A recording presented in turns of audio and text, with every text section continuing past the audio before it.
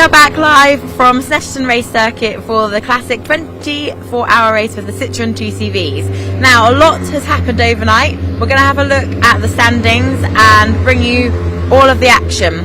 The first one to note, we'll go down to Garage 1, as car 97, who is a car that ordinarily wins this race, is quite far down in the order. So we'll see if there's someone from this track that we can talk to. It looks like they're about to do a driver change, as we've got Gary Adnett about to go into the car. So I'll see if I can grab a word with him before he goes in. It sounds like car 97 is about to go. Hi Gary, are you about to go into the car? You've dropped a bit down the order. What's happened overnight for you?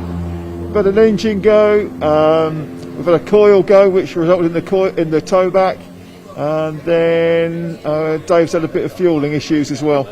So we've had 2 punches. Oh wow, that's a significant list of things. So you're about to get in. What's the plan? GLF. Great. Good. Good luck with the GLF. Thanks. Great. So we'll go back out and see kind of what's going on. There's also somebody here from the sister car, the car 79 car. Hi Martin. I'll come and sit next to you actually. Okay, Steve, how are you? Morning. Good. How are you? Tired.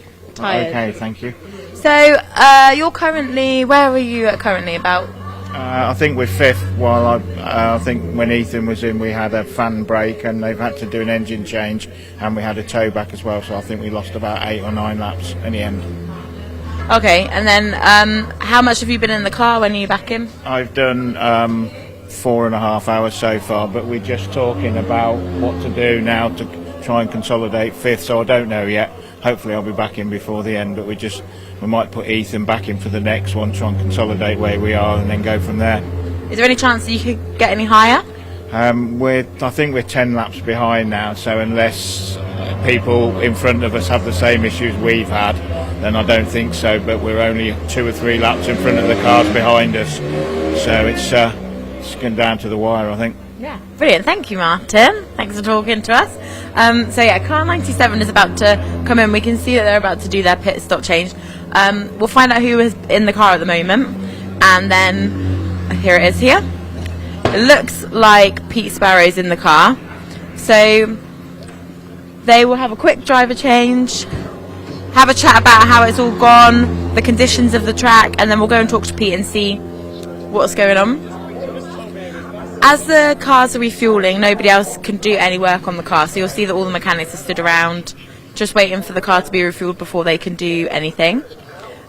We can see as well that Pete is giving some information over to Gary about, we'll find out what that's about in a moment, but maybe conditions of the track, the way that the car's performing. As Gary said, there's quite a few issues that they've had with the car, a couple of punctures, a coil, lots of things, so we'll find out kind of how that's affected the performance of the car when we speak to Pete. So car 97 is ordinarily a car who wins this race or does really well, so it's not common for them to be that far down the standings, but they are an experienced team, so you'd think that they would have a way to bring it back.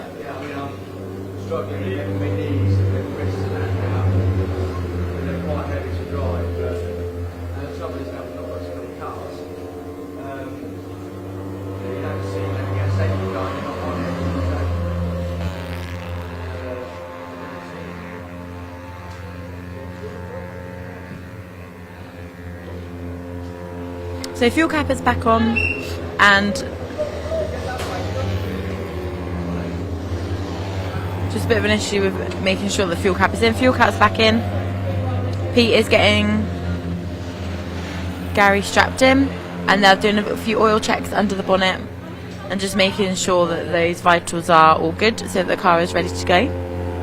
Unless the driver reports any other issues, they won't really check for anything else, so that's just some basic checks.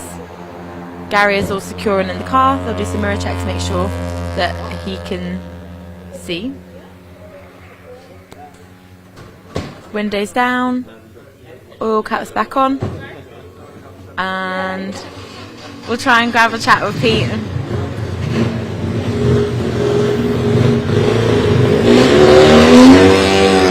That's good. Hi Pete. How was that? Exhausting. Yeah, no, it was good drive. Yeah, the car's going all right now. But yeah, I'm just after 3 sessions, I'm a bit done. So yeah, I need a bit of sleep and water and need to go to the toilet. But other than that, I'm all right. Thank you. Have you got any more sessions to do later? I think I've got one more to do, unless I can pass it to one of the others. How is the car performing out there? Obviously we're a bit lower, we know you've had some issues, but how is it going now? Yeah, no, I mean we've done, in that session we did our fastest lap of the race, according to our dash. So no, it's going well now, we just don't want any more problems. So gotta wait and see what happens. You're quite experienced, final question. You're quite experienced because, like, yeah, a little bit. But like, but people get like maybe a bit lower down there and they tend to stay there, whereas in the past you have tended to move up. Like, do you expect that to happen, or what's the plan? I think there's as the race goes on, the cars have done more, so I think there's more of a chance of failure later in the race, generally, and you tend to pick off places because of that. And also, like I've just said, you know, drivers are tired, they make mistakes, they come off, you know, they hit things. So yeah, I think we might pick up some places as long as we can keep at the pace we've been doing. I think we might pick up a couple of places. We'll have to see though, because we're a long way behind. Cool. Thanks, Pete. Enjoy your toilet break and your rest. Bye. Great. So we'll go back to the commentary here at the track, and we'll go and speak to some people at the other end of the pit lane in just a short moment.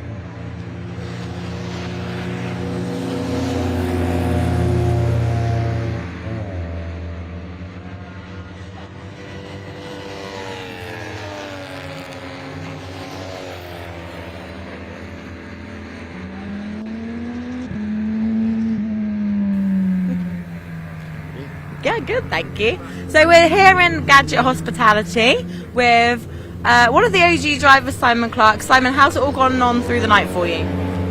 Surprisingly well so far, touch wood. We had really difficult time on testing on Friday, and qualifying was disastrous as well. We just couldn't keep the car going for more than 10 laps. So to have got to this morning, touch wood so far with no problems. Which you get a fingers crossed. We're not got the quickest car out there, but we're putting in consistent times. All the drivers are doing really well, and just staying out of trouble. And we're just circling around and seeing where we end up. It's quite close at the top still. Like, you're only, I think, 21 seconds behind, and then they're only a couple laps behind them. So, I mean, just one unplanned pit stop can kind of change everything. Do you have any expectations in general of what's going to happen in the next few hours? Yeah, we've already started working. So the last session we squeezed an extra lap out of it, because that gives us another 2 minutes, because we know obviously the race finishes at 5. So you're already planning on how much fuel you need, and we've worked out we've got just enough to do a set amount of pit stops. And if we can squeeze an extra 2 minutes out of each of the next few pit stops, we'll have that space. We won't need to make an extra splash and dash. So we're already working on that. We already know the team we're chasing at the moment in second. By our calculations, they'll have to make an extra stop. They'll have to make a splash and dash. So we can avoid that. That could give us another minute or two, and could mean the difference between second, third, or third and fourth. So yeah, it's all to play for. But already people are thinking ahead about the 5 o'clock finish and what we need to do now to try and just stretch that bit extra time. Great, thanks Simon. I'll let you get back to your breakfast. Thank you very much. Okay. We'll be back in a moment. We'll go and see if we can find someone from Crisis and Tech Rouge now as well, because it's very interesting, as Simon was saying, about how they're already thinking about the end and pit stops, and actually how important that is, because it is still really close at the top there. I think we've got a few people in Crisis and Tech Rouge who are just having their breakfast, so we won't interrupt them just at the moment, but they are currently in first place. Now, Bully, who's in that car, current championship leader, if it stays as it is, it's a great weekend for him. He did get pole as well, so we'll see if there's someone that we can chat to just in this garage, but they are doing quite well. Has to be changed. That's okay. Would you talk to me on the camera? We're just on the stream. Hi Paul. Oh yeah. So currently in first. It's still quite close at the top though. It's very close, especially when the closest to us are in the next garage. Yeah, how is that, sharing a garage with your current rivals? Yeah, he's not a rival, he's a friend. That's so lovely. And it's all quite close, and you all kind of want to help each other and for each other to do well. But how's it all gone overnight for you guys? I don't know, I was in bed having some well-deserved shut-eye. Yeah, definitely well deserved. Great, well thank you Paul. I hope you are all friends by the end of the race. Well, I'm sure that's going to carry on for a lot of years, Katie. Thank you Paul. We'll go back up to the commentary here at the track. Where to go? Well, yeah, it is still a long way to it. I thought, we're getting towards the end now, but we've got 8 hours, so it's all about preserving the car from now on and going as quickly as you can, but not breaking it. Okay, mate, have a good one. Okay, that's Pork Pie Racing. I'm gonna come back and do the C1s shortly. The Rosie Racing, Walford Racing are in the pits at the moment. Yeah, if you can find out who's in the car or getting into the car, that will be helpful to us. Number Someone 7. with a black helmet. All right, that helps a lot. Who's getting in the car? Nick Clark. Nick Clark is getting into the car. Great, thanks for that.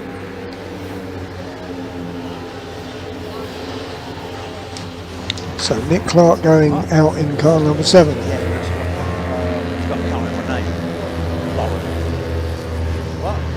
And they're in 9th place. Lewis trying to get some information, as is his wont.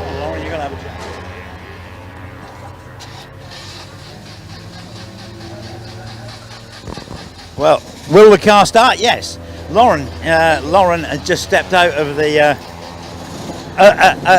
family car.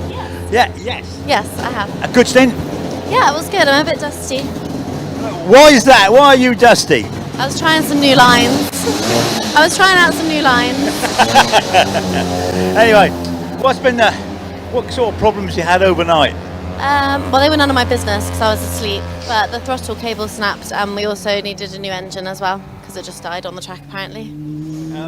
Were they separate incidents? Yes, separate incidents, separate drivers. Tailbacks both time? I don't think so. I think only one toe back, but I'm not sure. Yeah. How's the car going at the moment? Really good for me, yeah. Yeah, it's going really well. I'm very happy with it. Yeah, I haven't. Not getting told off by Dad then? No, exactly. I'm getting lots of thumbs up from him, so that's good. Yeah. Okay, anyway, well, thank you, Lawrence. So there we go. Engine and throttle cable for Rosie Racing. Who's in 6? Who's next door? Hi, buddy. Which team are we? Damax. Ah, yes, we've always spoken to you, haven't you? Yeah. So that's the 77 car, which is backed up. Sorry, mate. That was tough. Here we got the Hollises. I can't remember which one. Now they are last. Matthew. Yeah. Matthew. What's been the problem, Matthew? Problems. Yeah, well, I think we thought we lost an engine, but it turned out actually the fuel pipe disintegrated and just filled the engine with like bits of rubber and stuff. So we changed that, fitted another engine, that seized within 3 laps. So then we changed that. Then I think exhaust fell off. We've lost about 3 fans, 1 or 2 other bits, but it's actually going faster now than it's done all race. So. Have you gone back to the original engine? No, we're on basically the last spare, but the original is good to go again if we need it. But fingers crossed we won't need it. But we're so far behind now. It's just keep plugging around and wait for other people to break down now. It's checker flag time for you, is it? Yeah, we'll get to the end. It's no problem. But we'll keep it going one way or another. All right, Matthew. Yeah, that's the spirit, isn't it? Absolutely. You got to finish. There's still 7 hours to go. They're always repairable. So yeah, no excuse not to finish. Yeah, we don't like saying the 77 like the cars like the 77 putting a trailer, do we? No, I mean, I know it needs a lot of work, but it should really be out on track at the end. But yeah, that's their choice. So yeah, I think they're a bit new to the game, aren't they? Yeah. I mean, we do have a trophy for the first dead snail, so they'll win that at least. But you kind of don't want to win that one. Okay, Matthew. Thanks a lot, mate. All right, no problem. I don't know who's next. Lewis, could you just find out who's at the wheel of that car? Okay, Matthew. Who's driving at the moment? Patrick Mason. Patrick Mason. Okay. Yeah, great. Thanks for that. Right, I'm not sure who's in. I might as well ask Matthew. Matthew, who's next door to you? Oh, ECAS Hansgrohe. Let's have a look. Yeah, it's car 15, isn't it? Now they're 4th at the moment. Right. Hello, guys. Gonna come have a chat.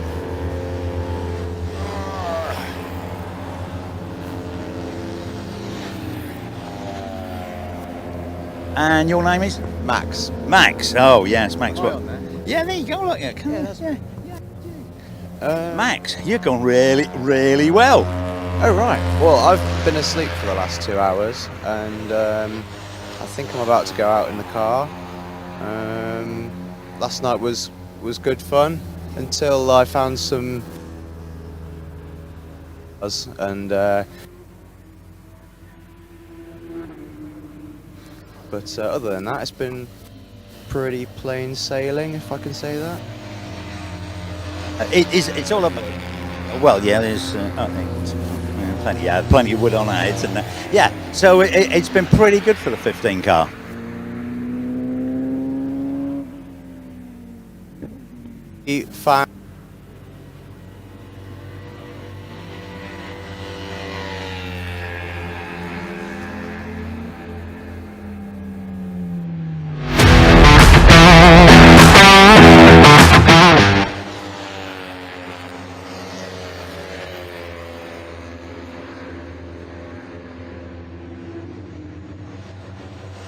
But it's surviving. Well, fingers crossed, Max, and good luck on the next for your next stint. those people who don't know, there are air-cooled engines. The 2 CVs are air-cooled engines. They have a fan on the front. And in one garage yesterday, we saw 4 fans. And the problem with bump drafting is, if you give it a little bit too much of bump drafting, which is what we saw in the first stint, there was a lot of bump drafting going on. The problem is you can break a fan. So the idea is that you get about a foot away, not on them, if you know what I mean by that. Not sure where I am now. I'll come down the back.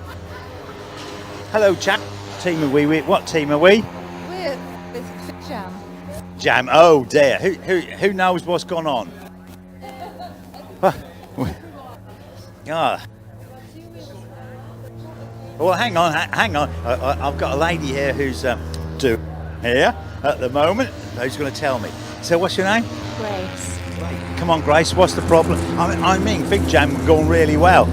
The first 8 hours, which is the third, you were right up there and leading for a lot of the time. Yeah. So we were P1, and then I went to bed, and a wheel fell off. So we're down here at Big Jam Motorsport with Dougie, who is the team manager, one of the mechanics as well.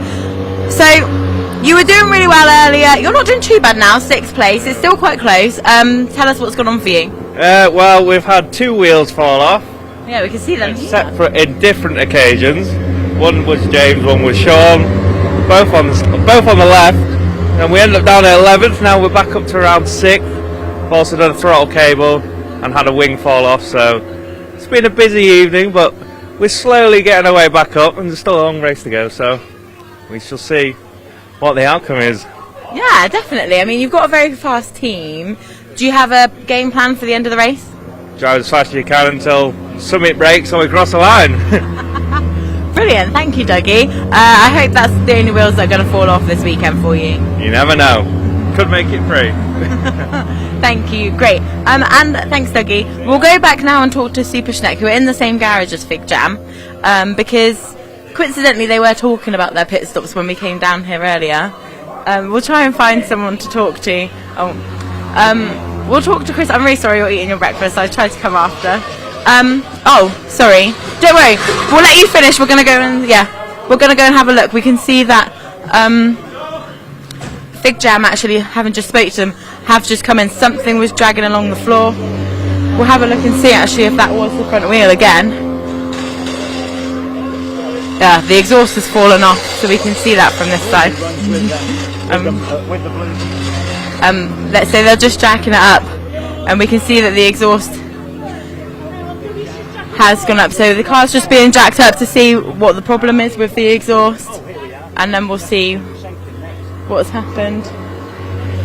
You can see Dougie, who we were just speaking to just moments ago, looking under the car to see what the issue is. He's just having a little investigation, but obviously clearly the exhaust is dragging along the floor. It looks like they will be doing their driver change now as well, so Sean Sidley was in the car, and it looks like James Dartilla will now be getting into the car. They are looking around in boxes for what they need, so we'll find out what that is in just a moment. But they're using this time where they are finding parts for the car to make sure that they have significant fuel, so they can just use this as a pit stop to change drivers. That's one. These tough jugs are 20 litres in total, so that's why you'll see the team swapping over. They'll put in one tough jug and then see how much they can get out of a second one as well, to make sure that they are brimmed.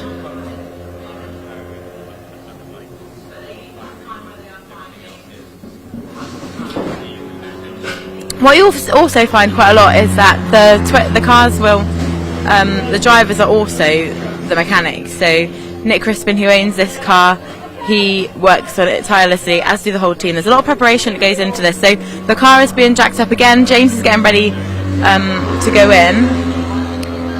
So now that the car is fueled, James can get in and James can get strapped in. Round the front as well, we can see that They're duct taping some panel parts to make sure that they are back in. And we're just getting a shot there of the wheel, which is the side where the wheels have come off in the past. So that's not the case in this scenario.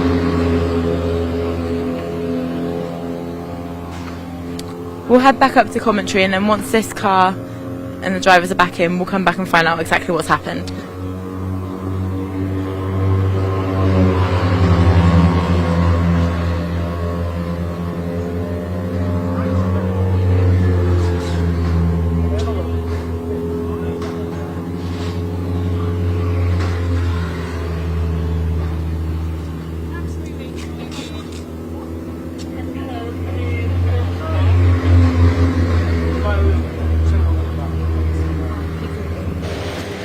So we can see here we've got Shirley, who helps out with the team. She's just strapping on some of the body parts just to make sure that the car is safe. And James is primed and ready to get in, so he'll be strapping himself in just a moment. I think he's just waiting for the car to go down. The team are still scrabbling around to find parts that they need. James, do you know what's kind of happened here with the car? Sorry? Do you know what's happened? Exhaust's fallen off, I think. So how would that happen? Is it just going... Oh, sorry, do you need to get in? Yeah. Okay. Get in. Yeah, great. So James is just getting in... Thank you. James is just getting strapped in now while they finish fixing the car to make sure that he is ready to go when the time has arrived. We'll see, kind of have a look and see what this might do to the standings, because they, as we heard from Dougie, they were 11th and then they climbed back up to 6th. So we'll see they're currently in 7th, and the team behind them is car 97. So car 97, we spoke to Pete Sparrow earlier. He was saying how, you know, there's still a long time to go, things still happen, and that's where you can pick off places. So that's what might happen here for them. But Fig Jam are a fast car with a really fast team, so their lap times will be up there, and I'm sure they will gain the places that they've lost back. It's only one place, they're just down to 7th now. Crisis still at the top, Super Schneck still in 2nd, and Team Gadget Racing are still in 3rd. Very, very close at the top there, only 3 laps separating the top 3. We then have in 4th place Team ECAS, who again are only 2 laps behind Team Gadget. Then we have Team Archer Lion, who are in 5th place, and they are 9 laps behind the car in front of them. So we can see this, the car situation with Fig Jam is still not completely sorted, but they'll get there soon. James is in, ready to go.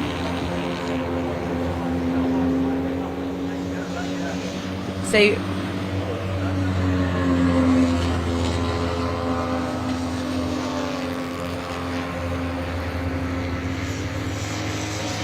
Team car 97 has just crossed the line, and they have just overtaken Fig Jam, who are in the pits. So Fig Jam, this has cost them, they are dropped from 6th down to 8th. Team Lion are currently lapping at 51.7. So we'll see what James can do with regards to catching them back up. Team ECAS, who are in 6th, are lapping at 55. So you would expect at some point car 97 to catch up with them. But again, we'll see what happens. Other teams have noticed that Fig Jam have been in the pits for a while now, so we're coming down to see if there's anything that they can do to help. They just have to make sure they get this exhaust strapped on, and then they are ready to go.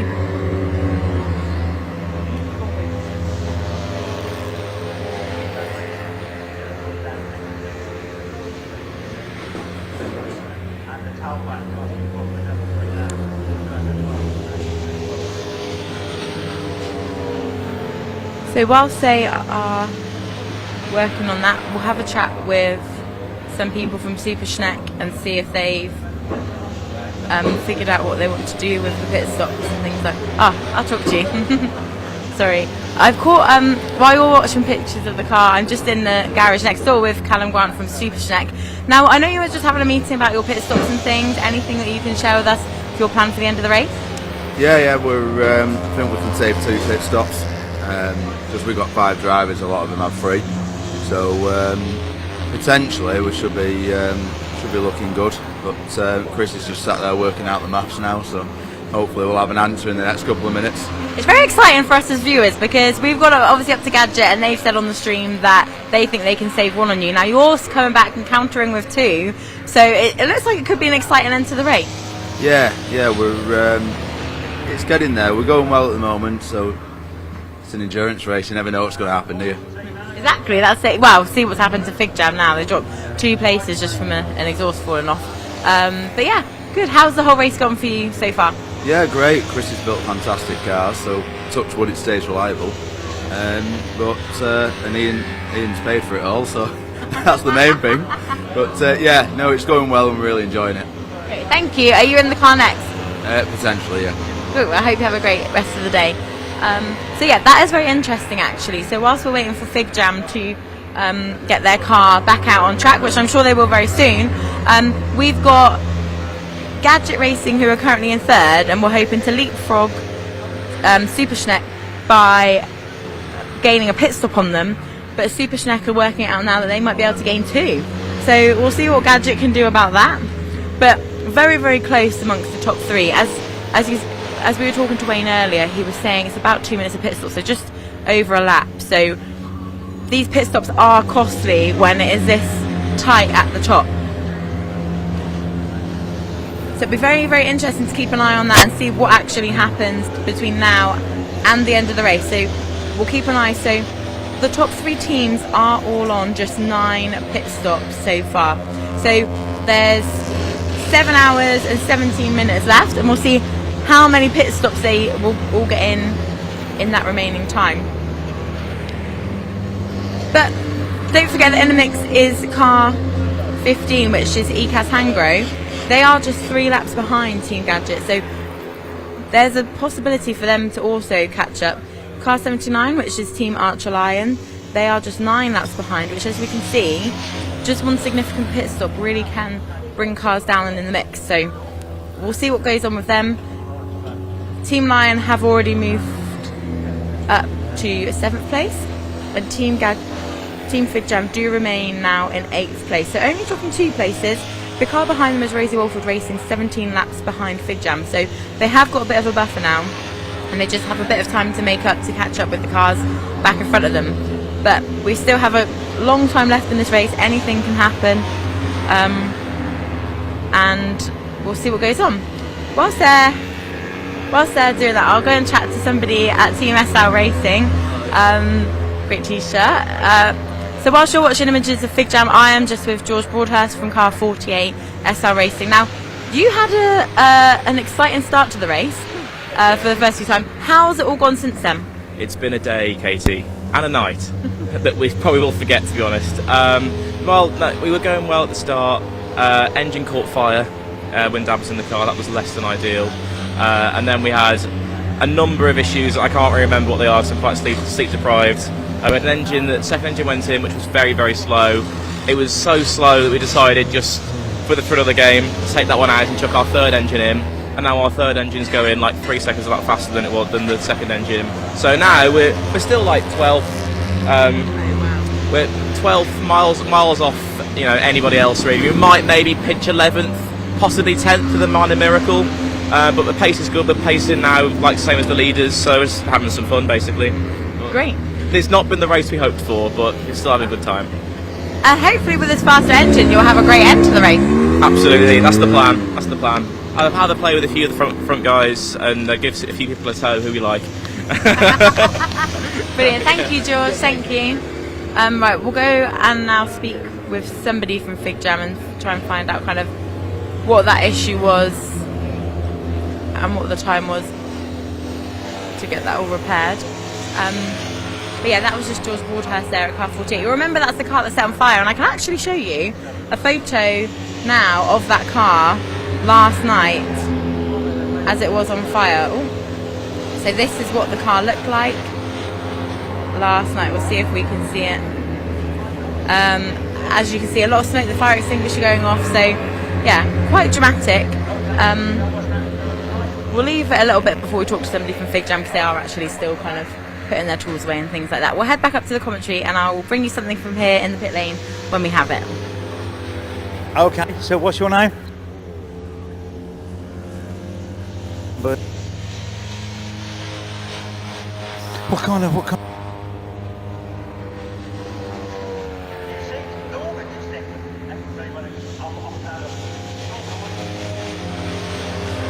normally this end of the line, for anyone I'm down the normally we'll there, but this year you seem to mostly miss. Yeah, we've had a lucky year, and hopefully we will continue to the end of the race. Okay. I don't, I'm afraid. Okay, I'll see who's next door. Nothing's to do, I think, after that. Oh, it's really racing. Who knows about what's gone on? Okay, what's your name, sir? Sean. Sean. I'm going to just take my phone out of my pocket, Sean. Yeah, I'm going to have a sit down. Right, Sean.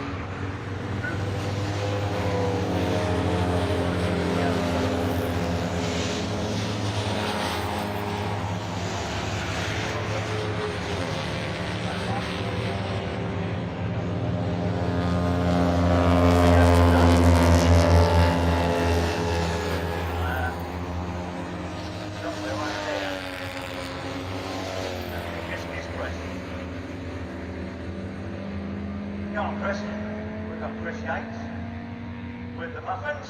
No, not muffins. Yeah, muffins, yeah. So, how's that bank gone for you, Chris?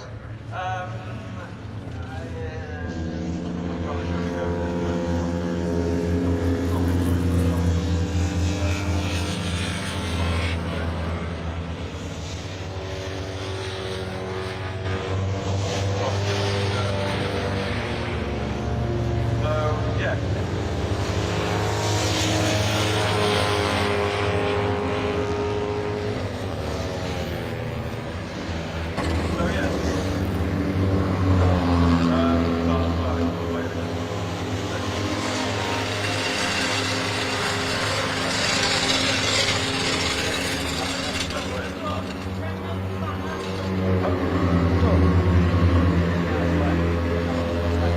So we're back down here with Fig Jam, who have done one lap and a bit out there, and they're back in with the same problem. So they're just going to have a look. They're looking under the engine bay to see if there's something there where it needs fixing. We'll see. Try and have a chat with the driver whilst they're waiting. What do you want to say to him? Do you want me to tell him? Do you say something to him? You don't know what happened? The steering wheel's like that now. Okay. Have you told them the steering wheel's like that? 11 mil socket.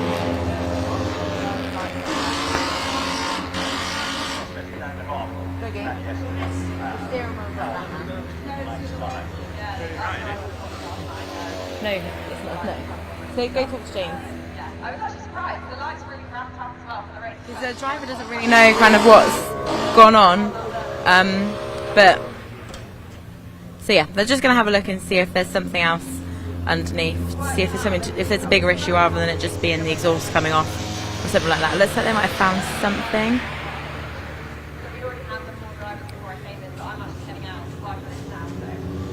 But yeah, it's really frustrating in 24-hour races because people put in a lot of time and work, and if you think you fixed the problem and then you come in so soon again with so soon after you fix the problem, it's really frustrating for teams because people are tired, they've been up all night, they've worked tirelessly prior to the race and they've worked tirelessly coming up to the race, which we have actually seen with car 77 Dan Max. They have sadly retired from the race. They're what we call the first dead snail, so they will get an award for that at the end of the race. But again, most cars do finish, but it does tend to be that only, there's only so much you can do sometimes. But this will be a car that finishes. This is a team that understands that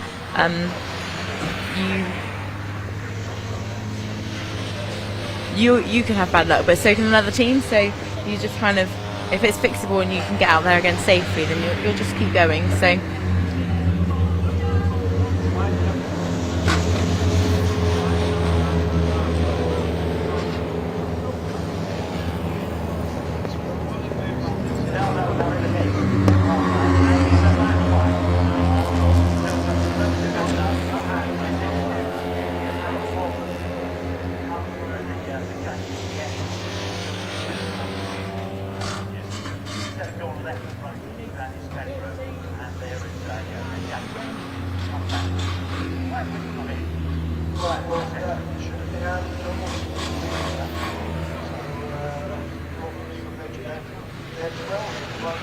Whilst we're doing this, I'll go and talk to the driver quickly whilst they're in there. Hiya, James. So what kind of happened out there? The exhaust fell off. Is it just randomly? Don't know. It wasn't like. I don't know. It fell off with Sean. I don't know why, and I've just gone out and we repaired it, and it's fallen off again. So. How are you feeling about getting back out there? You just want to get going, I bet. Super excited. Thank you, James. So that was James Dartilla. He is now in car Fig Jam. As he said, the exhaust has just come off. He doesn't know why. He's excited to get back out there again. They're just having a fix to see what else they can do.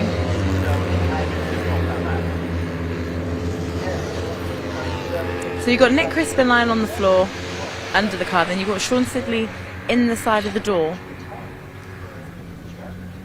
And then you have Mark, who is currently working with Steve Walker Racing, also trying to fix this. So a lot of people trying to make sure this car can get back out there, which it will. It just want to make sure that they don't have to come back in unexpectedly. We've also got in the pits team regimental car number 82. So they are out of their garage, but definitely making some works on something. So we'll go and find out what that is in just a moment as well. We'll have a look now and see kind of what this does to the standings. Team 82 car regimental's engine is up and they are running again. So first place for the GCVs is Crisis Tech Rouge Racing. They are 2 laps ahead of Team Super Schneck, who are now on the same lap as Team Gadget. Now, the top 3 are extremely close. In 4th place, just 3 laps behind, 3rd place is ECAS Hansgrohe.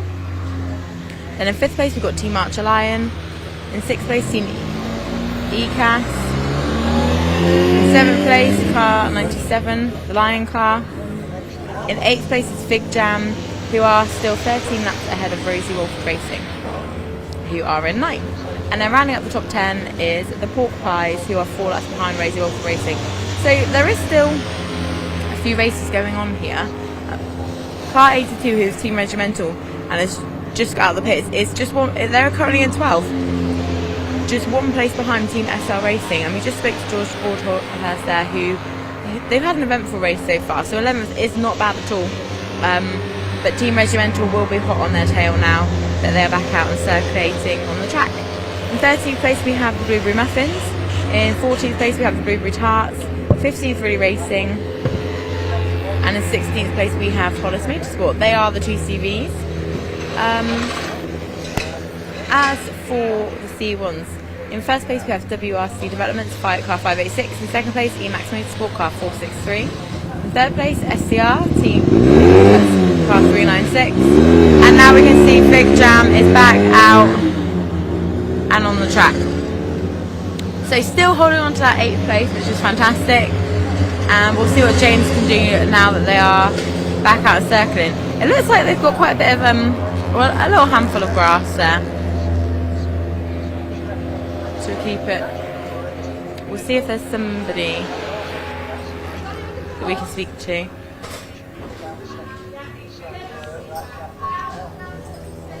Sean, do you mind if I talk to you? Your fault again. Yeah, my fault again, yeah.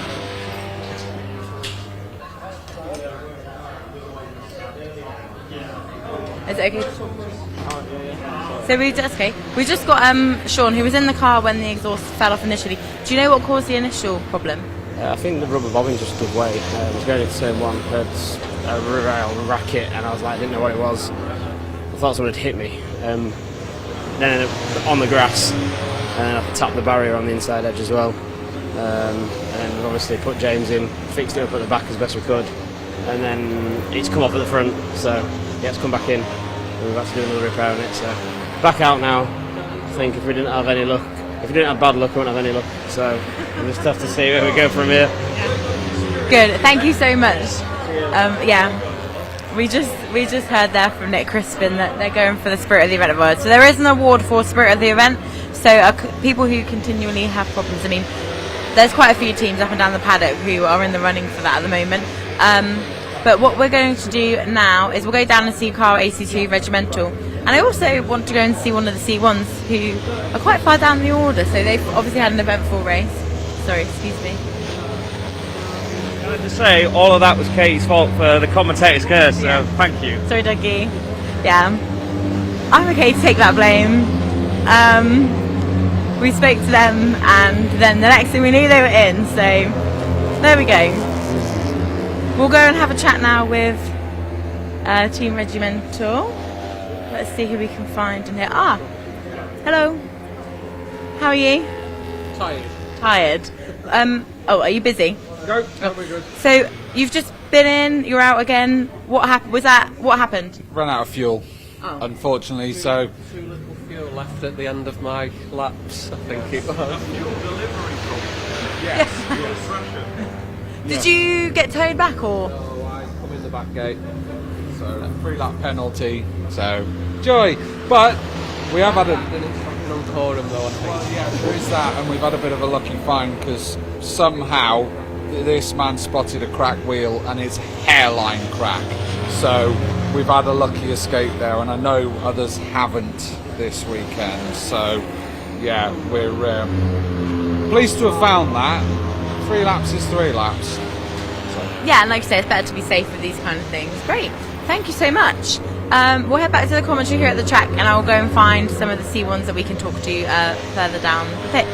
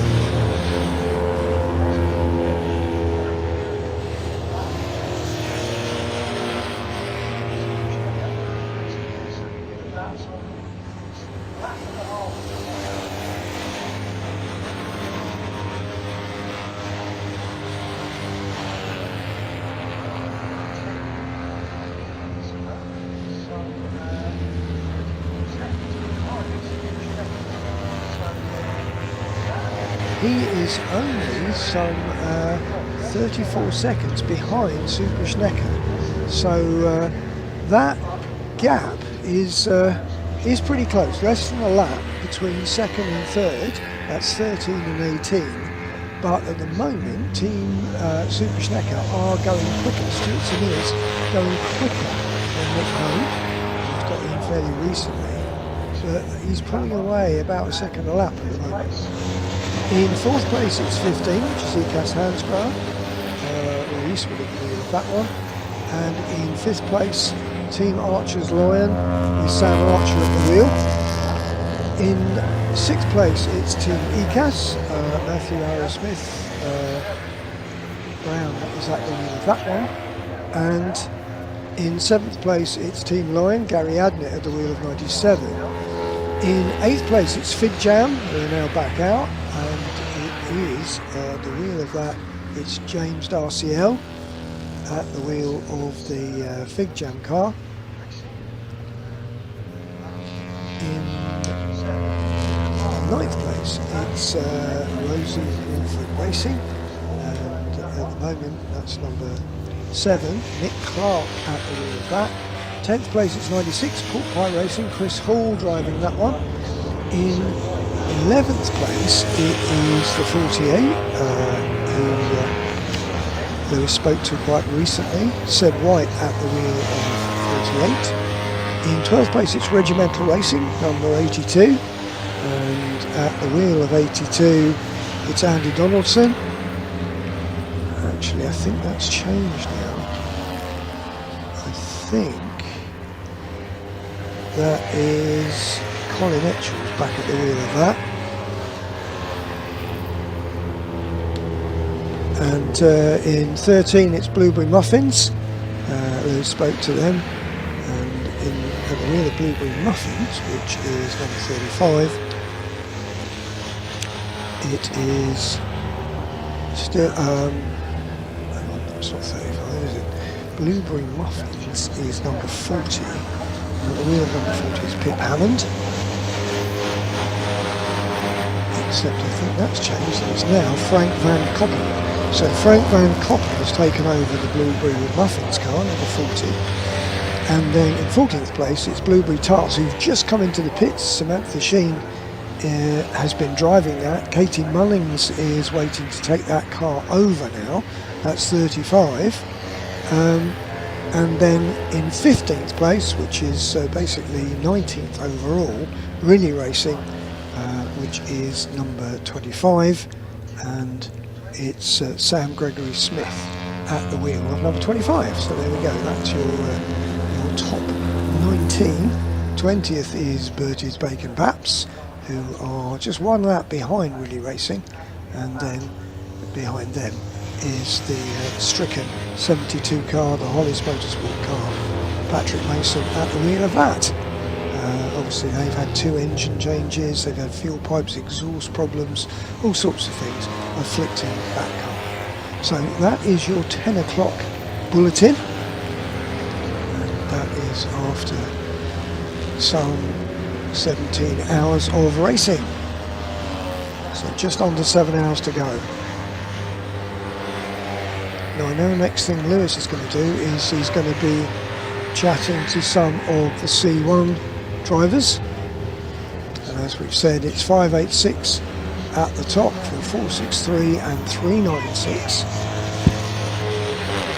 396 have just changed over, so it's now Jake Cairns at the wheel of 396. In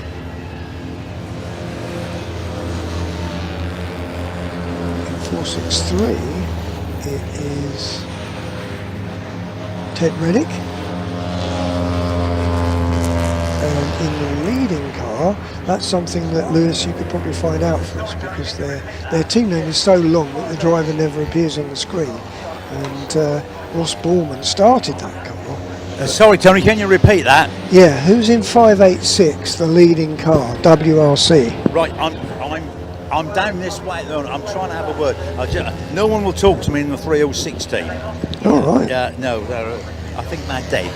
Well, I mean, Bertie's Bacon Baps, they're in 20th position overall. Yeah, they lost a gearbox. Right. Which fairly obviously the gearbox is sitting outside the garage. I've just heard that some of the support crew that they've had no sleep. They're very stressed at the moment. Okay. Best not to talk to them then. Well, they're trying to get one of the drivers up to have a chat, but someone's ready to change over. Right. Number 10. Right, 586. I'm right next to them. Let's see who's going to have a chat. Hey guys, who can have a chat? Yeah. Come on. Can you come out? Can you come out? Yeah. Just chat out, because yeah, I need to be outside. Right, we're down at 586 WRC Developments. Hi, what's your name? It's not me. Oh, Emacs. Oh, yeah, mate. Sorry. Which one are you then? 463. Your name is? My name's Max. Max. Well, Max, who's out in your car at the moment? Do you know? Ted Reddick is. He's out of the car at the minute. Okay, yeah. Any troubles overnight? Not 463. 463's been alright overnight. It's just been 14. It's had a few issues, but we got it back out. It's been alright. So. What's been the issues with the 14 car? We had a hole in the tank, so we had to run down, find some bits to fix that. That hindered us a little bit, but we're just trying to catch up to SCR now and hopefully get past them. But obviously we'll have to see what happens with the 7 hours to go. So a fuel tank issue is what been the problem. Did you repair it or replace it? We repaired it, so we had some JB weld and, well, heated up a screwdriver and hopefully didn't explode anything. But he's gone back out and no issues. So, but we're just letting them crack on. So we'll see what happens. Okay, so no real problems with the 463 car either. Not that I'm aware of. I was asleep for half the night. Lovely. Okay, buddy. Thank you. So that's 2 of them. So that's the 14 and the 465. What we're looking for? We're looking for 586. Yeah, let me go on the back of the garage. Hold on a second. Okay. Because we can't see who's driving the lead car at the moment. I've got 7 lap advantage over the rest, over Emacs 463 and Ted Reddick at the wheel of that one. The 14 car at the moment is being driven by Glenn Finn. Yeah, Glenn Finn at the wheel of number 14. Tony. Yep. Oh yeah, I got Ross. Sorry, Ross. We spoke earlier. We spoke earlier in the event, didn't we? Oh, we did. We spoke on the grid, I believe. Yeah, we did. Yeah. You looked a little bit pensive on the grid, but not quite so much now. Obviously, it's always, it's always a bit pensive, isn't it? Start of a race. Yeah, it's always a bit. You never know where you're going to be, so.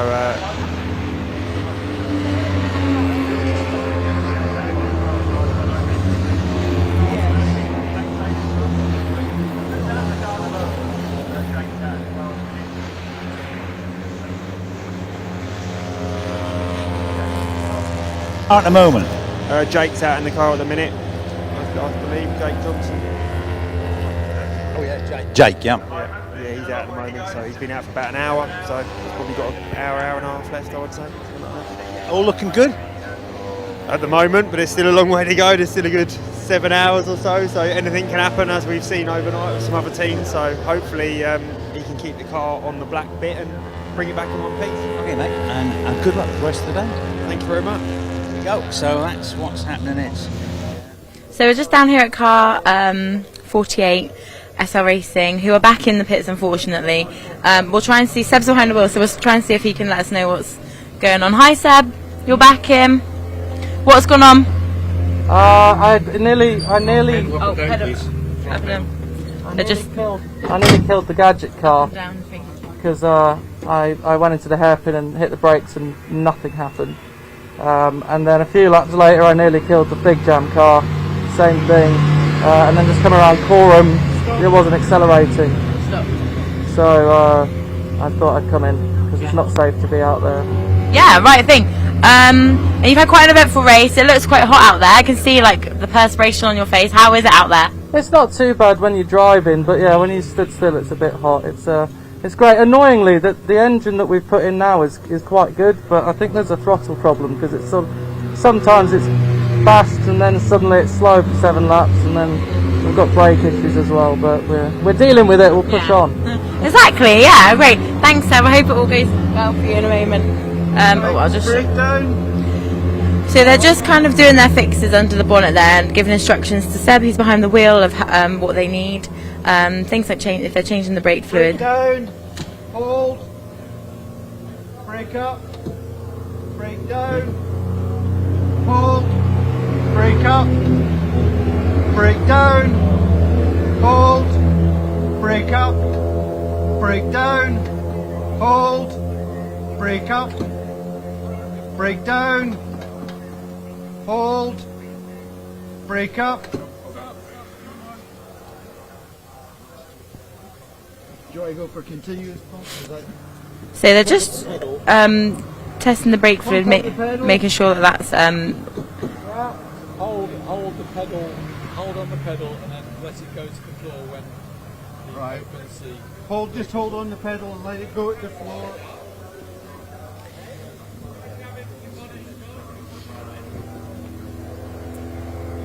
So yeah, it's amazing they can just quickly fix this kind of thing just out here in the pit lane. It's fantastic. It looks like we've got team Super Schneck on their way into the pits as well now, so they're currently in second position.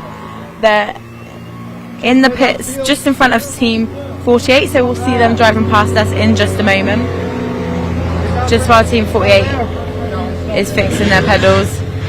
It looks like we've got Lawrence Sigig.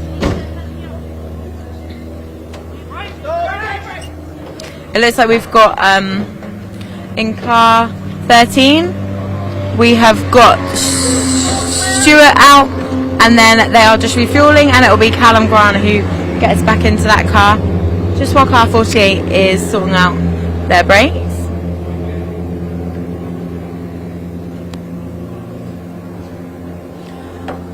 As we've said, as cars are being refueled, there isn't much that anyone else can do, just for safety reasons.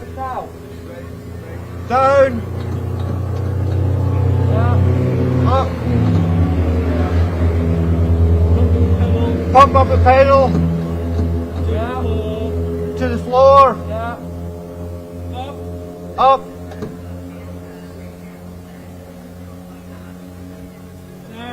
Down. Up. Down. Get some water. Get some water. Right, I've got the bonnet. Why is the bonnet open when you're refueling?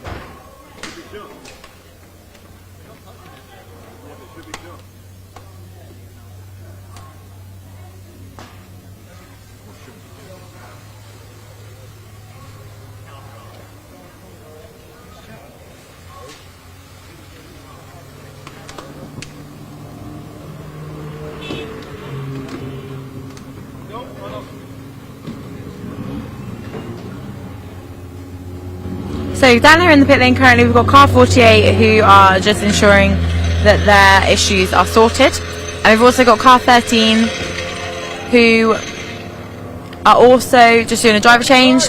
Team EKS Hansgrohe have just made their way back out onto track.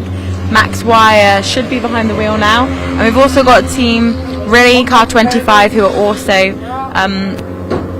in the pits and looking like they are just doing a routine driver change as well. Now we know that within the top three we've got a race to the end with regards to pit stops, so the laps are quite consistent between all of them, so sheer pace isn't going to do anything for them with regards to overtakes. However, the pit stops are vital. So this is when it kind of gets a bit tense. So Team Super Schneck are now in third. They were second when they pitted, but a pit stop is going to drop you back a lap. That's just what is going to happen. So Team Crisis Tech Rouge are currently first, Team Gadget are second, and Team Super Schneck are in third. Now they are now 2 laps behind Team Gadget Racing.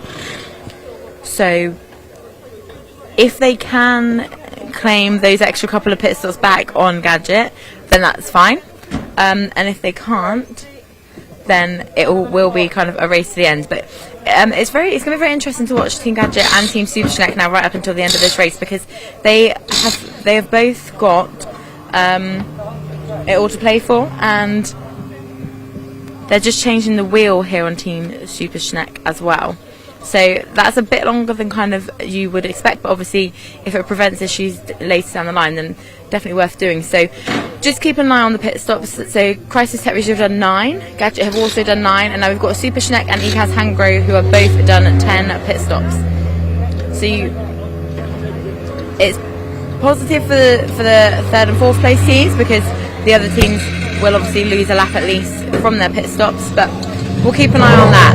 Team Schneck is back up and running, and they're now going back out into the pit. So we'll see if we can talk to Stuart, who was just in the car, about how that was and what's going on. Hello. How was that out there for you? Sweaty. Yeah, it looks like it.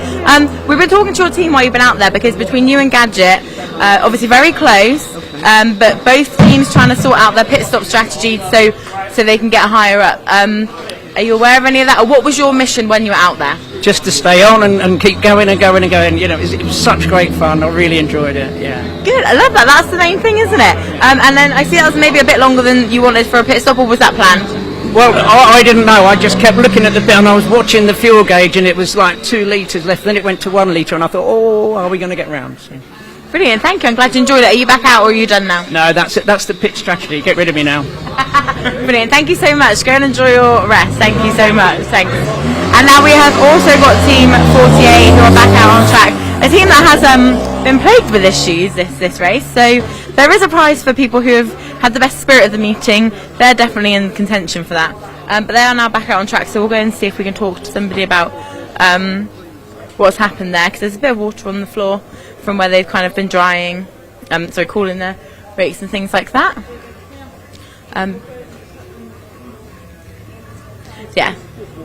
So yeah, it's just water on the floor there, but they'll just make sure it's all kind of nice and tidy. And we'll have a chat with Team 48 and see what made that pit stop so long. But that's so far in the pits, it's all clear, nobody in. We look like we're kind of got a bit of a break from the pit stops for the moment. 6 hours and 40 minutes left of this race, so as you can see, just from the couple of hours that we've been up and about, lots has happened, lots of changes have happened, so you can expect that and more as the race goes on. But out on track so far, the top 3 remains unchanged. We can see There are a few cars going around together out there, which will help them, just to make sure their lap times are consistent and they're not dropping back through anywhere else. We'll just find out what they're doing. What are you cleaning up off the floor here? Just water, is it? It isn't just water, it's LHM, and it gets quite slippy. So we're just making it safe for ourselves. Next pit stop. Great, and what was the issue there, Lawrence? Apparently we had no brakes yet again. Heaven knows they don't work. What we're doing is sort of cooling them by bleeding them with LHM, but that's so slow, so I just doused a load of water on, and Seb wasn't very happy with the brakes getting wet, but they're cooler, they'll work for a bit. And will they dry quite quickly today? Oh yeah, 2 seconds. Yeah, first. Well, they'll be dry. The brakes are so hot. There is no water on those brakes. It's evaporated. But great, thanks, Lawrence. I hope you have. Well, yeah, we'll see what happens for the rest of the race. Yeah, Thank you. we'll have one. Yeah, I don't want to say anything. I hope it goes. Don't say anything. Enjoy the rest of the race. I'm going to ready an engine. That's how ready. That's how confident I am it's going. So, good idea. Thank you, Lawrence. Thank you. Great. So we'll go back up to the commentary of the track while the pit lane is quiet, and when we have something to bring you, we'll bring that to you. Of number 18, Team Gadget. Brian here, he's still at the wheel of Crisis at Tete Rouge, whereas with Team Gadget, which is the number 18 car, that's Nicholas Home at the wheel of that car. But they are some 2.5 laps behind, and at the moment they're doing roughly comparable times. So 92 and 18, not much movement there in terms of lap times. So you've got that fairly large 2-lap gap. Now Lewis obviously looks on the bright side all the time, and you were saying, well, that's only 6. What is that? That's not much more than a few falters or problems or whatever. Certainly a towback would see that gap absolutely disappear. So it wouldn't take much. But at the moment, if they're both running healthily, then it's quite a gap between numbers 92 and 18. That's Crisis at Tete Rouge and Team Gadget Racing. In third, it's number 13, Super Schnecker, and at the wheel of that now is Callum Grant, the historic Formula Ford champion. And looking at their times and their gaps, again, that's about 1.5 laps between those two.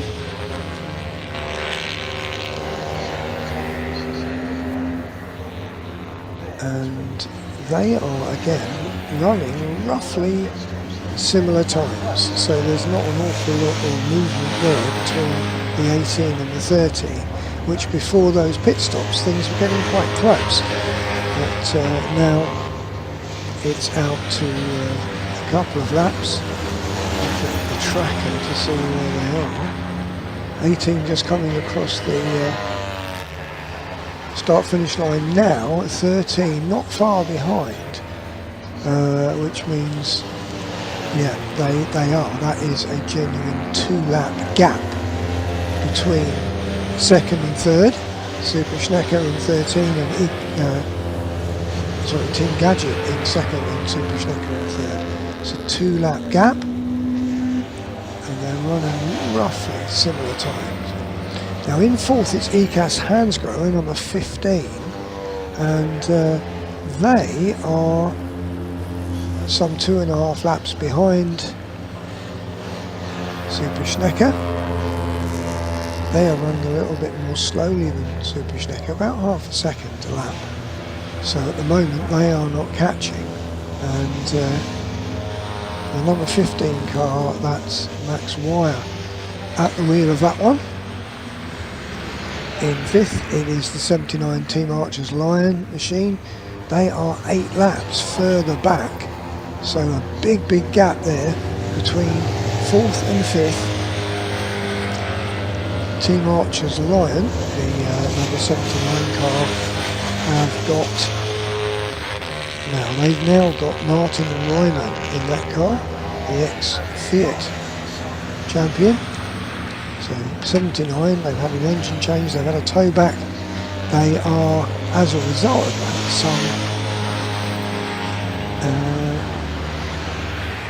now that seems to have changed. What's changed there?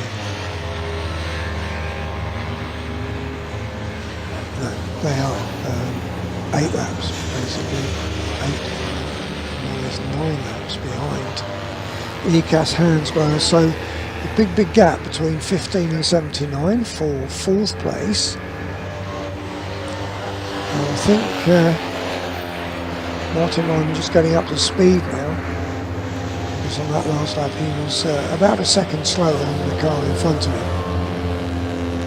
So an 8 lap gap between 15 and 79. That's 4th and 5th in 2 CVs. In 6th place in 2 CVs, it's Team ECAS with Matthew Arrowsmith-Brown at the wheel of that car. They are 2 laps behind the Team Archers Lion. And then in 7th place it is Team Lion 1, number 97, Gary Adnett at the wheel of that car. They are 2.5 laps behind Team ECAS, but they are going quite considerably quicker. The last lap for Team ECAS was a 1:54.8. The last lap for Gary Adnett in the Team Lion car was a 1:51.1. So 3.5 seconds quicker on that lap, but of course they've got 2 laps to make up. But when you're going that more quickly, then at least you can sort of see the gap coming down, although it will take some time for that gap to finally be down. Now in 8th place it's Figjam Motorsport, they're in the pits again, and that's James Darciel at the wheel of that car. They've had a lot of problems, 2 wheels off, a throttle cable, an exhaust problem, and they're back in the pits again from 8th place. So they're 10 laps behind Team Lion, so really that's where a very big gap comes between 7th and 8th. Now how far are they ahead of... Right, they are 10 laps ahead of Rosie Wolf Racing, number 7. And that's got Nick Clark at the wheel. So 2 very big gaps there between 7th and 8th and 8th and 9th. Not much movement there. As someone said to Lewis a bit earlier on, they're just really waiting for any misfortune to strike the cars ahead of them. And in 10th place, which is 14th overall, it's Pork Pie Racing, Chris Hall at the wheel of that, and Chris is some 4 laps behind Rosie Wolford Racing. So what we are looking for are cars who are at the moment performing very quickly, and the main one of those is Team Lion 97. Last lap for Gary Adnett was a 1:50.6. No one else from the 2 CVs is in the 150s. The next car is the 48 SL Racing, that's doing 151s. And I think we found out from Lewis that it's Seb White at the wheel of that. Now Seb of course has had a win in the sprint series so far this season. Oh no, actually he hasn't, has he? I tell you. Seb White has had some very good results. And his best one was 2nd at Knock Hill. He actually lies 4th in the championship at the moment, so Seb White's been going very well, so we would expect him to be pedaling that car quite quickly, and certainly he's just done 151.261. Gary Adnett though even quicker, a 150.482, up there in 7th position 11th overall, driving the 97.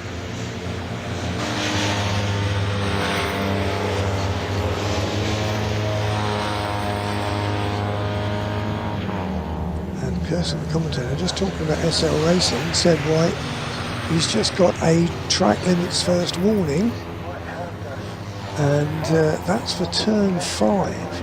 Now turn 5 is Nelson. That's the right-hander. After you've come under the bridge at one or gone left, you go right. That is quite a favourite place to drift out onto the grass coming out of there.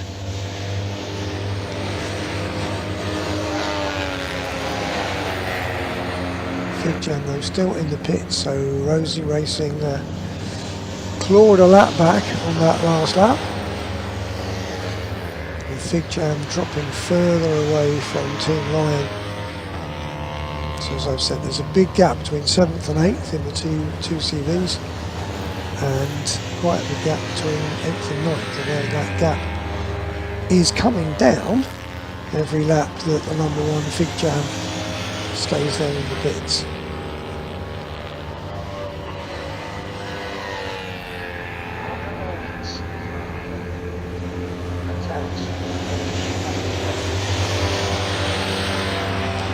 I'll go around and see if I can get the printouts for the latest classifications, and I'll be back with you in a minute.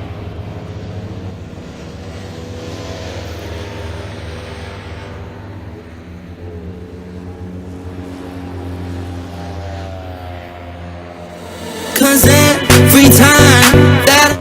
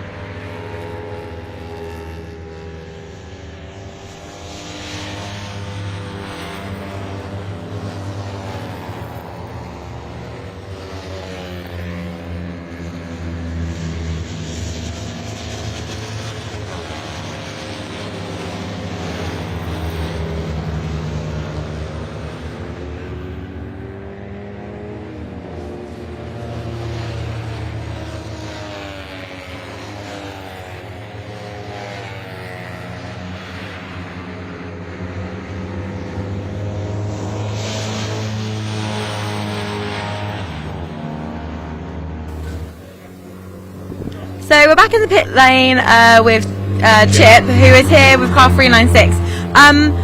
Now, we'll talk about this year soon, but tell us about your experience last year. Last year I was running the car for the team next door, WRC, trying to help them out with just pit stops and stuff like that. and it was going pretty well. We were 1-2 up until about 18 hours in. Stuart Humphreys, who was driving the car, put it in the barrier backwards, and whilst repairing the car I had an unfortunate fall and broke my leg in 3 places. So what happened then? Were you rushed straight to hospital? Yeah, so a couple of the marshals and the team next door to us then sort of dragged us out the way and sort of got us to safety.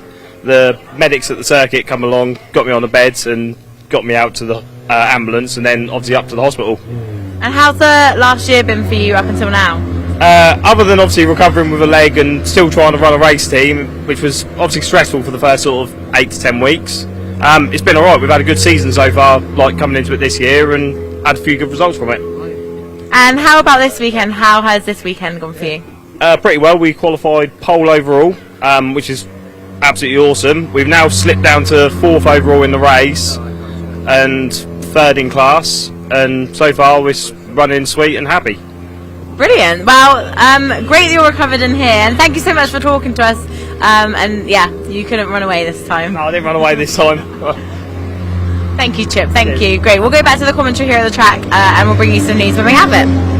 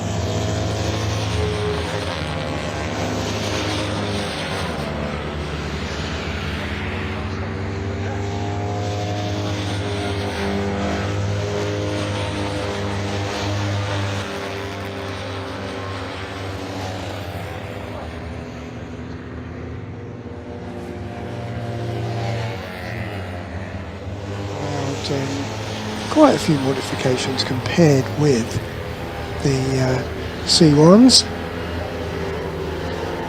So as the representative of 396 was saying to Lewis a moment ago, they're not in the same class. So although they've lost third place overall, they've not lost third place in their class. So very important, obviously, for a team to be aware of that nicety. So now the 14 Emax Peugeot has set off in pursuit of the 463 Emax C1, but there is a gap of 5 laps between them, even though they are running something like 4 seconds a lap more quickly. So again, that gap will come down slowly but surely, but we've still got 6 hours and 18 minutes left, so there is still time for some improvement when you're that much faster than the car in front of you.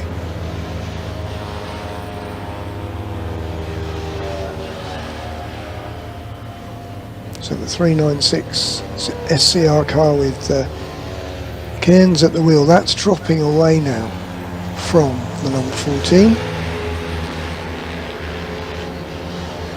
And that's going about 4, even 5 seconds a lap slower. But it's a whopping 13 laps ahead of the first of the 2 CVs, which is in 5th place.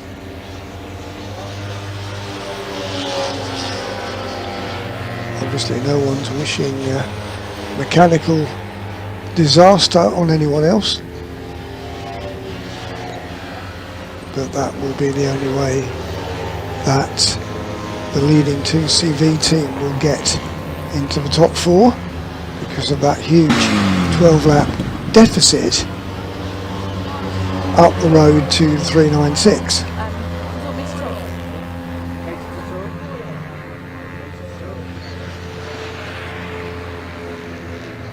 So down in the pits now we've got car 15 who has got a max wire behind the wheel. Now this is currently 4th in class, so they're doing really well. They're not too far behind 3rd place, so this obviously isn't ideal.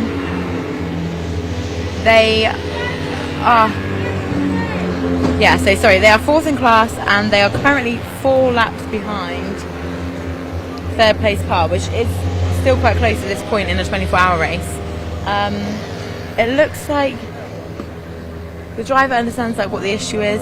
He came out to try and fix it and is now back in the car. He's just getting his track back in. It looks like they've potentially solved that problem. The car behind them is 7 laps behind, which is car 79, Team Arch Alliance. So they'll be watching this keenly to see if they can gain any time on it.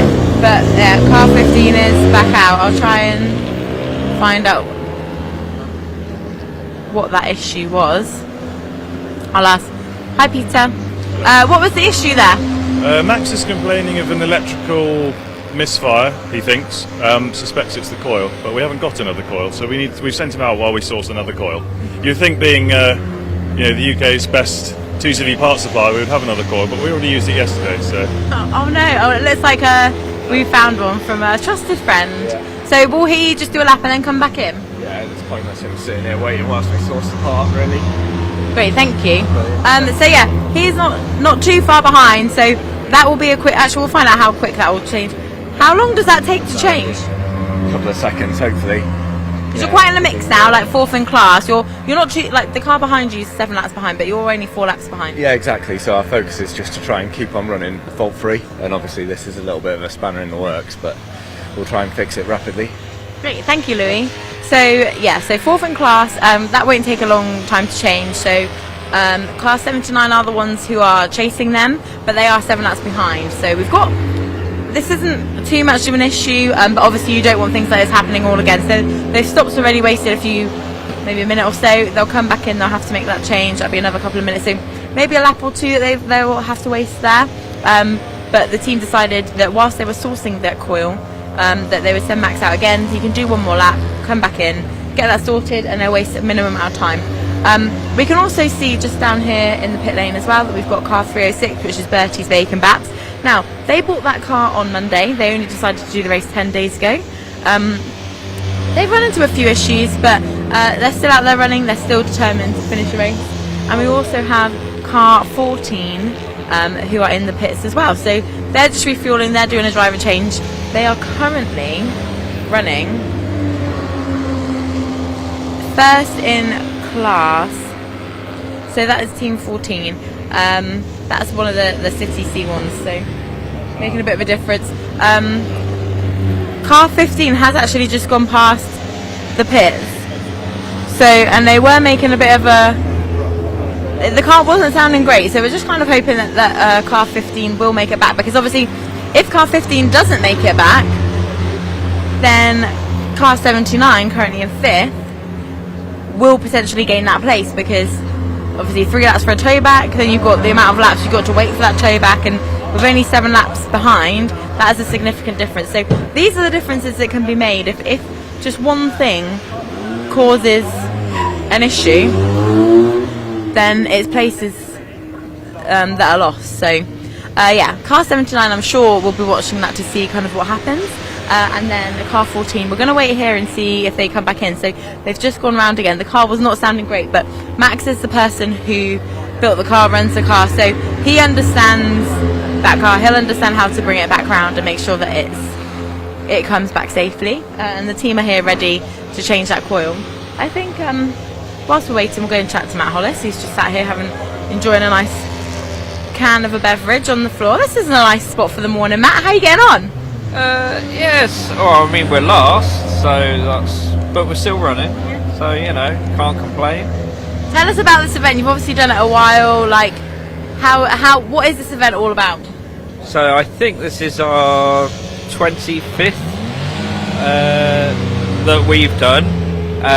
When we started, it was just a family thing, and we just did it for fun. And I can remember when we finished our first one, that was when it was back at Mondello in Ireland, and you know, it's just a feeling of like you've made it through 24 hours through, you know, whatever adversities you have, just to keep going. And yeah, and if you're lucky, you might win a trophy, but if not, you've still had a good time anyway. Brilliant, thank you, Matt. I hope you enjoy your nice chill out space here. Great. So we can see that here we've got car 15's team are waiting, but it looks like he's gone back past again. He has indicated now that he's coming in, so we'll be waiting just a little bit longer. Further down the pit lane we can see that car 48 is unfortunately back in. It looks like they're refueling. Seb is out of the car, so they'll be doing a driver change. So we'll go down and find out if that is kind of a routine stop after all the issues that they've had. Down the bottom of the pit lane as well, we can see that Team Gadget are out. So we'll see if we can expect a pit stop from them as well. Looks like there could be a bit of action now coming from the pit lane. Team Gadget Racing are currently second. They are 2 laps ahead of Team Super Schneck in third, and 2 laps behind Crisis Tech Rouge, who are in first. They have done 9 pit stops, as have Crisis and Tech Rouge. Super Schneck have done 10. So, as you know, we've got a battle going on, battle of the pit stops. Who can do the least amount of pit stops? That is what they're working on, trying to extend as long as possible. They do tests throughout the race to see if they can extend, how much fuel they've got. Obviously, the temperature makes a difference. Well, lots of things make a difference.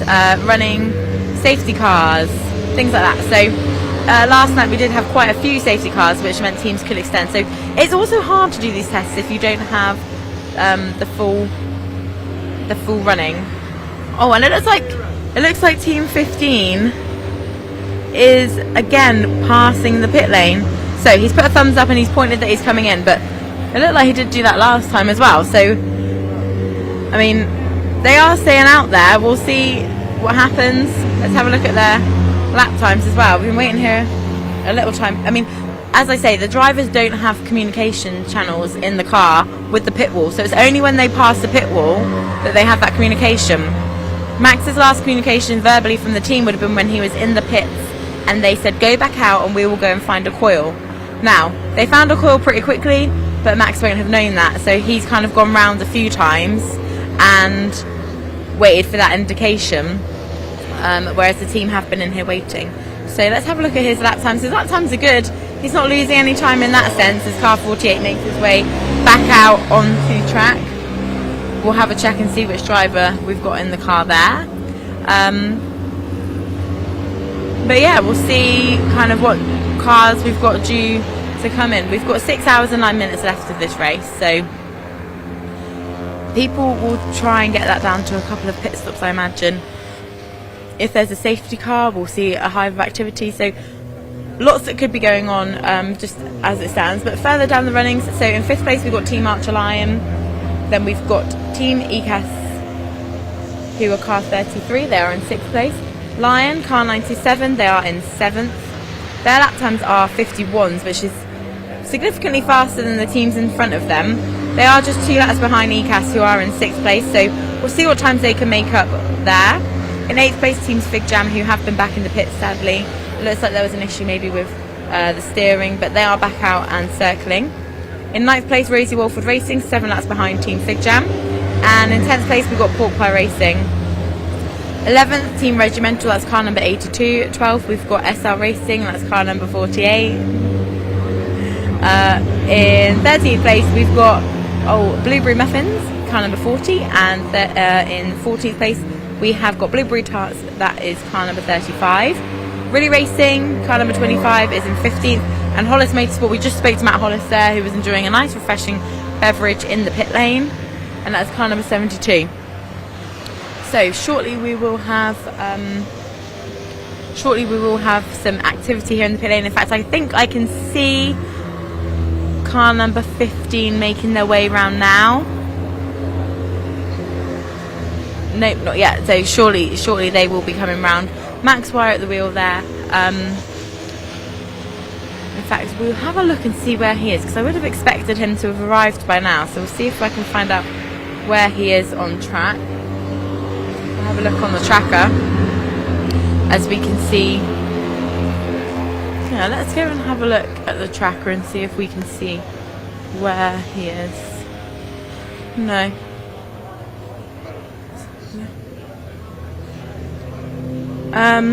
Oh. Wait a second. So, we can see that car 33 is in the pits.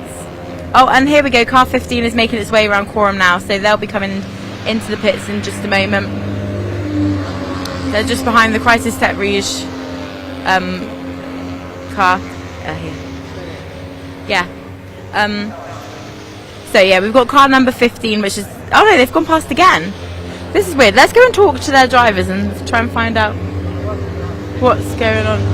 Hello, sorry, me again. He's gone round a few times now. Were you expecting him in? We were. So we didn't have a coil. We sourced the coil, showed him the coil, and then he perhaps the issue's cleared because he's still circulating the Crisis, isn't he? And seems fine now. But we've got a coil now, so if that's a problem, we can change it. So, do you think you'll change that regardless on the next pit stop anyway, or is there no point? No, I think if he's not complaining, then we'll just leave it as it is, because we don't actually know that was the cause. Well, the fact that the issue is cleared suggests that's probably not the cause. Yeah, great. Cool, thank you, Peter. Great, cool. We'll go head down and see what's going on at ECAS down here. They looks like they're making just a routine pit stop, which it does take time. Oh, we've got another car coming in as well, which looks like it's the Blueberry Tarts. Now, that car was making a bit of a weird noise as it passed the pit, so it looks like, yeah, they could be just a routine pit stop as well, but a bit of activity down this end of the pit lane, so we'll go and find out what is going on.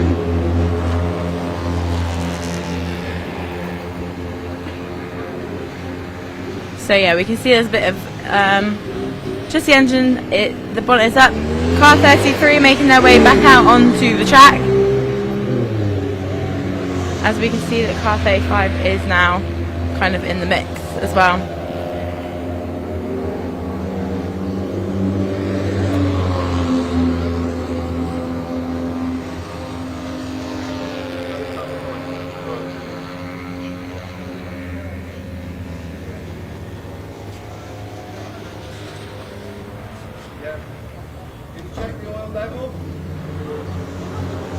So they're just having a look to see the oil levels and some kind of, as you would expect, making some checks on the car 35, which is the Blueberry Tarts. We'll speak to one of the drivers. Hi there. Are you due to get in the car anytime soon? I just got out of it. Fantastic. How was that for you out there?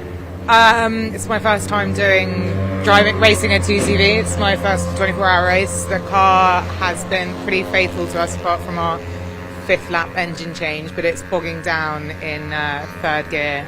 Katie's experiencing the same, so I think they're changing the jets and maybe something else now. Yeah, great. Yeah, we'll be hopefully clearing that out a little bit. So it's your first time. How have you found it? It's been mega. Yeah, I mean, I race a Jaguar normally, so this is completely different to anything I've raced before. But we've got an incredible team supporting us. We're 5 drivers, 1 person's raced this before, so everyone else is sort of finding their way together, and it's been awesome. It's been really cool. Brilliant, thank you. I'm glad that you've enjoyed it. Thank you very much. Great, so they're just starting that car back up. Sometimes you do get issues with jetting and things like that, so that can be what causes it to bog down. But yeah, that's car 35 on its way back out.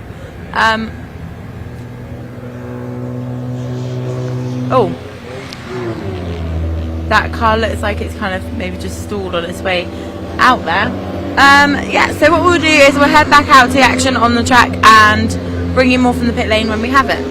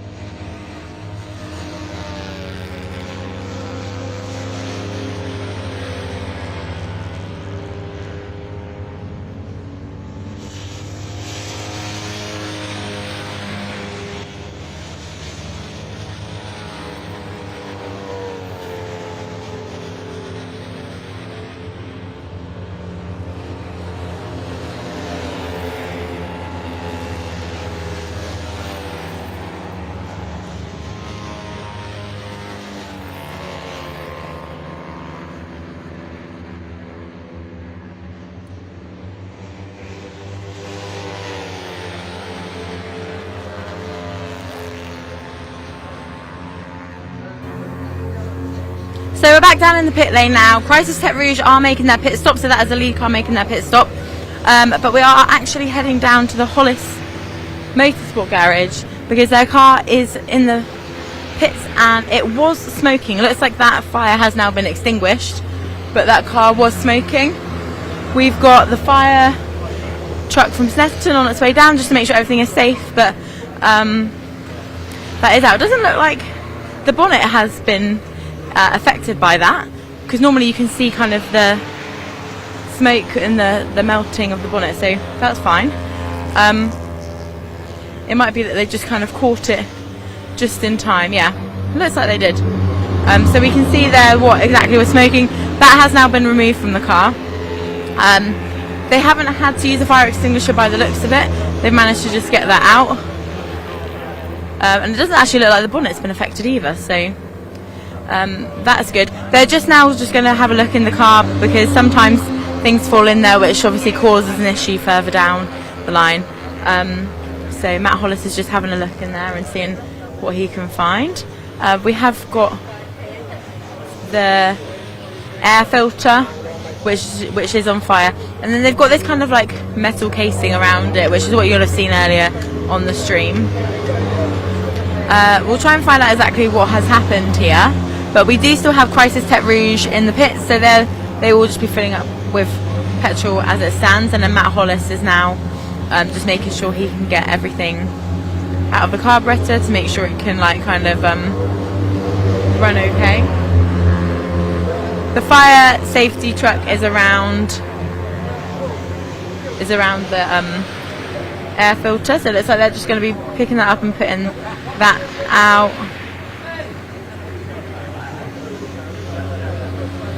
So it looks like, yeah, there we go, that's now been extinguished. Yeah, so we'll kind of find out what's happened. Let's see who might have been in the car. It looks like they're looking in the carburetor there and they can see that there's some sort of issue. It sounds like someone has turned the compressor on as well, so they'll be getting that and making sure that's cleaned out. While we're looking at this, I'll have a look and see what's going on with the top cars. Crisis Tech Rouge still in the pits, as you would expect. That's not unusual. The compressor is now round and they will be clearing out the carb with that compressor. Crisis Tech Rouge are now on their way back out onto the track. Oh, they've got a bit. Oh, Crisis Tech Rouge has a bit of an issue. So let's just see what's going on there. The team are running down. That is a bit of an issue with Crisis Tech Rouge as well. So that is the leading car now. We can see the team is coming down to help it. They are in the apron, so that is okay. Just as they were pulling away there, they found an issue. So the Team Gadget, who are in second place and sharing a garage with that car, are also helping out to make sure that car can get back on track, because everybody wants everyone else to finish. No one wants to take places based off of mechanical failures. They want it to be on strategy or speed or something like that, so they'll make sure they can get that car back out on track. The Hollis Motorsport car of car 72 is back up and running, and as Crisis at Tech Rouge makes their way back out, Team Gadget make their way into the pits. So Team Gadget Racing still in second place and still one lap behind, and Crisis and Tech Rouge are now back out on track. So that pit stop did not cost Crisis and Tech Rouge anything, neither did their slower pit stop, or elongated pit stop I should say, because they were out and then now they're back in. So Crisis Tech Rouge still in first place, Team Gadget now in the pits in second place, Team Super Schneck one lap behind Team Gadget Racing in third place, and that is where the race will happen. So we know that Team Super Schneck are not due a pit stop as it stands at the moment, so they are probably going to take second place, but this is where the pit stop strategy will come into play, and we know both teams are monitoring that situation very, very closely. Hollis Motorsport are starting, they're just making sure that their engine is running okay after that fire, and the Hollis Motorsport are currently in 16th position, which is the last place out of all the remaining two CVs. Bonnet is down, a nod from Richard Hollis, which suggests that the car is okay. We'll have a little chat with him in just a moment. Gadget Racing still filling up their car with petrol. and Team Super Schneck still lapping. So places as it stands remain unchanged. We have got in 4th place Team ECAS Hansgrohe, who are still circling after we thought they might have had to change their coil. They are 3 laps behind Team Super Schneck, so it's all very close up in the top. Class 79, which is Team Archer Lion, they are in 5th place, 8 laps behind ECAS. 4 laps behind them is the 97 car, the Lion car. Now, the Lion car, as we spoke to Pete earlier, they had dropped quite far down, but Pete said as people have mechanical failures, people get tired, that's where they pick off the places, so we'll see what happens. I'll try and have a quick chat with Richard. Yeah, do you know what happened there, Richard? No, I was asleep. Oh, so you woke up to this melee? Someone came and got me and said the car's on fire. Wow, what an alarm call. Yeah, I got up surprisingly quick, really, yeah. So by the time I got there, there was no fire, it was all out. I just fit the new filter, and but yeah, that was it. You could have been asleep still. I might come back now, yeah. I've just had half an hour, so Oh no, that's okay. all I need, yeah. Great, I'll try and find someone who knows what happened. I presume it was just kind of... I think it came in, and then when they started it again, it caught fire on the restart. So okay. and then I think someone just put it out quick. Yeah. Brilliant, so and the carb's all clean, all good to go? Yeah, I think we'll be alright. Great, thanks Richard, I'll let you go back to sleep. Brilliant, thank you very much.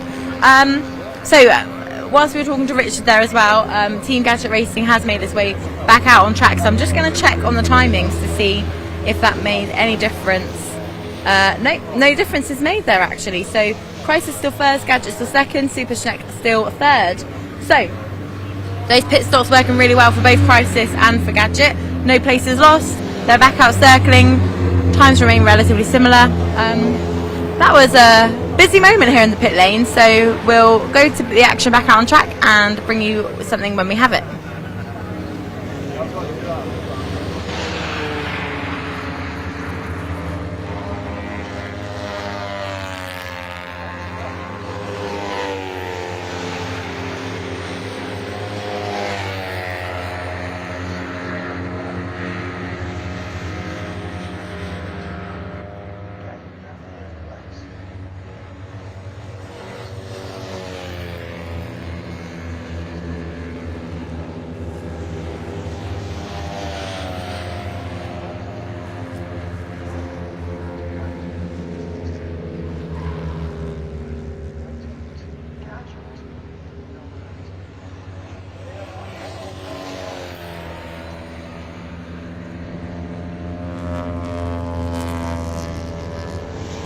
They are 1 lap behind. No, they're not. They're 1 lap behind. Almost 2. So we're waiting for the 18 to come through for the first time after having rejoined the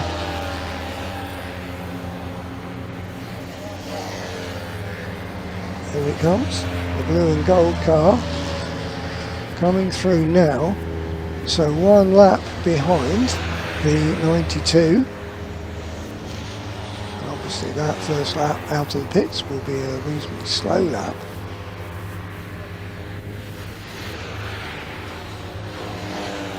If you look on the tracker, 18 is just going into the Wilson wiggle, whereas 92 is just coming through Murray's. So it's basically a lap and a half between the leader and second place, which is Team Gadget, 82. And this time through I can tell you the Team Gadget time, because obviously the out lap doesn't really count and the first lap out still getting up to speed. So Crisis have gone through, the 2CB leaders, number 92. And we're waiting for Team Gadget to cross the line. They are a lap and a half behind. What I'm waiting to see is the lap times. Crisis have done a 1:52 on that lap. What are Team Gadget recording now that Tony, they'll be up to speed? Yes, Lewis. just having a look at the timing screen. More or less, the top 4 cars are on the same strategy, aren't they? Yeah. If you take it to 11 o'clock, you can go 2.5 hours. That take you to 1:30, doesn't it? Yep. And then another 2.5 hours on that is 4 o'clock. Yeah. And then you only got an hour. Yeah. So basically, even if you stopped half an hour ago, that's an hour and a half that lasts. You can do 2.5 hours. They're basically on the same strategy. So they're basically all the top 4 cars have got 3 pit stops to do. Okay. Is that how you work it out? No, I just leave it to you. Yeah. So yes. So I was down here earlier, and they were saying is that Paul was saying they're more or less on the same kind of pit stop strategy. So it's about driving clean now, isn't it? Yeah. And as we've heard, as we were talking just before the Hollis car caught fire, is that this is a really quick event. Last year, most of the cars were sort of doing 54s, 55s. Now we've got cars doing 51s and 52s, haven't we? So yeah, that's right. Yeah, they're going certainly quicker. They're going quicker. They're going to use more fuel, and so the pit stops, instead of being 2.5 hours, might be 2:20, might be 2:15.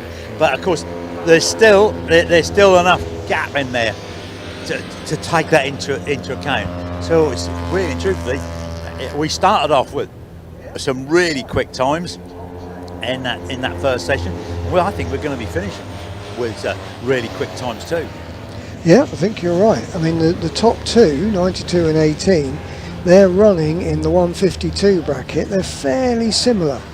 So, 1.5 laps between them, and Team Gadget are going to have to bring that time down if they are to catch up Crisis and Tete Rouge without any sort of mechanical problems intervening. So Tom Perry at the wheel of the 18 at the moment, and we know he's a pretty quick driver. Tom Perry had a 4th here at the start of the season in the Sprint Championship.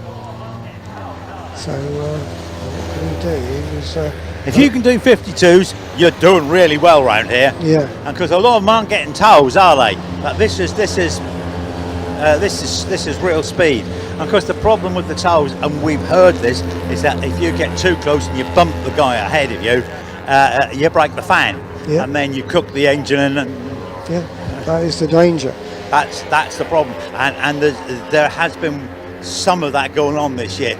Normally they keep that little distance. Just watch Sparrow do it. He keeps that little bit of difference. Anyway, back to you while I walk up the pit lane again.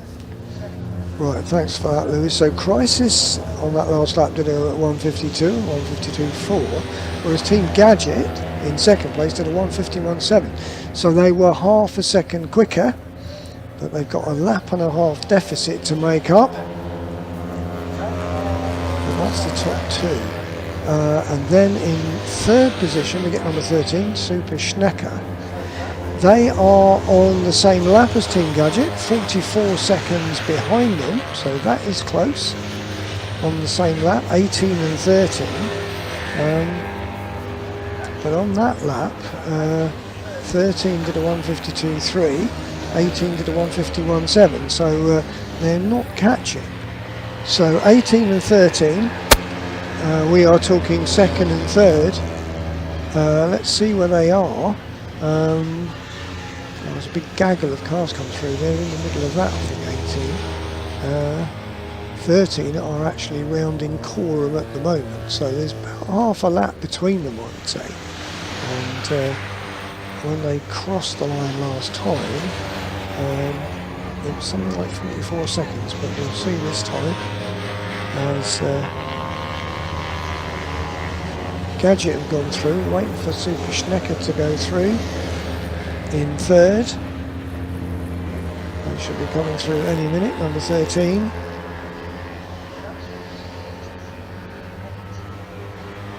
Just waiting for the timing screen to register. Yeah, they've come through. The gap's 43.8. So about half a lap, 43 seconds. And on that lap, they were quicker than Team Gadget at 52.2. So the gap is slowly coming down between those, and it's less than a lap. So that's between second and third in the 2CV section. Second is 18 Team Gadget, third is 13 Super Schnecker. About half a lap between them. Back in fourth we have number 15, which is ECAS Hansgrohe. They are 4 laps further back. So at the moment they are looking for some sort of mechanical problem to get onto the podium, to hit one or other or all 3 of the cars in front of them. In fifth it's Team Archer's Lion, which is the first of the 2CV cars to have had a tow back, but they are 7 laps behind ECAS Hansgrohe. So the 79 is a car down slowly somewhere. Is that just the screen? That was coming out of Murray's. So that might have been, yeah, because they were going to the pits. But looks like number 18's coming in again. Team Gadget. No, that's not right, because they've only just been in. So Team Gadget from second place have come into the pits again. This is Tom Perry at the wheel. And this is not what they wanted. So one of the top 3 in the 2CV section of this race come into the pits, having only just gone out. So 18 are in again with this, and have dropped now to third behind Super Schnecker.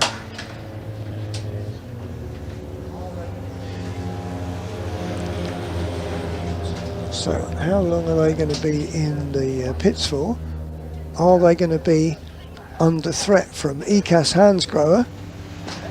They are 3 laps behind them, so there's a long way to go. There was a handy gap between third and fourth, but depending on what's the matter with this 18 car, that gap could be disappearing.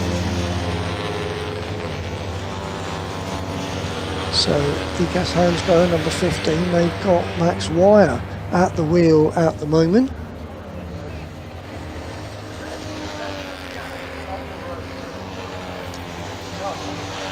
And they had a fairly substantial gap up the road to to the next car.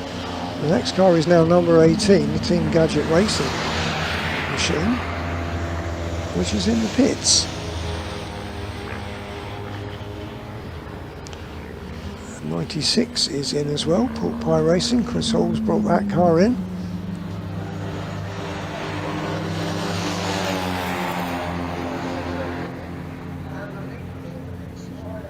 And the 14 has got past the SCR, so we've got a change for third place overall. And the leader is in the pits. The 586 is into the pits. The WRC Developments car has got an 8-lap lead over 463. We've had a change for third because the 14 Peugeot has jumped the 396 SCR C1.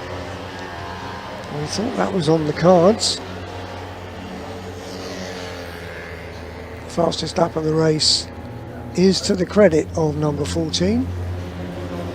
Done reasonably recently, some 20 laps ago. It's a 141.491,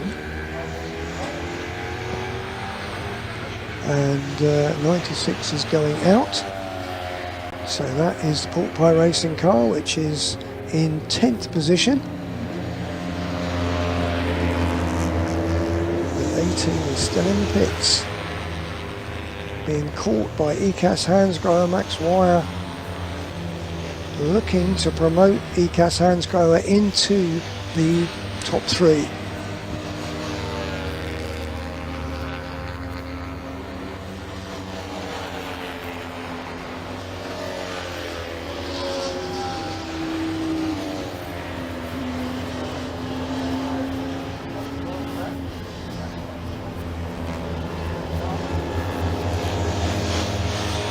leader still in the pits, lost one lap to Emax Motorsport, the 463 car.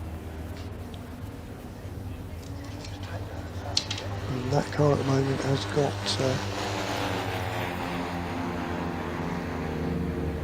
James Taylor at the wheel.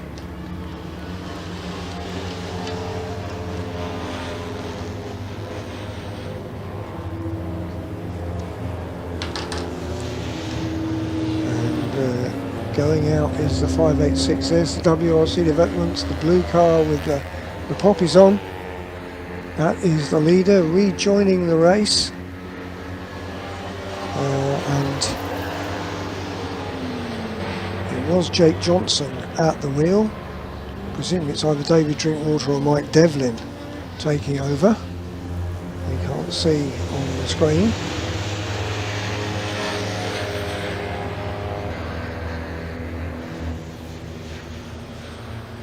But the big news, the big dramatic news in this hour is that 18 has got a problem.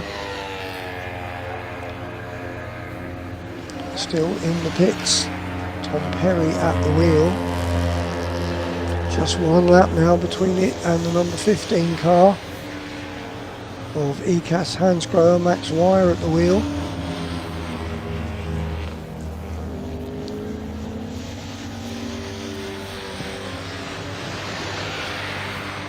And it could be that we're going to have a change for the podium. Obviously we're a bit, got a little while to go before we get to the podium. Right, who is in the pit lane now? It is the 97 machine. So Team Lion, Gary Adnett bringing that car in. That's the fastest car on the circuit in terms of TCVs at the moment. Brings it in from 6th position.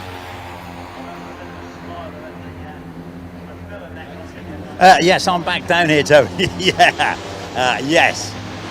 I'm having a bit of a smile at the filler neck on the 97 Lion car. I won't say anything on the mic, but yes, Gary Adnet's getting out, Dave O'Keefe getting in. Yes, it's certainly been the fastest car on track. Still having a little bit of a technical issues with the radio mic. Actually, it's a little bit better out here. You can hear me all right? I can hear you better. I've gone to some earbuds. You've embraced technology then? I've dumped the cans. Right, very good. Yeah, it is better. Good. I can't keep the buds in the ears. That's the only trouble. You got some sellotape or whatever over. Bit of gaffer. Yeah. Do the trick. There's plenty of gaffer tape down here, mate. most of the cars are stuck together with gaffer. Yeah, everyone's having a look. It's a steady process of filling up the tank. Well, they've lost a place to Team ECAS, the 33 car.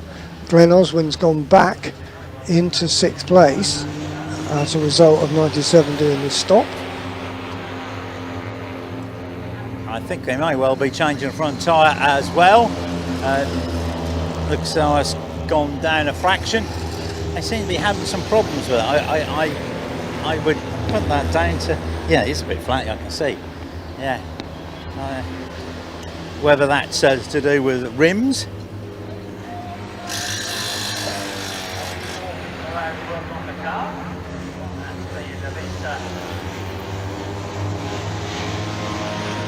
Only 4 people allowed to work on the car. That's being a bit.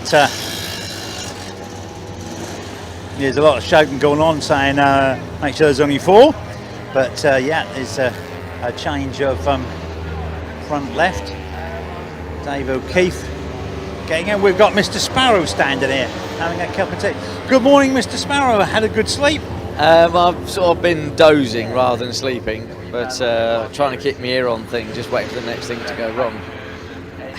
Been one of the tough ones, haven't it?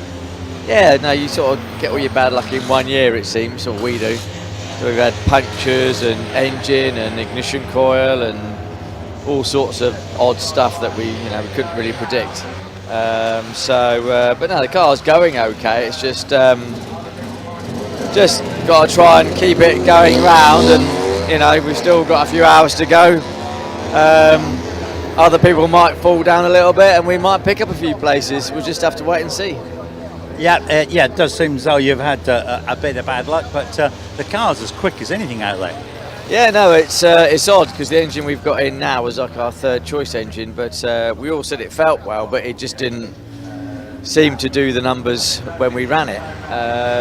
But yeah, I mean, I think we got into the 148s today, and there's no minis to tow round, so that's normally where we'd get that sort of lap time from. So, and the C1s you can't hang on to, so I don't really quite know where it came from.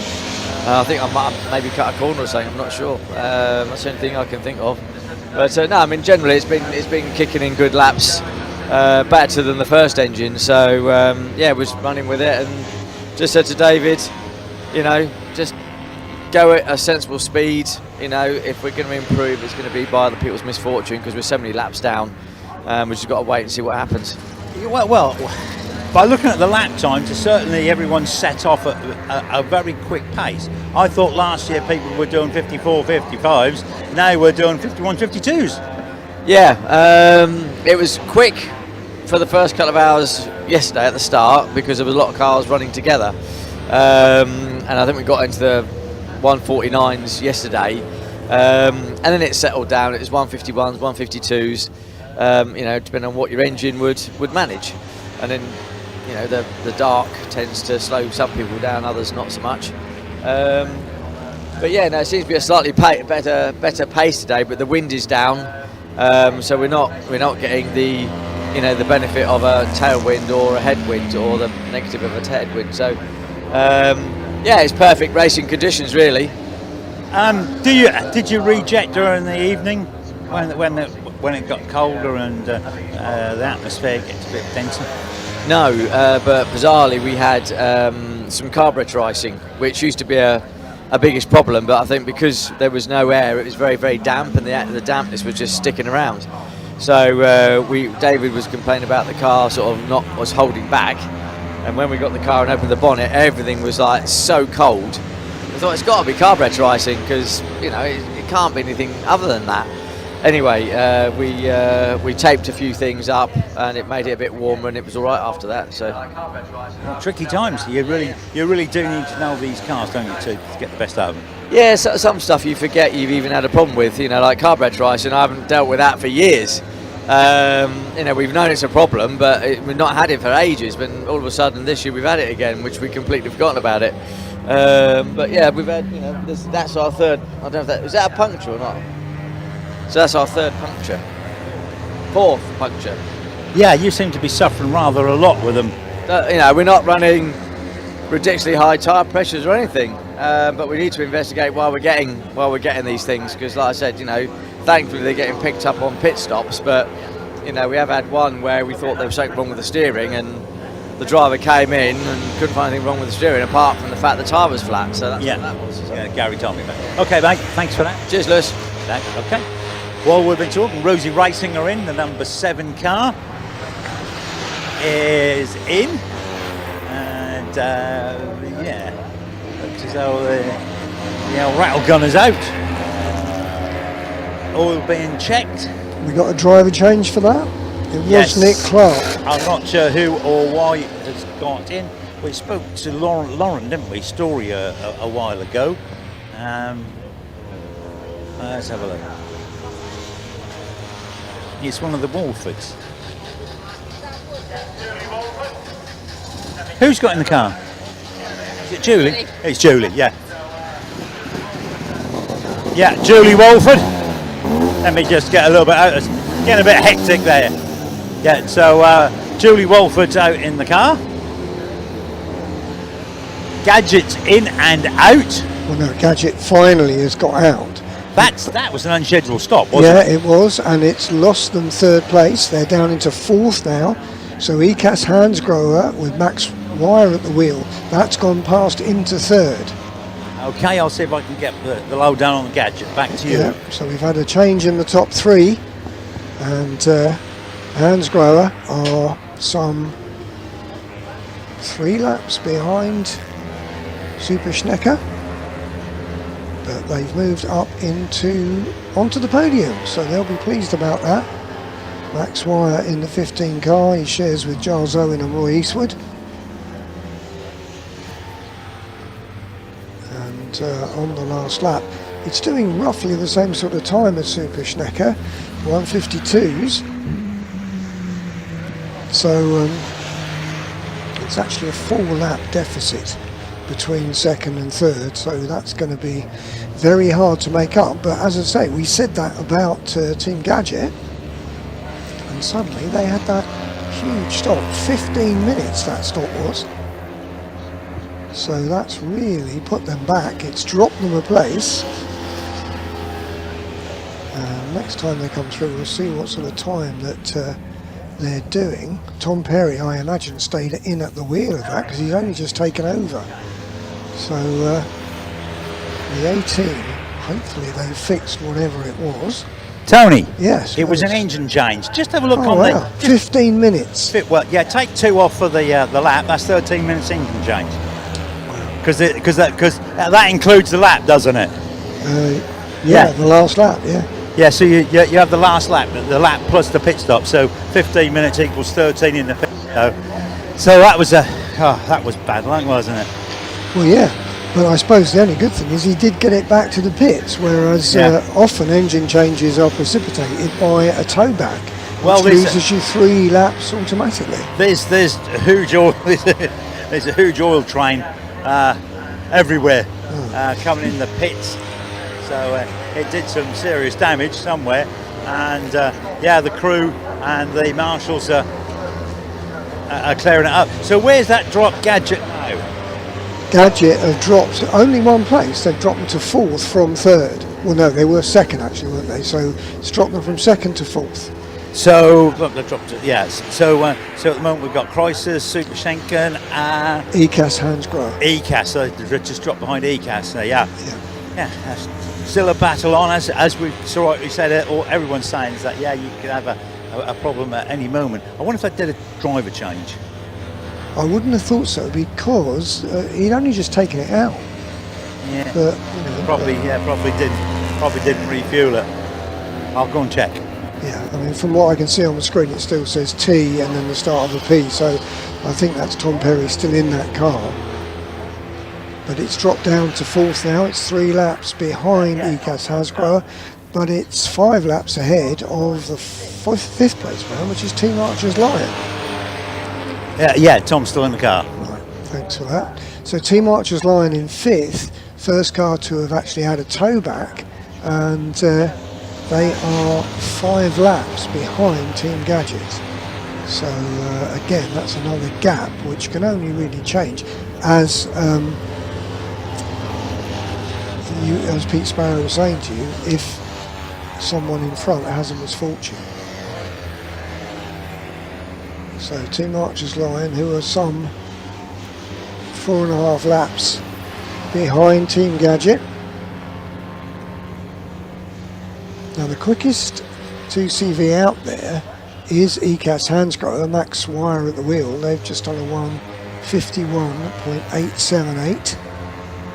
Fractionally quicker than Crisis at Terre Rouge, the category leaders, but quicker than Super Schnecker in front of them, although only by about, 0.2 of a second. So fairly static now again, with 2CV, 1, 2 and 3. And really 4 and 5. 6th is the other Team ECAS car, Glenn Oswald driving that, the 33, which is now back into 6th in the category, some 4 laps behind Team Archer's Lion.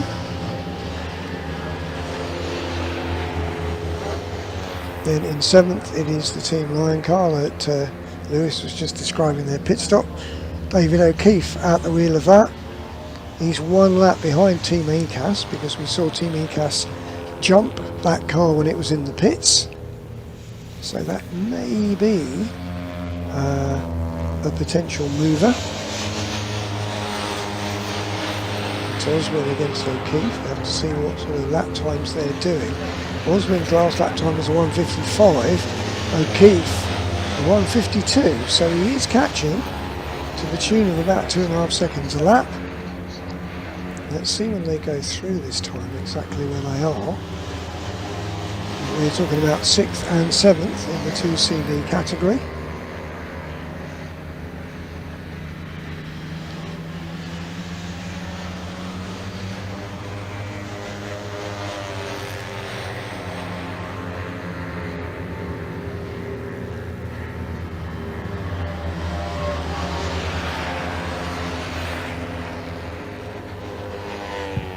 Still waiting for the pair of them to come through. It seems that there is one lap between them.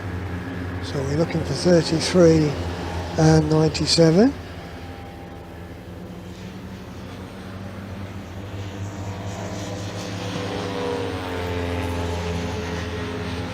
And here is 33, the distinctive ECAS colours. So they go through. And where is 97?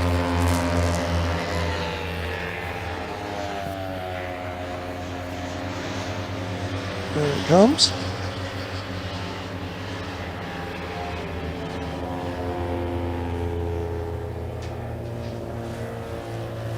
So there's one up between them.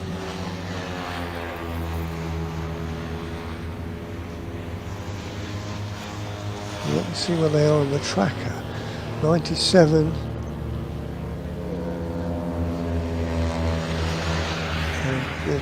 33 is going down the Bentley Straight now. 97 is just onto the Bentley Straight. So I think we're talking about one lap and a bit. That's all. But 97 just did a 1:51.8. Team ECAS a 1:55.7. So some 4 seconds quicker. It is catching, 97 is catching 33, but I think if we're going to get a passing manoeuvre, it's going to be to unlap itself rather than a change of position. They're heading through the bomb hole and out towards Gorham.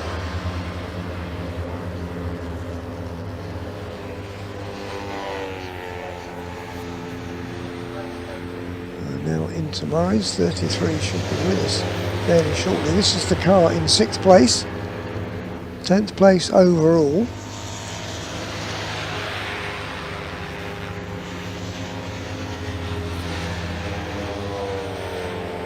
Here it comes with the 14 just flashing past it. So there is the 33, 10th place overall, 6th in class. Here is the 97, which is 11th overall, 7th in class. And yes, there is one lap between them. So David O'Keefe needs to unlap himself and then settle down to see if he can track down Graham Oswin again.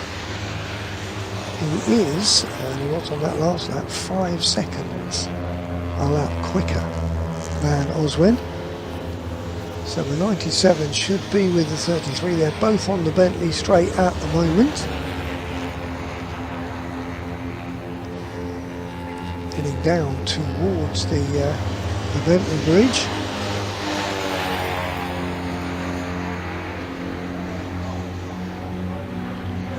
The 97 some 4 seconds a lap quicker than his quarry. There's no other car between them at the moment on the circuit. So as they go through Brundle and Nelson, then out through the bomb hole and into Corham, they should virtually be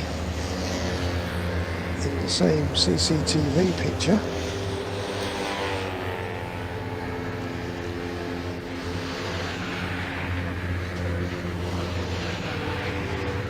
Both coming through Corham now.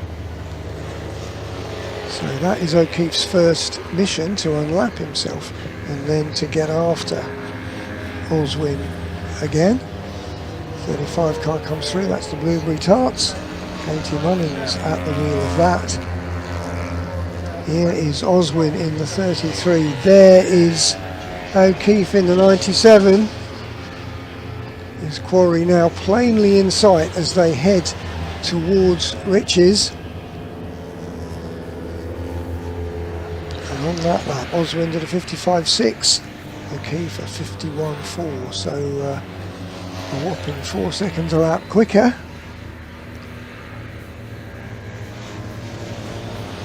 They're virtually together as they go through the Wilson-Williams wiggle. Out onto the Bentley straight.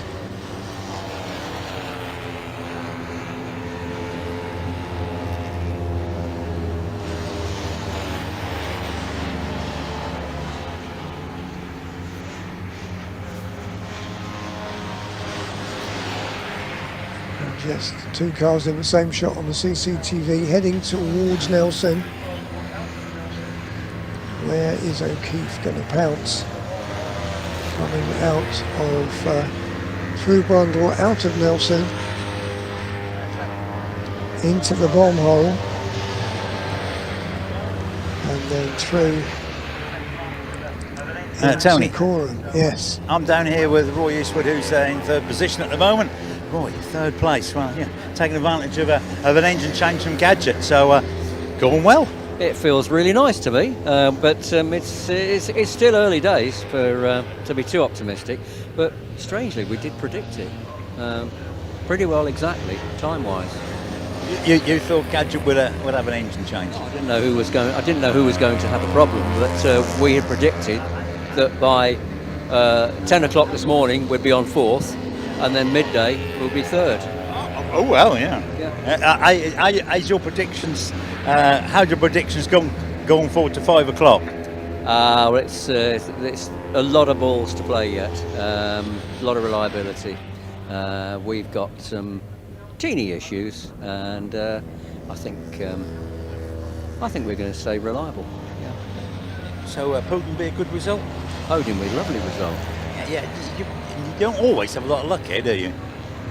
Yeah, but then the good ones make up for the bad ones. Yeah, I think so. I would like to be on the podium again. Not. Well, I've not been on the podium for blooming years. Maybe. Well, that's pretty good. Anyway, I can't remember how many times you've won it. Sorry? I can't remember how many times you've won the race. 7 or 8 probably. But a list up there, but I haven't got it down here. See, it's the team that you've got behind you, the organising people. Yeah, I've always, but this is years ago before the speeds moved on, and we'd build an engine out of half a dozen old ones that we'd got in the backyard. Things have changed now. The tuning of the engine is absolutely paramount. It's changed a lot. It was very cheap when we were winning. Very cheap. Yeah. Well, Chris Toby was telling me that his team manager couldn't make it, and it's kind of put pressure on the whole operation. They can't quite get into sync. It is very much a team effort, isn't it? It's entirely a team. There's absolutely no way we can do this without a team. It's the days of 3 people turning up by themselves with a car and doing a 24-hour race, or even a sprint these days, it's just gone. You've got to have a team. We've got to eat, sleep, repair the car, analyse what's wrong when it goes wrong, and that's the important thing. And then you've got to gel together as a team. Yeah. So anyway, you're happy? Very. Okay. Thanks very much for that, Roy. And I concur with everything you say there. Yeah, it's very, very much a team effort, and the good teams tend to come to the top, don't they? They do, yes. Hopefully. Okay, cheers now. So that's Roy Eastwood. Somewhere in that blue fold, whether I've got it out, I think it's in my bag, Tony, is how many times he's won the race. But Roy Eastwood has won the event somewhere. He is Mr. ECAS. And by the way, if anyone spectators want to come down to the pits, you're more than welcome. Scroll up at the back. It's always good to see some of the actions that go on behind it. At the moment, I think we've got Regimental in the pits, the 82 car. Well, actually, more important than that, the 18s come in again. So Team Gadget are back in the pits. Yes, I was just about to come down here, yeah. And that's clearly not a scheduled stop. You're right. Oh, Regimental are in, Team Gadget are in, and then Lion has unlapped himself from Team ECAS for 6th place, but he's now got to catch up the rest of that lap. I think they may well be. Oops! I can see someone's doing a fan. Looks as though someone's doing a fan on the engine at the moment. Whether they cut half the fins off the fan, or which is what I think has happened, but it's very hot. Oh yeah, on's going a multi-finned fan. The fan that came off only had 3 fins. Maybe the engine was running just a bit too hot. Now they've got a multi-fin fan. 1, 2, 3, 4, 5, 6, 7, 8, 9, 10. I think it was 11. I'm not 100% sure, so I can't quite cap line, but it might be 11. You do tend to have odd number fins and move them, and they're not equal distance apart, by the way. The stopper going. But so it looks as though also they're doing a jet change as well.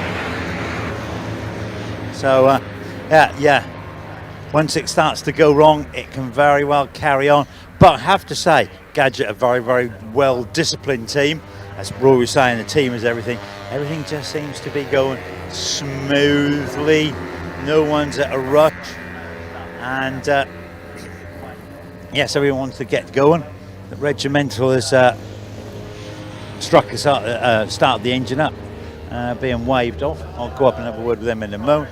Still think it's I've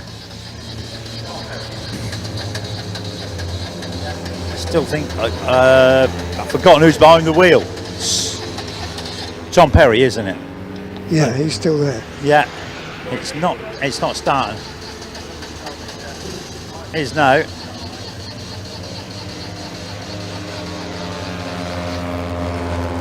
Looks as though there's might be some fuel starvation.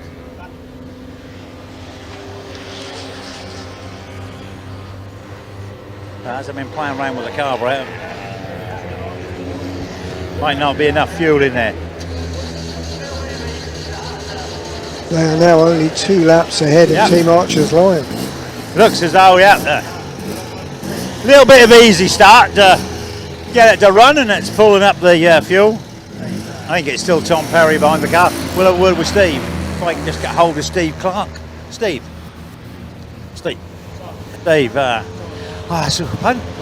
Simon, sorry for this. It's all good.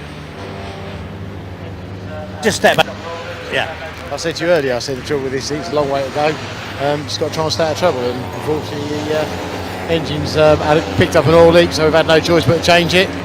And it is what it is. But we said yesterday if we can get the top 6, we'd be over the moon. So a bit heartbreaking at the moment, but we've still got a few hours to go, and I'm jumping in after Tom, and James will see the day out. So 2 more changes to come, but still a lot of racing to go. So who knows?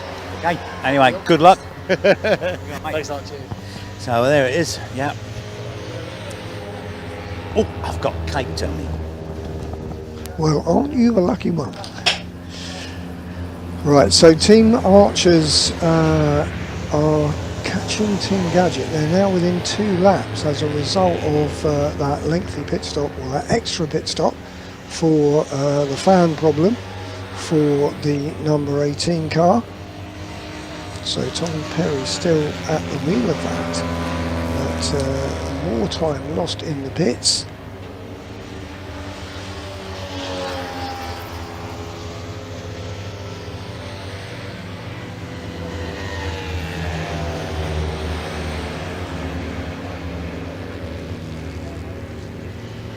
And so, looking at the screen, it is still 92, crisis at Tete Rouge, 562 laps completed. They're 2 laps ahead of 13, Super Schnecker, who are 4 laps ahead of ECAS Hansgrohe in number 15.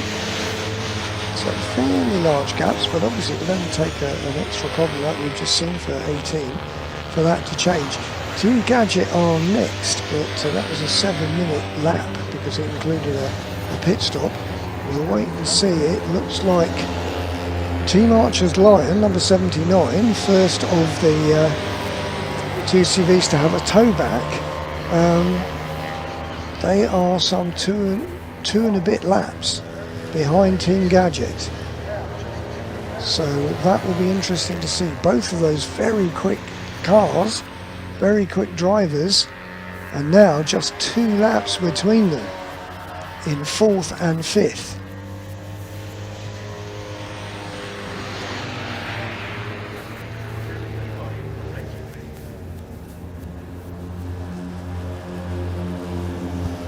Tony. Yep. Steve Tannercliffe got in Reggie. Right. I can see Paul Robinson, who's the man behind the ECAS Tête Rouge, slowly walk across the apron here. I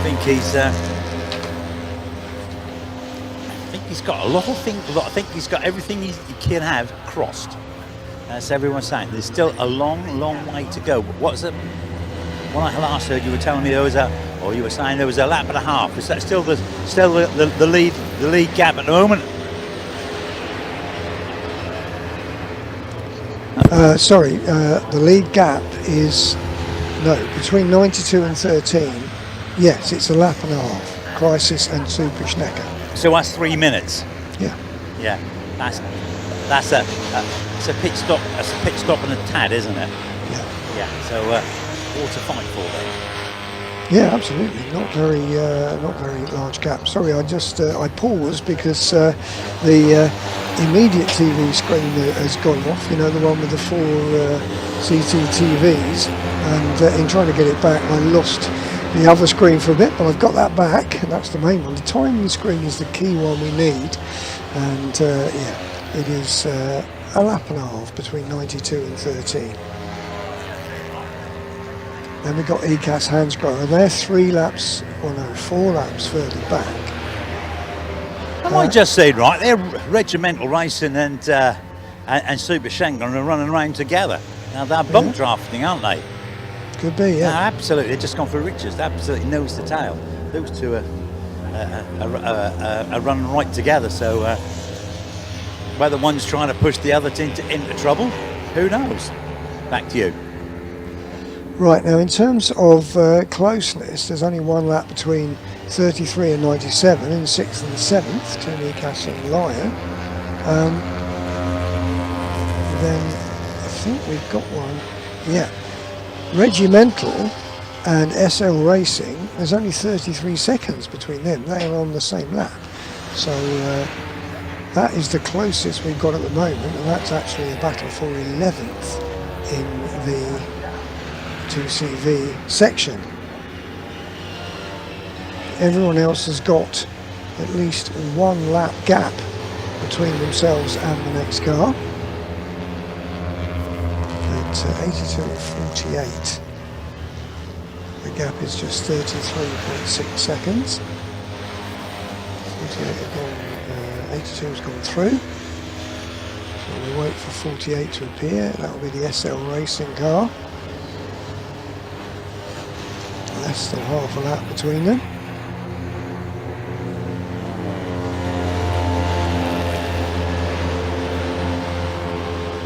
And they go through, yeah, now that's come down 23 seconds between Regimental and SL Racing.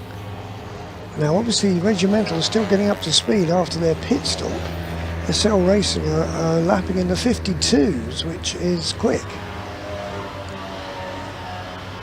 So we could have a change for 11th place before too long. Regimental, we've now got Steve Tunnicliffe out the wheel of that. SL Racing, which is the number 48. We've got Neil Savage out the wheel of that one. So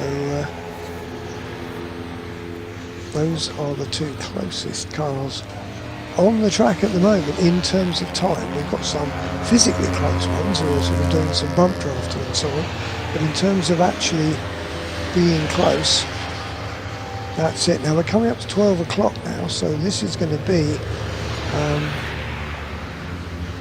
the 19-hour mark, and I'll give you the positions at 19 hours with just over 5 hours to go. In the lead we've got the 586 WRC Developments, 594 laps completed. In second we've got the 463 Emax, that is 8 laps behind, and in third place the 14 Peugeot, that is 11 laps behind. So there's a, no it's not, I tell you a lie, it's 3 laps behind. It's 11 laps behind the leader, but 3 laps behind the Emax 463, which is its teammate basically. And that is the fastest car on the circuit. It's lapping at a 1 minute 41.941 the last lap, much quicker than anybody else. It's got the fastest lap of the race, a 1 minute 41.237. In fourth it's 396, which is the SCR team, who are a lap further back. Then 16 laps back we get the first of the 2 CVs, number 92, Crisis at Terre Rouge. They've done 566 laps. 2 laps behind them comes number 13, Super Schnecker, and then a further 4 laps back comes 15, ECAS Hansgrohe. Those are your top 3 in the 2 CVs. In fourth in the 2 CVs you've got number 18, Team Gadget Racing. They are now 6 laps behind ECAS Hansgrohe, so their pit stops have lost them a lot of time. Just 2 laps behind them is 79, Team Archers Lion, who are 5th in the 2 CVs. In 6th it's number 33, Team ECAS, and on the same lap as them now is the 97, the Lion car, David O'Keefe at the wheel. In 8th place it's number 1, Fig Jam Motorsport. They are a whopping 12 laps behind Lion. Then in 13th, 9th in the 2 CVs it's Rosie Walford Racing, and I think it's John Harmer back. Oh no, it's not, it's Julie Walford at the wheel of that one. They are 9 laps behind Fig Jam. And in 10th, 14th overall, 96 Port Choir Racing, and it's, that's right, that is 96, and I reckon, oh no, that is John Harmer. So John Harmer is back at the wheel of 96. He started the race off, and John Harmer there in 10th position.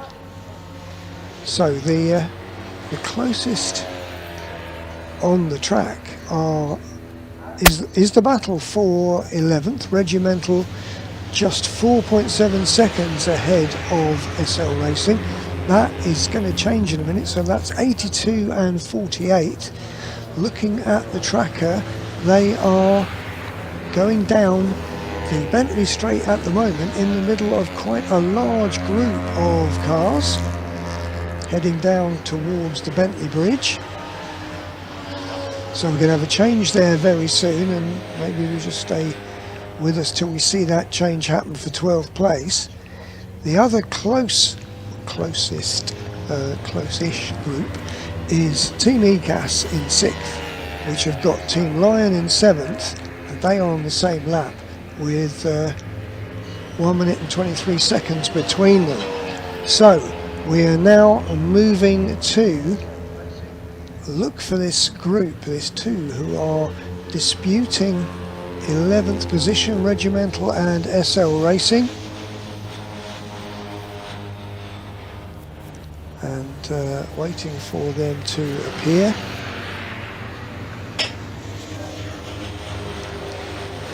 We are talking about 96 and 82 coming towards us now, I think, in this group of cars. About to come past to complete another lap. There's 82, and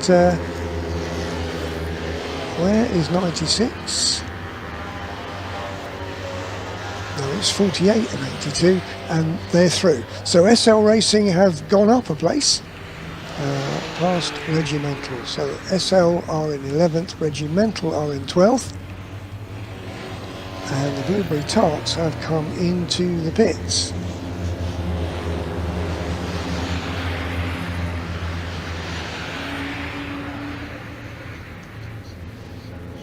Also in the pits are SCR, they're in 4th position, a whopping 14 laps ahead of the first of the 2 CVs, so there shouldn't be a problem for 396, who will be in the pits. I can see their car cloaking out of the garage.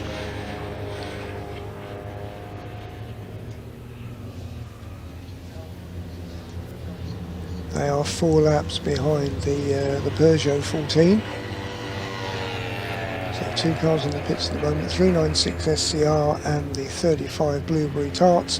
That's Katie Munnings in the Blueberry Tarts car.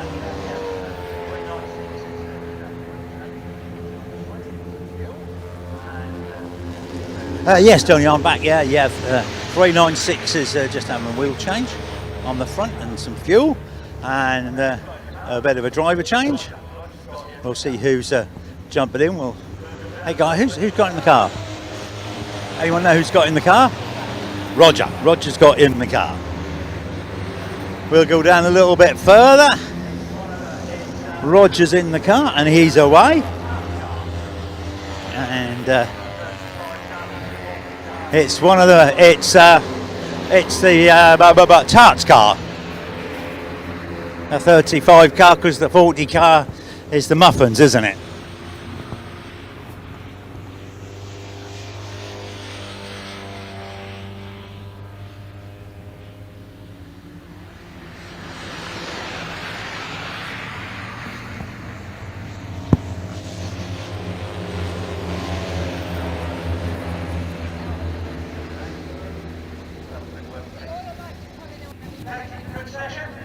Looks as though Katie's just jumped out.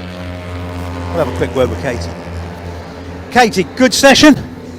Okay, it's not quite firing right at the minute. It kind of feels like you've got the choke on the straight, so it kind of whizzes past you quite quickly. And then you compensate in the corners trying to keep up. I was trying to figure that out. To be honest, there's not much you can do, you know, when you're in a race like this and it's 24 hours, it's not like you can come in and have a think and go through service and change some stuff with the engine. So it's just, at this point, I think about making sure that the engine can get to the finish. Who's got in car now? Sam.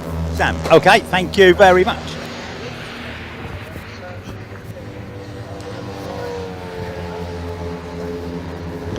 Right, thanks for that, Lewis. So Sam Sheen getting into car 35.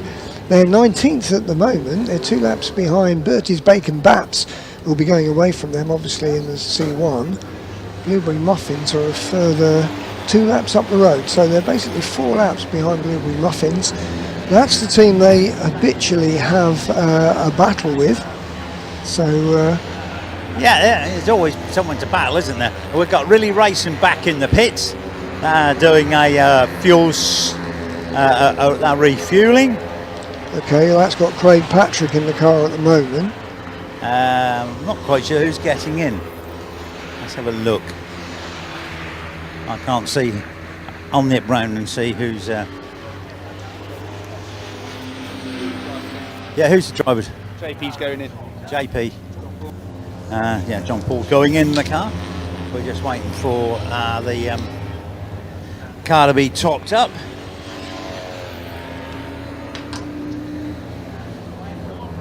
I'm watching there. We got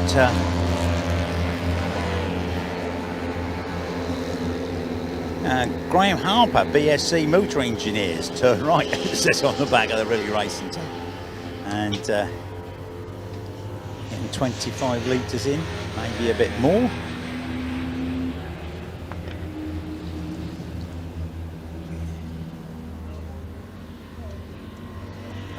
Discussing how much we get in.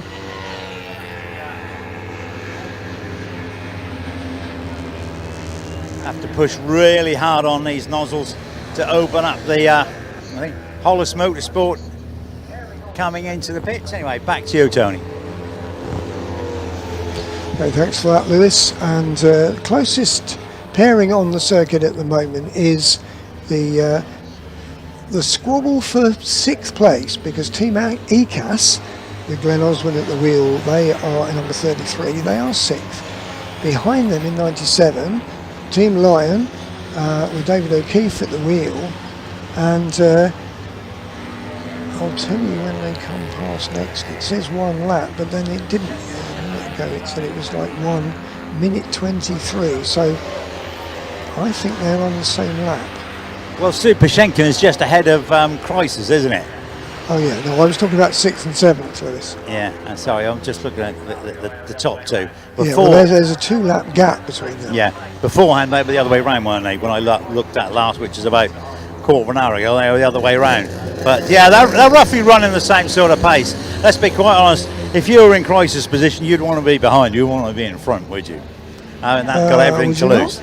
They got everything to lose, haven't they? Well, yeah, but they want to be in front because Andrew Ball wants maximum points for the championship. Yeah, but he's almost got that sealed. He's got such a big gap, hasn't he? I did have a quick word with Wayne, and he said as long as he comes in the top 6 or 7, he's probably got it sealed. So, fingers crossed. But then there's no advantage of them sort of falling back and letting Superschnecker get past them, is it? I mean, they're 2 laps ahead. What would be the thinking behind that? Obviously, you understand this. About a quarter of an hour ago, what would happen is that Superschnecker was right on the boot lid of Crisis. If they missed their braking point and just give it a little tap, you could be off into the boonies, couldn't you? You could, but there's 2 laps between them in terms of, they might be together on track. Yeah, but so there's actually 2 laps. What I'm saying, it's better to be just behind them than just in front of them. Let them get past you. So. Yeah, that's what I would do. You should wave them past like you do to old ladies on the motorway. Sorry, didn't quite catch that. Well, you let senior citizens on the motorway go past you, don't you? There's no need to run in front of them, because you never know what they're going to do. So maybe that's what they'll do. Let the Superschnecker go past. Well, here comes Superschnecker again, look, and Crisis right behind them. All right, so they have swapped down. No, that this time, the pink leads green. Yeah. Which a quarter of an hour ago wasn't quite the case. And you see, in terms of their timing screen, they are still 2 laps apart. Yeah. Well, because that probably clicks over. Yeah, exactly. Absolutely. Yeah, so they're 1 and 18/19ths apart, something like that. Yeah. So 2 laps is 6 minutes. Sorry, no, 2 laps is 4 minutes, isn't it? Yeah. So 2 minutes a lap. Well, that's how we roughly work it out. Probably a little bit less because they're doing about 152s, aren't they? But anyway, it's near enough. On that lap, Crisis did a 151.8. Schnecker did a 152.3. So Crisis were quicker, but obviously they're hanging back a bit now, presumably because of what you said, that it's more dangerous to be in front and maybe get banged up the back. Yes, Hollis Motorsports are back in the garage. I was just talking to the Hollis team, the boys. I said, if you didn't have bad luck, you would have no luck at all. I have really struggled this year. It looks as though it could well be a suspension arm. I'm not sure. I'm not 100% sure what the problem is, but yeah, because they've had fuel pipe exhaust, they've had that fire, they've had 2 engines. They've had so much stuff. Yeah, this is a team well versed to keeping a 2CV in one piece. And that's part of the game, isn't it? We heard from Roy Eastwood, isn't it? It really is a team effort. Anyway, I'll get back to you when I know what the real problem is. Back to you. Okay. Right, so in the lead of the 2 CVs, Crisis at Terre Rouge, 2 laps behind, all but are Superschnecker and Crisis.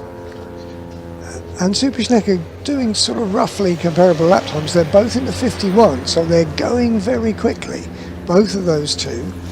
In third, Ika's Hansgrohe, who are 4 laps down and are lapping in the 52s. Then fourth, it's number 18, Team Gadget, They are 6 laps back, and their last lap was in the 53s. And then in 5th place, Team Archers Lion, number 79, they're 2 laps back. Their last lap was in the 54s. So really the top 2 really motoring very quickly. In 6th place it's Team ECAS. This is the one I've been watching. They are 5 laps behind Team Archers, but then Team Lion are only 1 minute and 6 seconds behind them, and they are lapping more quickly. So that's a place that might change. We might have a change in the top 6 before too long. We've got 4 hours and 46 minutes left of the race.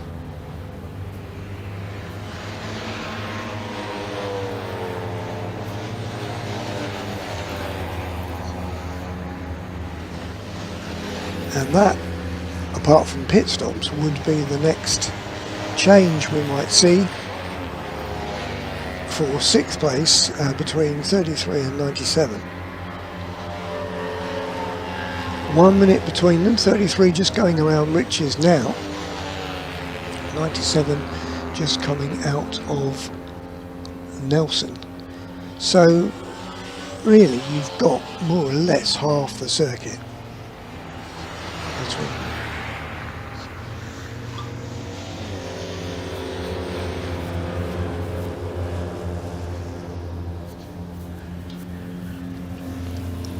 So things quietening down a tad. Obviously no one wants to be afflicted by a pit stop.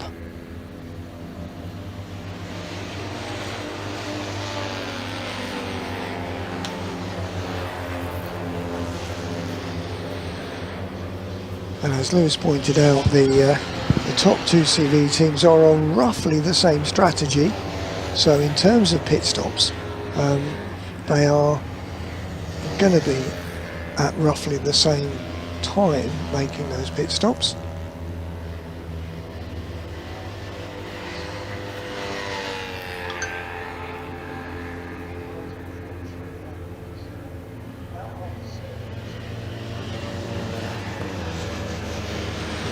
Keep your eyes on 33 and 97, about half the circuit between them.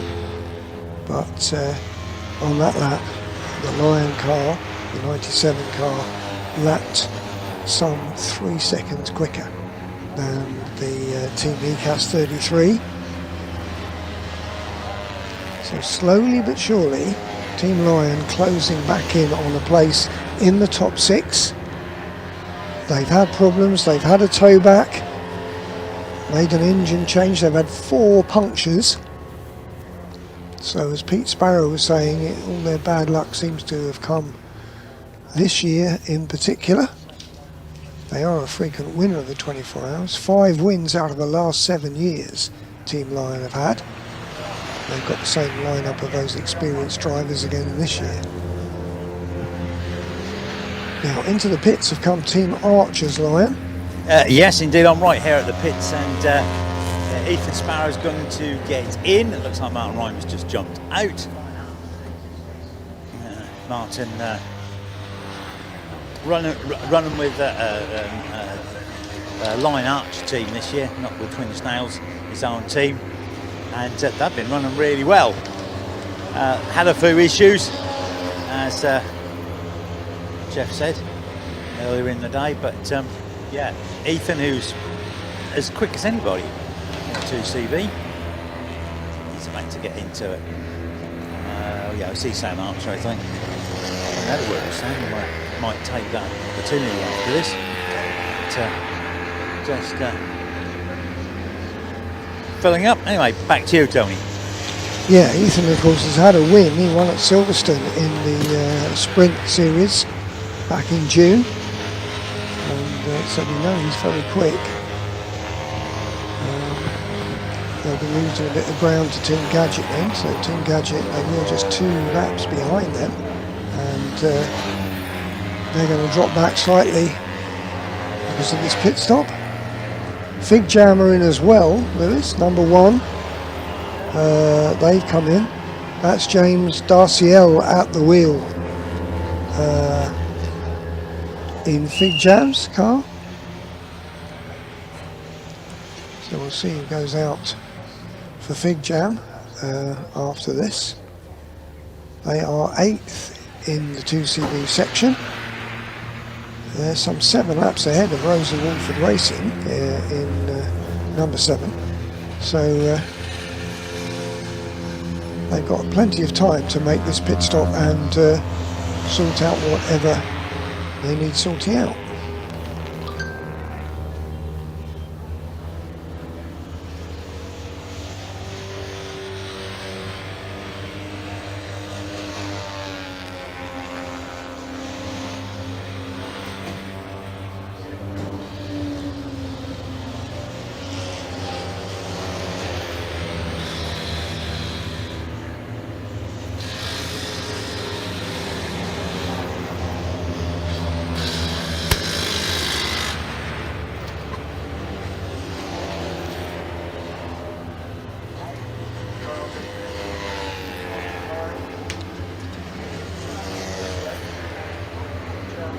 So 2 cars in the pits at the moment. Team Archer's Lion in 5th place and Fig Jam Motorsport in 8th place. So 2 reasonably high running 2CVs there.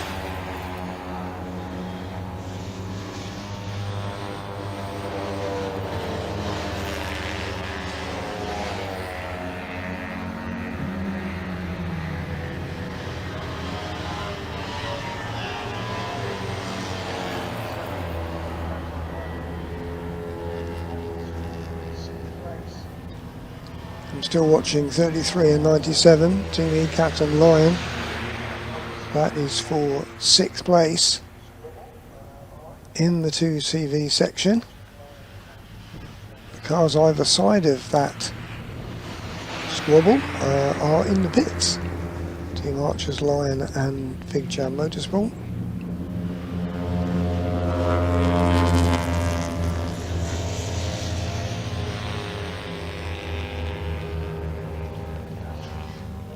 Waiting for 97 to come through so I can give you what the gap is at the moment between Team ECAS and Team Lion.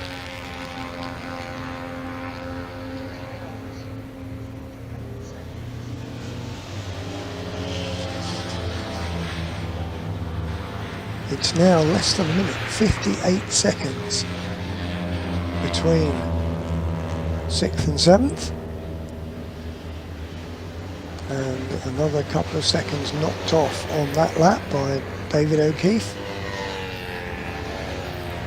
So slowly but surely that gap is coming down. Now less than a minute.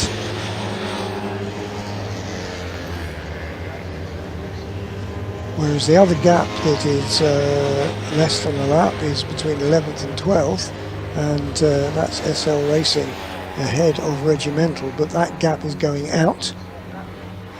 SL Racing, their last lap of 1:55, Regimental their last lap of 2:01, so quite a slow lap for Regimental. Right, so Fig Jam have gone out after that pit stop, which was sort of 4 minutes-ish. Tony, I'm down here in the Archer pit, the Lion Archer pit. They seem to have got a few little problems. I think they're one of the they don't think they've got any throttle, and also I think they've had just an exhaust problem. They're trying to tighten it up, so it's been a bit. Yeah, the throttle looks as though it's gone. Whether it's broken or whether it's broken or whether it's disconnected, we don't know. Anyway, back to you. Right, they've had an engine change, obviously that Team Archer's Lion car. They are now only 1 lap ahead of Team ECAS, number 33, who are being closed in on by Team Archer's Lion's teammates, Team Lion, who are less than a lap behind them, 57 seconds behind them. So Team Archer's Lion are in danger of losing 2 positions here. They're 5th at the moment in the 2CV section, but they could, if this problem persists, lose 2 laps as their pursuers are closing in on them.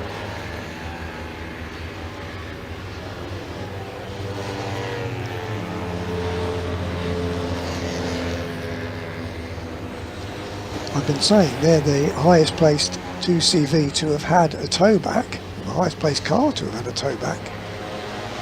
In 9th position overall, 5th in the 2CV. Right, going out is that 79, so they've got it sorted. Out it goes back into the fray, and that was something like a 7-minute pit stop. Yeah, I've got Sam Archer down here. Sam, not a quick pit stop there, but an essential one. Yeah, so just a bit of an issue there with the throttle cable. Martin came in, didn't notice anything. We just went to start up there, the throttle cable was sticking. We adjusted it, he's gone out there, so hopefully it should have gone out of plan. It's a new engine that, but we don't want to risk changing another engine, which we don't really have time chasing everyone now, since we lost positions earlier on. So hopefully that's all good that he's gone out. We've got to sort of get him out there for as long as possible now, but then I'll take over and finish it. So have you enjoyed the event? Yeah, it's been really good, to be fair. A lot better than last year. Obviously, straight away from the get-go last year we had a few issues, but obviously we had issues this year, but it's just as it comes really. So hopefully, touch wood, it's all done now issue-wise, and let's go for it. Okay, mate, and good luck. Cheers, thank you, mate. There you go. So Martin Reimer's just jumped out of the 79 car. Ethan Sparrow's in. He's in for a long session. They're going to try and go 2 hours 40 minutes. I overheard that. And then Sam Archer's just going to finish off. So yeah, that's the news from the 79 pit. Okay, thank you for that, and we'll see when they come through exactly where they are in relation to everyone else. They're some 6 laps down on Team Gadget, so at the moment it doesn't look like they've got any chance of getting further up, apart from if Team Gadget have more problems, and they have had some problems. But once they come through to complete their 562nd lap, I can tell you what the sort of gaps are between themselves and their pursuers.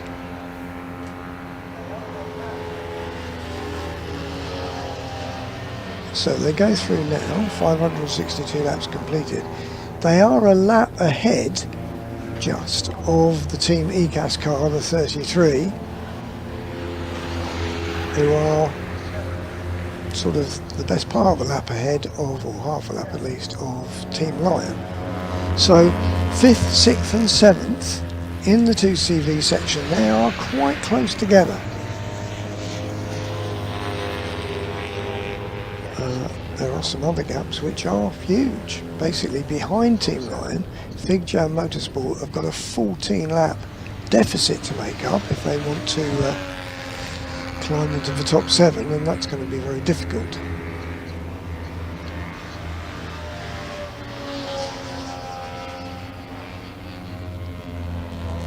It's at this point that teams start to say, well, maybe the top 15 would be a reasonable goal, or the top 10, or whatever, depending on just how quickly you're going, how trouble-free you're going, and what your rivals are doing. Gap between Team ECAS and Team Lion is 55 seconds.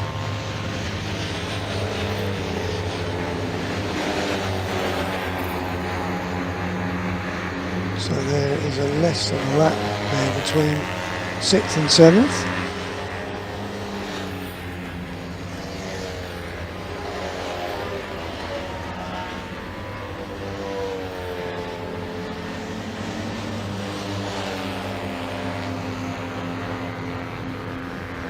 When 33 come through, we'll see if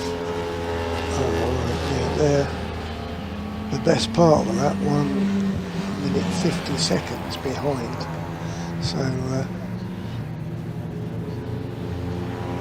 Team Archer's line look like they're reasonably secure in that 5th place at the moment, but their teammates in Team Lion continue to close down Team ECAS number 33.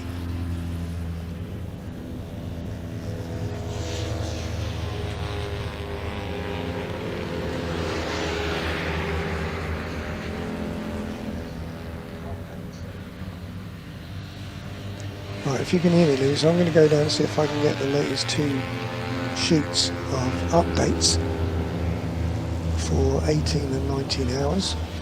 So I'll leave it with you to tell us whatever you can see from the pit lane. At the moment, it's all quiet.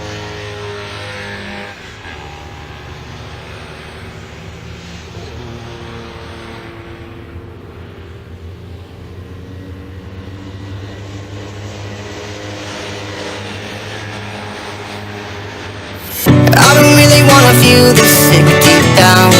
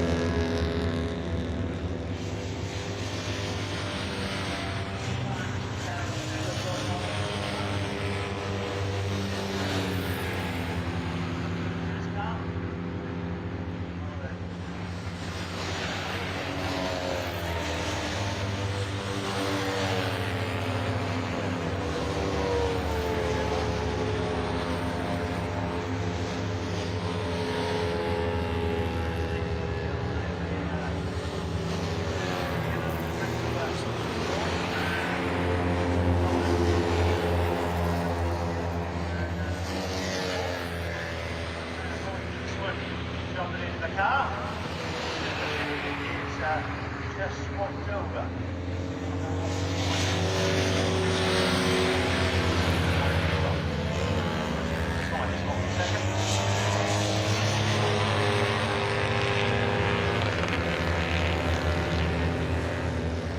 Just after 12:30, so 12:30, so that will be going to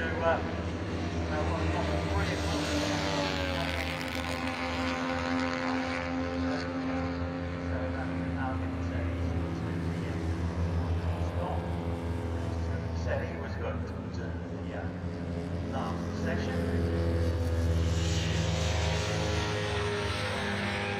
And at the moment, he's going to say about that. Here we go.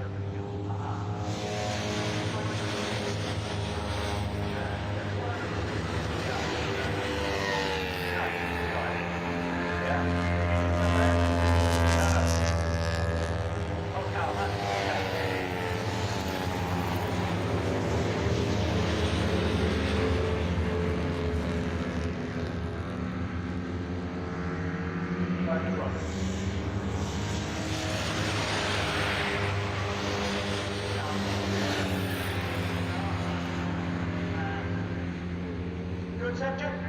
Yeah, it was.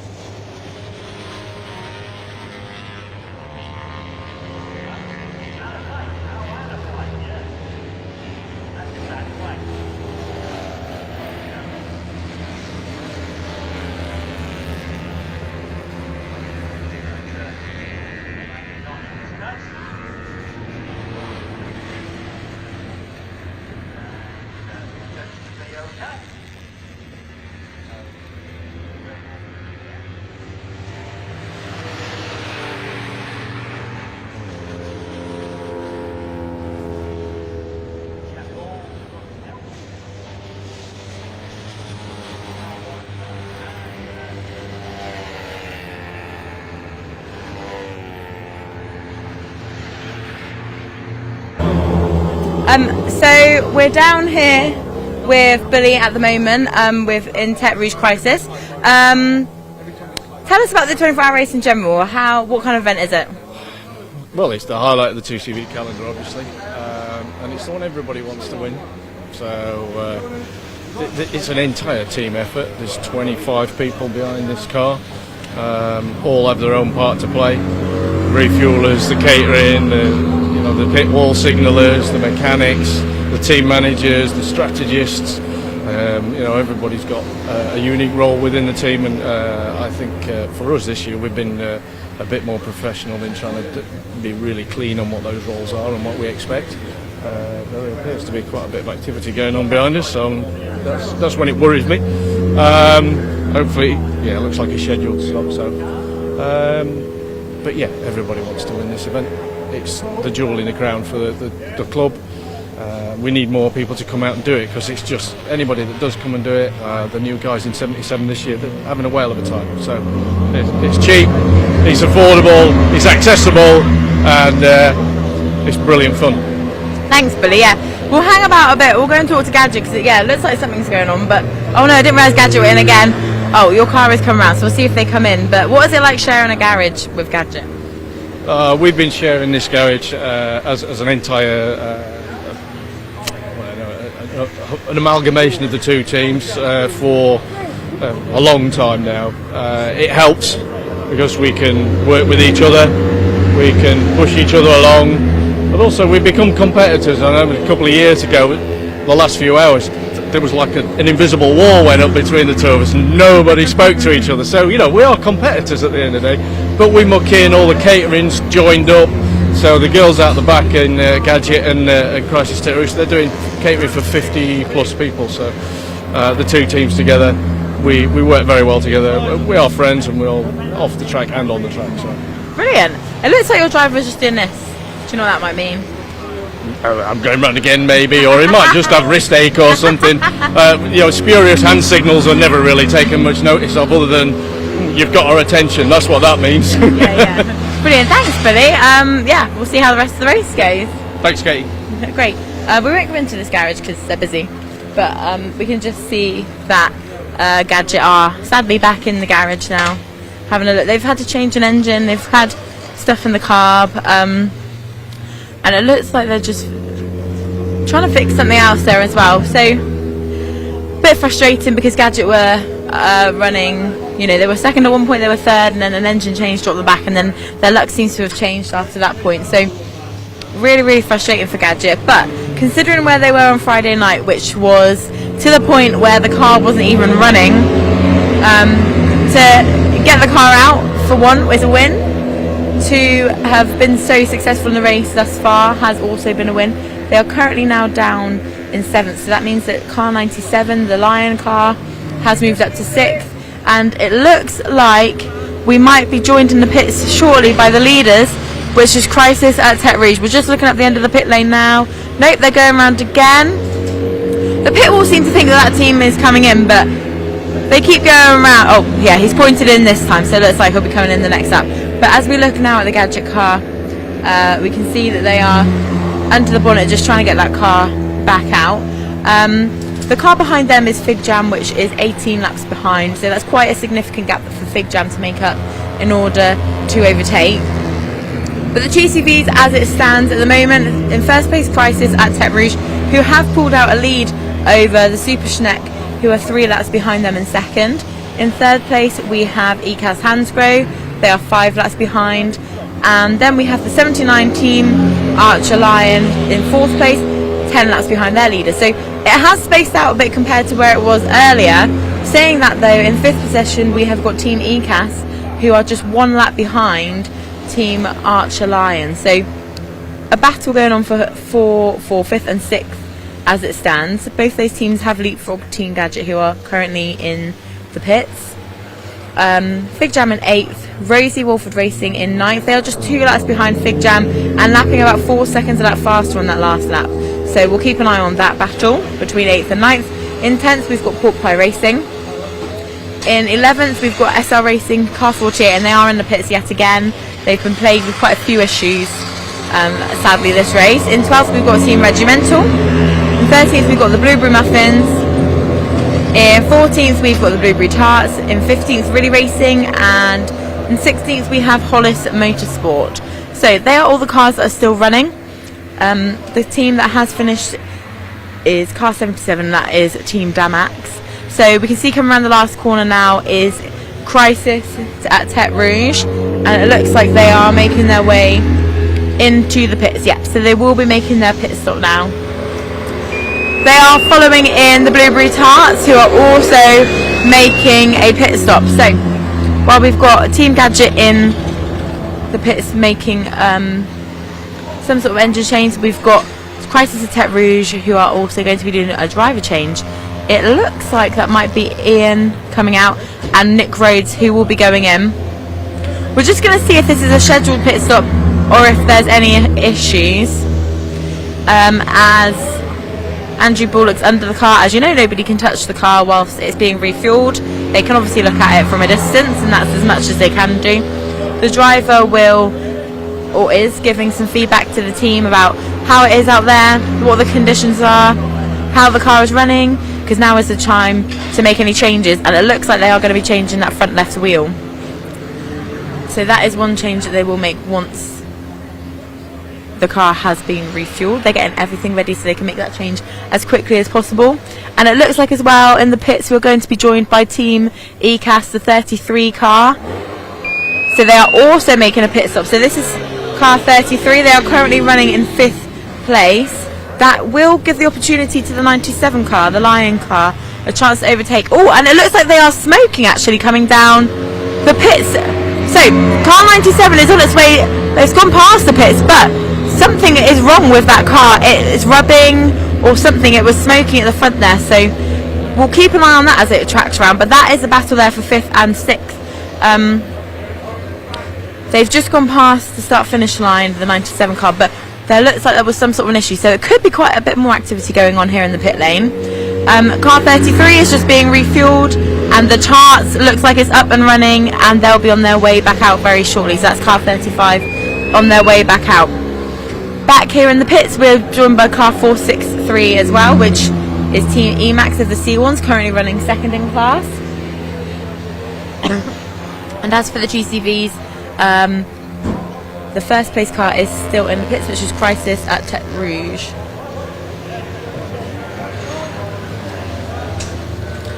They're all refueled there now. The driver's getting in, they're changing the tyres. So, see how that goes. So, Super Schneck is now in 2nd, and the Lion car is now in 5th. Super Schneck is now only 2 laps behind the leaders, so they'll need to get this tyre change done quickly. As we know, Team Super Schneck and car 13 are looking at their pit stop strategy to make sure they can make as few pit stops as possible. They are level now at 11 pit stops for Crisis at Tete Rouge and 11 pit stops for Super Schneck. In 3rd place, Team ECAS Handgrove have done 12 pit stops. And in 79, in 4th place, Team Archer Lion with Ethan Sparrow behind the wheel currently have only done 9 pit stops. But that 97 car, so we did speak to Pete Sparrow this morning when he got out of his shift at about 9:30, and they were way down in about 7th or 8th position. And as Pete rightly predicted, as cars are having issues, that's when he'll pick them off, and that's exactly what has happened here.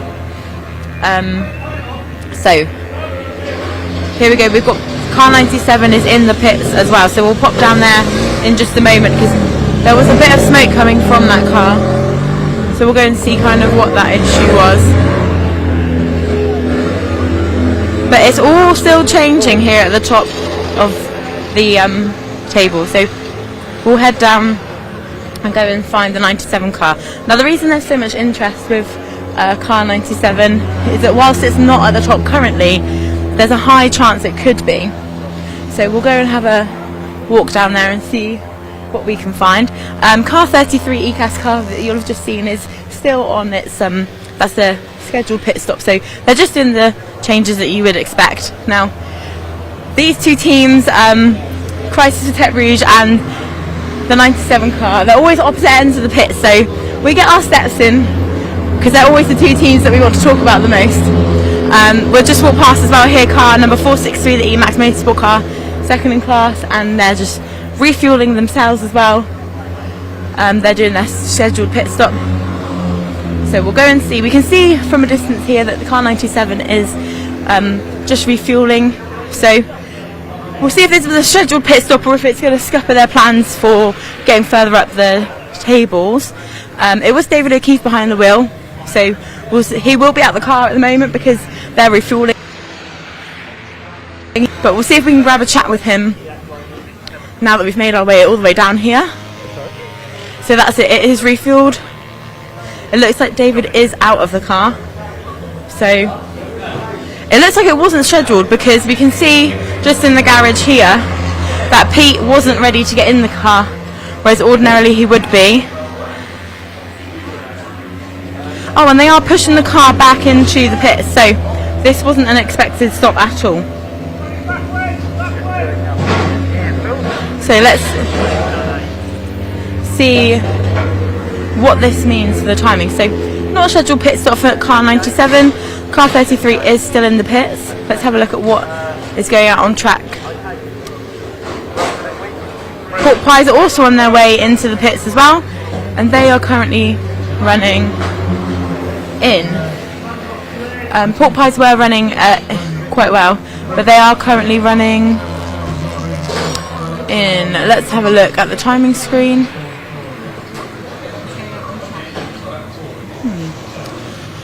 Oh, sorry, pork pies are in 10th at the moment. So yeah, so we've got Team 97 now in the pits at the moment.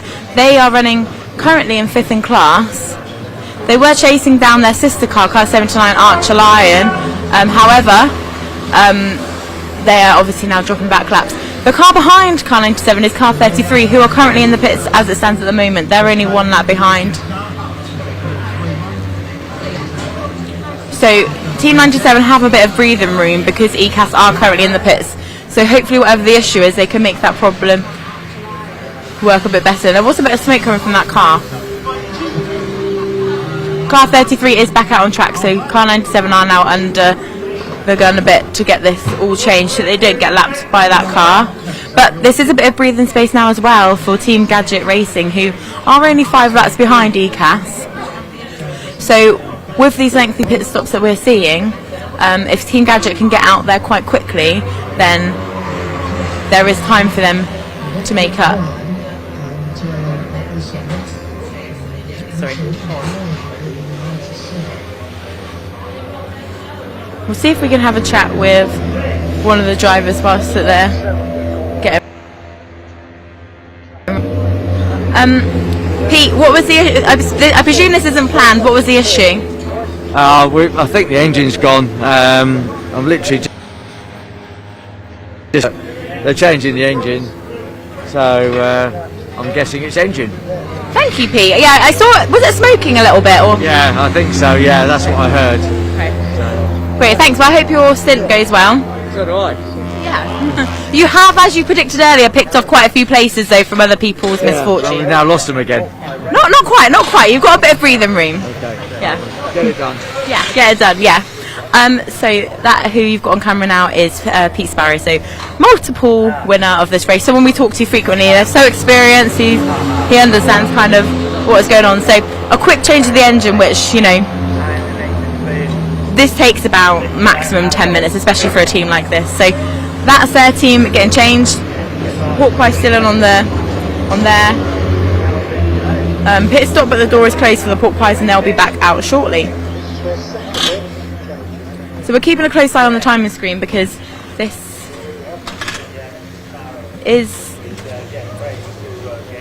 could potentially make a difference. But as I said to Pete, there is a bit of breathing room for them. They are still in 5th place. They may be lapped by Team ECAS in just a moment.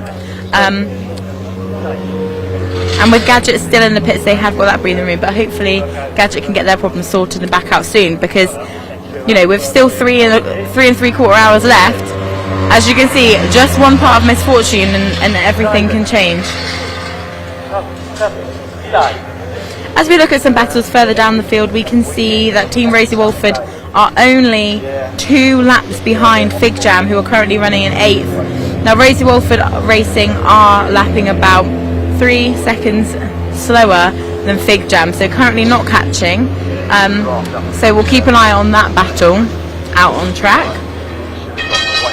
We've also got Regimental, who are only 10 seconds behind the team that they are chasing, which is Car 48 SL Racing. Now, they are good friends, those two teams are sharing garage, so a bit of rivalry going on there. Now, Regimental are lapping about 3 seconds a lap slower. But that all could change as well. We also have the Blueberry Muffins, who are 7 laps ahead of their counter team, which is the Blueberry Tart. So we'll see how that gets going. Down here in the pits, car 96 Pork Pie Racing with Jenny Hall behind the wheel. It has just started, but they're just making a couple more changes before they get back out on pitch. We can see here with car 97 the engine is in. They're just making sure everything is connected again, and then they will be underway. So ECAS has overtaken them, but they're only a lap behind. That's the time that they'll definitely make up with the sheer speed of that car. I might see if I can just grab Sam Archer, who is in car 79. So Sam, you're currently running in 4th place, obviously ahead of the team, which is unfortunately suffering some issues at the moment. But how's this weekend gone for you? Yeah, it's gone good, to be fair. Compared to last year with the issues we had, we've had to change an engine early this morning, but apart from that, just the odd silly bits really. So hopefully we're just trying to catch up now, and fingers crossed it all goes well. And this is your second 24-hour race. How you find it? How you find them being really competitive as well? No, it's really good, to be fair. Especially, I think it helps with always being close with Pete, Gary and David, so they're all rubbing off on me, so it's perfect really. It's a great team to be in with, especially someone who's new, second year, it's perfect. Yeah, brilliant, thank you Sam. Fantastic, so that was Sam Archer, who is the driver of the 79 car Team Archer Lion. They're 10 laps behind the car in front of them, which is Team ECAS Hansgrohe, so they are lapping a couple seconds a lap faster, which is, take a while to catch up, but every little helps. Looks like they're just putting the final few bolts back onto the car 97, and then that will be back out and running with Gadget in the pits as well. That distance at the moment isn't being overtaken, but again for Fig Jam in 8th place, this could be something that works in their favour. They're 8 laps behind Gadget, so it takes a bit of catching up, but there's a lot of variables in this race. We can see now as well, into the pits comes car 48 SL Racing, so that should move Regimental up into 11th place. They'll swap over, which yes it has done, as they've just crossed the line. It looks like that is sadly another issue. No drivers come out of the car for the 48, and they're pushing it into the garage, so another issue there. I mean, there is an award at the end of this race for Spirit of the Meeting, and car 48 is definitely one of those that will be back into it. Front end of car 97 is being prepared and getting back onto the car, so that means that the engine has been changed and they're happy everything's connected and working, and that car will be out again shortly. So where are they currently as it stands? Still in 6th position, now 3 laps behind Team ECAS. So ECAS getting back out there after their pit stop, having been able to build quite a good buffer to the car 97.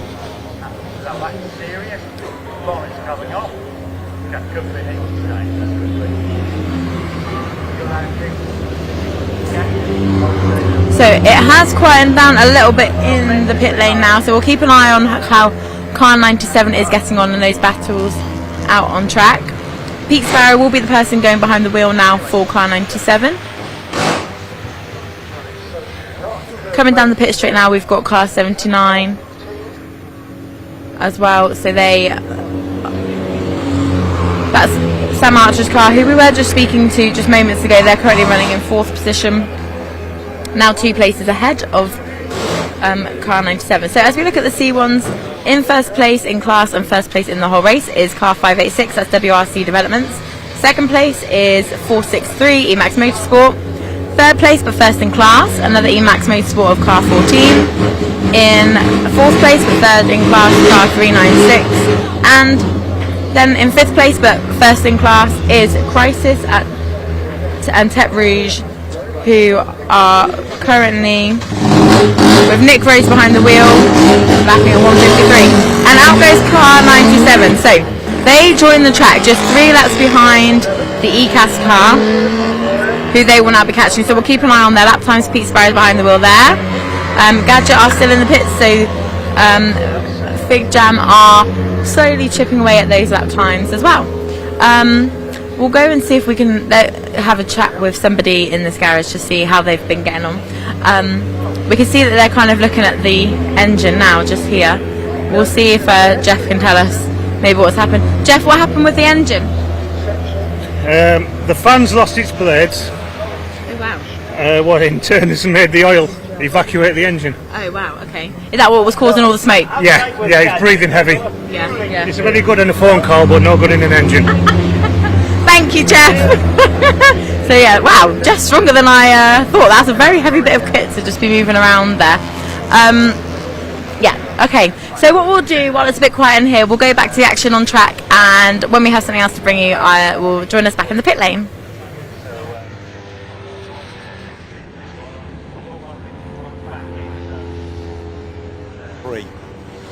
So haven't got a lot of options. I think it's either this one or I'll put one of the ones back in. So the boss has decided to tinker with this one. Back to you. Okay, so that tells us what's happening with Team Gadget. SL Racing in as well, but leading the 2CV section in 5th place overall is number 92, Crisis at Tete Rouge. They've done 607 laps. They have a 2-lap, well actually not, probably a lap and a half advantage over Super Schnecker. But they're both running laps in the 1:53, so they're running fairly equally in terms of their lap times at the moment.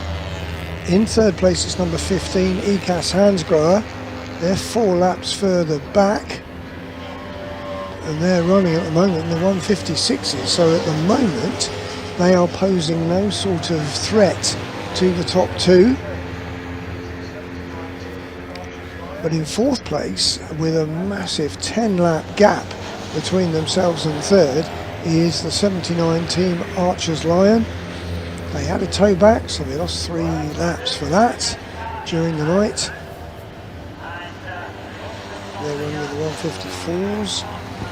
Well, excellent news as the Gadget car is out. And we've also got the Blueberry Tarts car in. Not.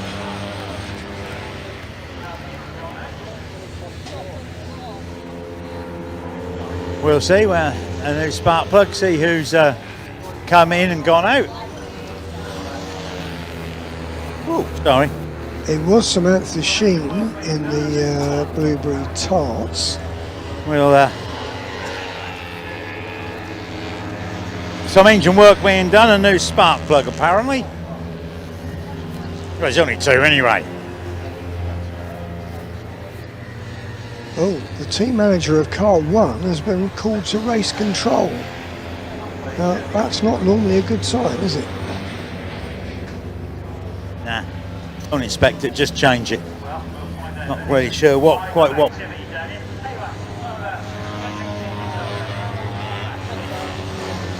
Well, we'll find out in a minute. It's a hive of activity down here. Anyway, well, when things sort themselves out, then I'll report back. Okay, and I don't know if you heard. So over to you, Tony. I don't know if you heard, but the team manager of car 1 has been asked to report to race control, which is not normally a good thing. So I'm not sure Lewis can hear me. He's a long way down the pits into garage 20 there with the Blueberry Tarts. I'm trying to make sense of the lower orders of the top 6. In 4th it is 79, Team Archers Lion. They are 4 laps ahead of Team ECAS, number 33, with Martin Sunderland at the wheel of that car after the jet change. Then it is Team Lion. Pete Sparrow now at the wheel of that one. That's the 97 after its second engine change. They are some 3 laps behind Team ECAS. And then Team Gadget are next. They are 6 laps behind Team Lion, 6 laps ahead of Fig Jam, and 2 laps ahead of Rosie Norfolk, number 7. And in 10th place, 96, which is the Pork Pie Racing, who are 9 laps further back. I think it's Margaret Kerris-Jones who's going out. Okay. James, in the 35 car. Very fancy helmet she's got there. I think that's a rally helmet with the microphone sort of coming around the front of the face. Okay. So we're down here with the 2, what would you call it, like grid boys, I'd say. Grid boys, yeah. So Simon's in the car, Tony's like, mechanic, HA mechanic. Trainee mechanic. Trainee, yeah. okay. Yeah. And obviously Gadget has now kind of been in the pits quite a few times. Now, judging by Friday night when you didn't even know if you could qualify through to today, I know that you were doing, you were up there and now it's down, so, but in general, how do you feel about this weekend?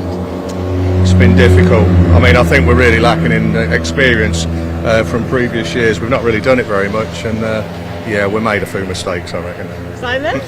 Yeah, it's been hard to swallow. We've done, at the end of the day, I think I'd have took 1 hour of running for the 24-hour race after Friday's disasters, because we couldn't get the car running more than 10 minutes. So to end up where we've been, it's disheartening because we were up there at the front, we were challenging for podium, but it's motor racing, been here before. It won't be not the first time, it won't be the last time. And the team have done really well. They put a lot of effort into getting the car ready for this weekend because it was a sprint car. It's never done a 24-hour, so we turned it into a 24-hour car. So there's a lot of work done, and it's just heartbreaking for all of the guys that put the effort in to see what's happened. But still, at the end of the day, I think we'd all be happy. Someone said this morning, I'll be happy with the top 10, I'll be whatever. So wherever we end up, it will still be a good effort. It's still a lot of time. We need a 6, don't we, to put it on the podium for Leah? Yeah, definitely. Yeah. So, talking about Leon there, Leon Davis is a team member of Gadget Racing who, sadly passed away. And I think that's a nice thing to do, to put it in the top 6 for him. Yeah, for him. That's what would he have made of this weekend? He'd have been sat at the back mumbling and chuntering. He'd have been drinking Earl Grey tea and telling us exactly what we were doing wrong, but not what we needed to do right. But then he'd have gone out and he'd put a flying lap in and then broke it. So that'd have been great. I mean, top bloke. We miss him every day, and we were just doing this for him, really. Oh, that's nice. Yeah, brilliant. Yeah, that is an accurate representation. That's really funny. Yeah, it's We've true. got Earl Grey as a tribute. None of us like it. There's still a big box of Earl Grey. So if you want to pop down and have a cup of Earl Grey, it's yours. We'll make it for you as well. Pay tribute, and you can use your microphone as well. It's not my microphone. Right, childish that was. But yeah, thank you so much. And like you say, when you look from beginning to end, positive. But I know, but even to get up to second after the start that you guys had is amazing. We led 1 lap as well. Yeah. We have a photograph of it. As we came across the line, we went, quick, take a photograph, because it could be the only time, and we just took a photograph of the 1 lap. And it was James, the new boy in the car. It was James. He got the 1 lap. So yeah, it's all good fun. And look, the cars are still circulating, so that's what it's about, isn't it? We just keep everyone happy, and we might be down in the dumps, but like Si says, it's better than what it looked like on Friday. I've just seen him go past the thumbs down. He'll be back in any second. So you better go. We've got work to do again. Change now. See you later. Yeah, thank you. So yeah, really important message there. A really key member of Gadget Racing, Leon Davies, who sadly passed away. And if anyone wants Earl Grey tea, Team Gadget have got a whole stack. So they'll be back in just a moment. So sadly, that's a thumbs down from Tom Perry, who's going round at the moment. But yeah, we'll actually head down now and go and see car 48. They are in the pits again, like I say, spirit of the meeting. Just got to find the right garage first of all. Car 35 there, they're just heading back out onto the track now, so that's great. We expect to see Team Gadget coming back in any moment, and we'll see if we can find SL Racing, who are here.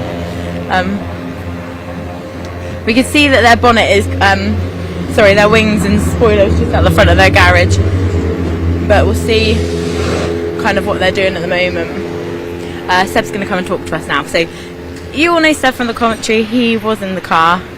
Hi Seb. I think spirit of the meeting, if you're a good contender for that, how's it all going? Yeah. I think we're on engine number 4. It's actually technically engine number 2. It's going back in. We've blown everything else up. It's just not working for us this weekend. But we'll keep going. Yeah. We'll get to the end of the race. Yeah, and it is like make a joke about spirit of the meeting, but this is the spirit of the meeting. Yeah. Well, you put so much effort and time into coming. And I think you're a bit of a fool if you think you're going to turn up and have an easy ride. Stuff goes wrong. It's hard. It's grueling. Sometimes you have a bad weekend, but you just got to keep pushing, really. And everyone up and down the grid is happy to help. Everyone in the teams are happy to help, and that's why we're here. We just enjoy doing what we love together, and if that's fixing a car and getting it back on track, then we'll do that. Yeah, brilliant. We just heard Gadget go past. It doesn't sound too healthy. Are you able to keep much eye on what's going on out on the track?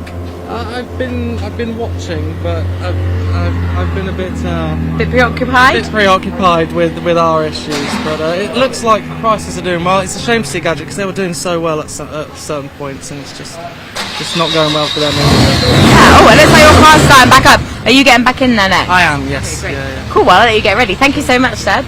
So, as we can see, car 48 is started. They're obviously just checking that the engine all works. We'll have a little rundown of what is going on. So yeah, as Seb said, Crisis Tech Rouge still in first place. They are being chased down. 1 lap behind now is Team 13, Team Super Schneck. Now, they are running 2 seconds a lap quicker than the team in first place.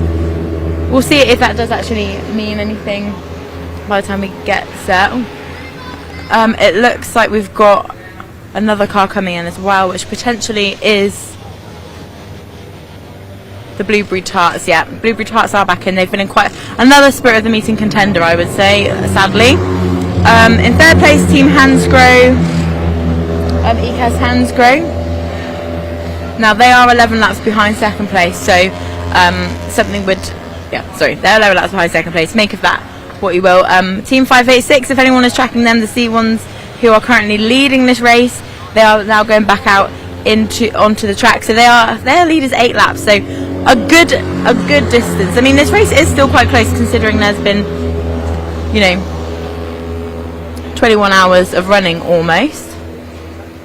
In fourth place is the 79 car, which is Team Archer Lion. We spoke to Sam Archer not too long ago. They are 3 laps behind the car in front of them. So 3 laps is a bad pit stop. It looks so anything could 3 laps isn't that much of a buffer. The Gadget car looks like it's making its way back in again now. It wasn't making some great noises. We know that they've changed the engine, and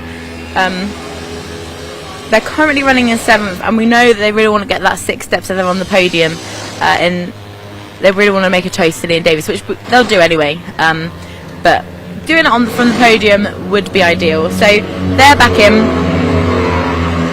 This is allowing Fig Jam to catch up. Fig Jam are now only 5 laps behind Team Gadget Racing. Fig Jam are in 8th place. Now, we were talking about the ECAS Hansgrohe car, who were in 3rd. They are currently being towed down the pit lane.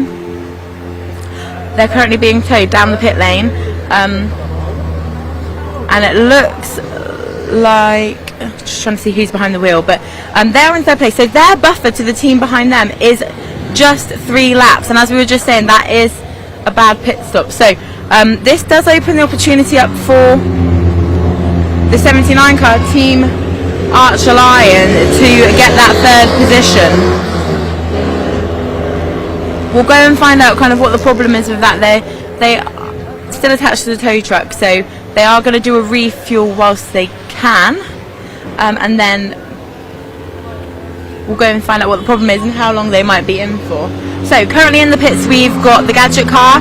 Gadget car are still out on the apron. They haven't pushed it into the garage, so that suggests that it's something they can fix relatively quickly. The 82 car is also in the pits. That's Team Regimental. They are just refueling. And then we are just waiting for the 15 car of Team ECAS, currently in 3rd position, to get off the tow truck. Now, 79 car just 2 laps behind them now as we speak.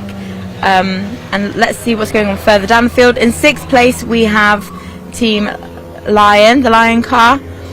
In 7th place, Team Gadget currently in the pits. In 8th place, Team Figjam Motorsport. In 9th place, Rosie Wolford Racing. And we can see now that the 48 car is on its way back out. So they're just pushing the car back out so they can refuel. Currently they are running in 13th place. And considering all of their issues, that's not too bad going. They've changed the engine again. I mean, I think that's about the 4th or 5th engine change, as Seb was saying. So they're just putting a chock under so that they can refuel the car. I think we'll head down now to go and see the 15 car. It sounds like their engine has started. So, I mean, we know that they did have the coil issue earlier, which doesn't take too long to fix. So whether that was the issue that has plagued them this time, let's have a look at where they're at. They are still currently in 3rd place with a 2-lap buffer. So if they can get the car back out relatively quickly, then that won't be an issue for them. There's still lots to play for. So it looks like Roy Eastwood has got out of the car, and then we're not sure, it might be Roy Eastwood who is getting back in as well. So we'll go have a look at the front of the engine and see what's going on. Yeah, Roy Eastwood's getting back in there.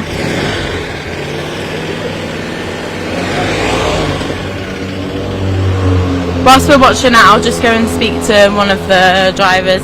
Hi Patrick. So, was it the coil for this? I have no idea. Okay, great. Fantastic. I'll go and find something else. Yeah, so Roy Eastwood is back into that car in a moment. But what I was talking about there with the coil is that was an issue that they had earlier, so it might be something that they're changing now. And it looks like the oil is low as well, so they're just changing, just topping that up a little bit too.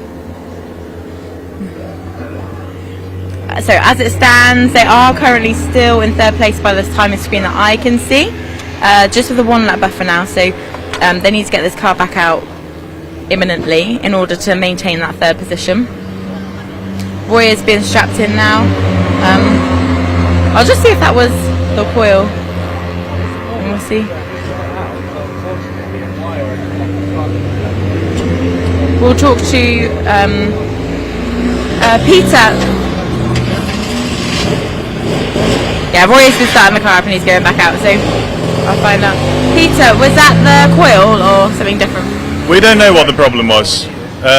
He said it banged and then cut out, and because a wire had dropped off the starter motor, he couldn't even attempt to restart it. So we've sent him back out because we have no idea what the problem was. Oh, okay, great. Well, I mean, you haven't actually lost your place, so you're still 3rd. You've got a bit of a 2-lap buffer now, so that was what we were watching. Yeah, 79. We'll have a 3-lap tow back penalty though. That's already on already, isn't it? Buffer before, so the 2 laps is after the tow back. I assume. So that's already added on. Oh, is it? Yeah, the buffer, once they tow you in, that gets bought straight away. They're prompt, aren't they? Yeah, they don't mess about. Well, it's helpful for everybody then to know where you are, isn't it? True. Yeah. Great, thank you very much. Yeah. So what they were just explaining there is that, as we've said, there's a 3-lap tow back penalty if you get a tow back. So obviously this team will have received that, and that's what has already been added. So the timing screen that we can see, which I'm looking at on my phone, is that the 79 car is now only 1 lap behind that the 15 car. So we'll see kind of what is going to happen there. But so long as they can keep it going around as with everybody, then that will be fine. If we look down the bottom of the pit lane there, we can see that the car 18 Gadget car still does have its bonnet up, so hopefully they'll be back out soon. They've dropped down to 7th place. Team Figjam is catching them. They're only 2 laps behind now. And we can see Team Figjam are now coming around the final corner, so they will make that just 1 lap behind, and they could gain a place too. So we'll give a rundown of the top 10 of the Citroën GCVs. In 1st place, Prices at Tete Rouge. In 2nd place, Super Schneck, just 1 lap behind them, running at a very similar pace. In 3rd place, Team ECAS Hansgrohe, as we just saw in the pits, they're now 14 laps behind 2nd place, so quite a big buffer between 2nd and 3rd. However, in 4th place we have got Team Archer Lion, just 1 lap behind them. In 5th we've got Team ECAS, the number 33 car. In 6th place, Lion with Pete Sparrow now behind the wheel, as we saw just now. In 7th place in the pits is Team Gadget Racing. In 8th place, Fig Jam Motorsport. The next time they come around, they will be on the same lap as Gadget, so hopefully Gadget can get that back out soon enough. In 9th place, Rosie Walford Racing, who are actually only 2 laps behind Fig Jam in 8th. And in 10th place, Pork Pie Racing, who are 9 laps behind the team they are chasing, so quite a big buffer there. We'll head back up to the action on track and then bring you something when there is from the pit lane.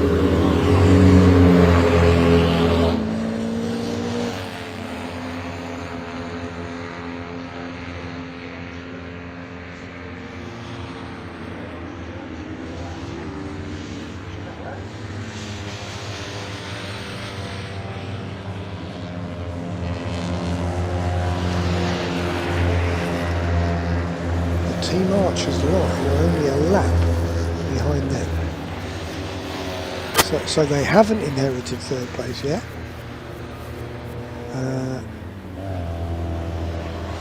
Although it does depend whether that 3-lap penalty has been taken into account yet.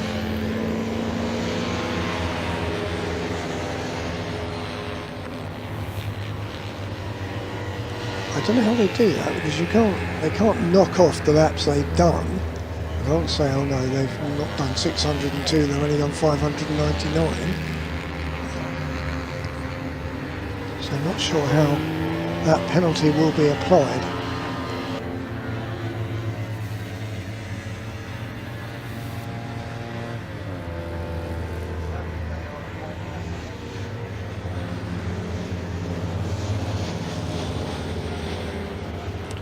But at the moment they are 1 lap ahead of Team Archer's line, who are 4th. Team ECAS 33 are 5th. And Team Lion are 6th. Gadget Racing have slipped to 7th.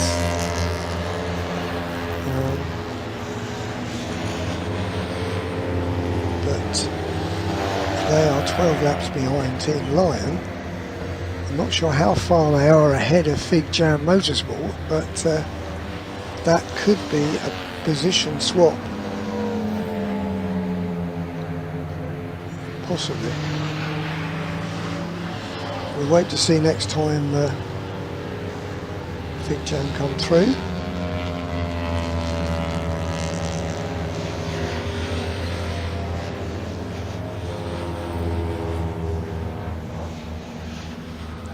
So some very big gaps forming in this field, gaps that won't be able to be closed down unless there's some activity in the pits.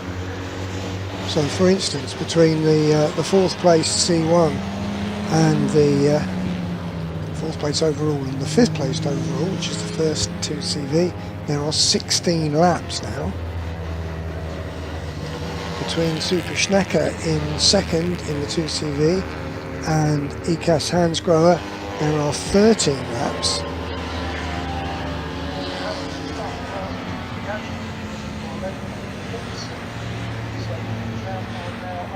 And yes, Fig Jam have moved up past Team Gadget while they've been in the pits. So Fig Jam are now up to 7th despite their problems. They've managed to get into 7th position in the 2CV section, but there's a big gap there, 12 laps between Fig Jam and Team Lion, so that's another, I would call, insurmountable gap. And if we look at 10th position, Pork Pie Racing with Jenny Hall at the wheel, they are 25 laps ahead of Regimental, so that's another gap that is not going to be pulled back.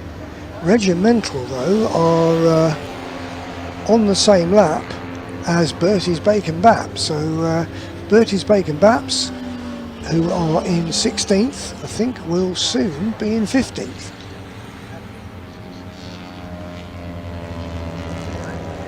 But obviously Regimental won't worry too much about that because they'll still be 11th in the 2CV pairing, because they are about to be overtaken by a C1 car, and that shouldn't worry them too much, I don't think.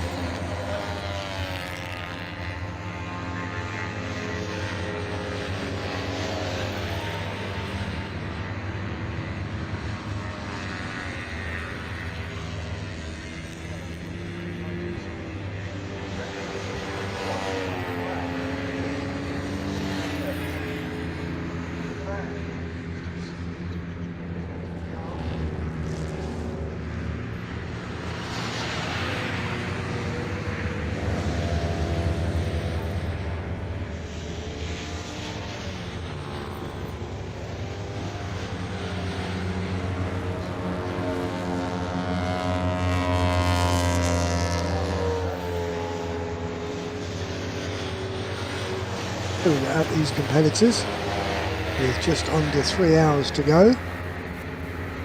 Remember, the endurance round we had at Knock Hill, that was 90 minutes. So we've got more or less 2 of those to go.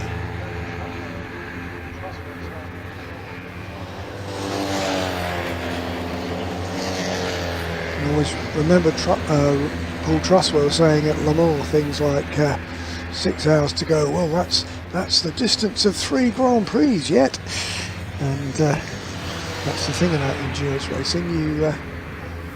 You have an awful lot of ground to cover. An awful lot of things can go wrong.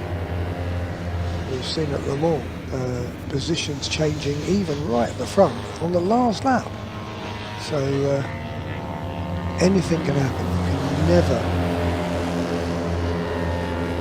trust that you are going to finish in a certain position until the flag is actually falling and you've taken it.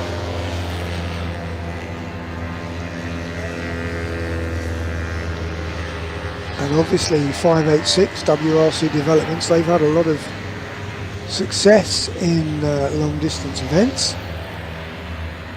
but I'm sure they're not taking anything for granted. They're lapping in the 145s now, whereas that Peugeot number 14 is lapping in the 141s. Even now they're absolutely pushing on, possibly to try and exploit the cars in front. If they can keep pushing and maybe represent a threat to them, they might push the cars ahead of them just to be that little bit too quick, take too many risks, and find that they can gain a position or two.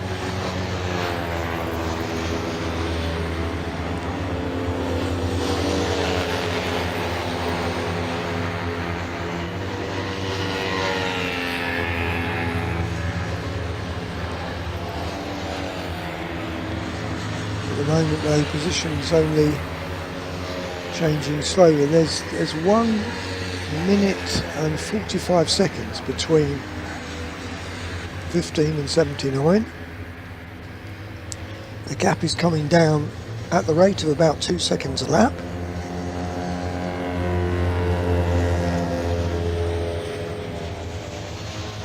And that's all the driver can do, just try to keep that momentum going.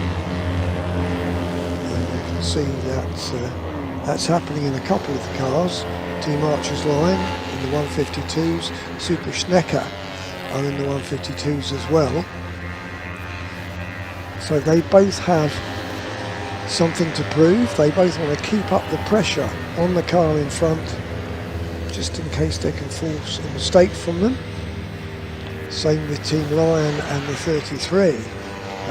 They're in the 152s as well. So the cars that are pursuing, they all seem to be at the moment in the 152s.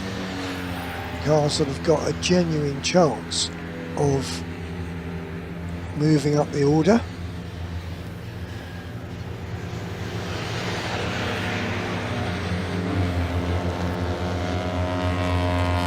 When you're faced with a 23 lap gap, then there's very little you can do.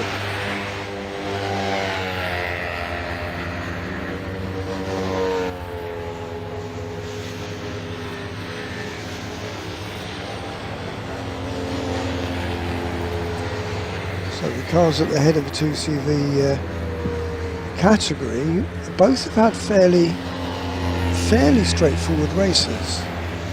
The car 92 in the lead, Crisis at Tech Rouge, they had a fan problem at one point. 13 Super Schnecker, that's been fairly trouble-free. The ECAS and Screwer in third, they had a tow back really not very long ago, and when the car stopped and then refused to start, so they had to have a tow back. And I think wiring issues are at the core of that problem. Motorsport still in car 15.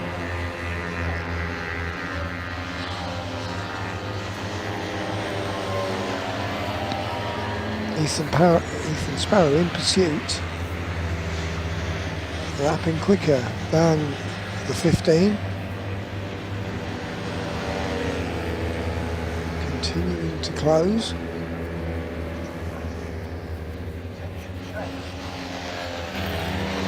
And that is for the final step on the podium. So that's probably the most dramatic potential change in these final 2 hours and 47 minutes. Apart from the potential of some sort of mechanical problem hitting any of the teams.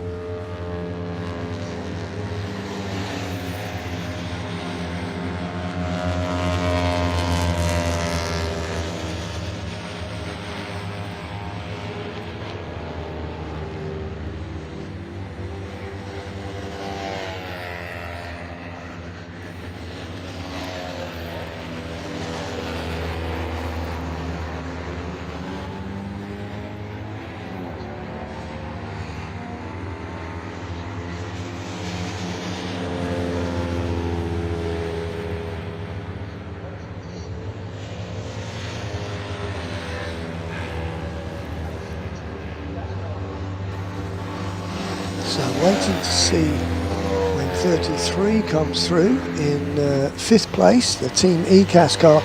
Here it is, and where is the 97? Right,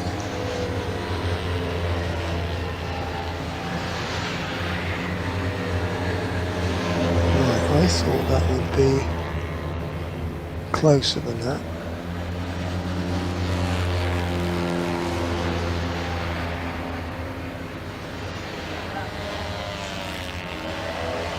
There is the 97.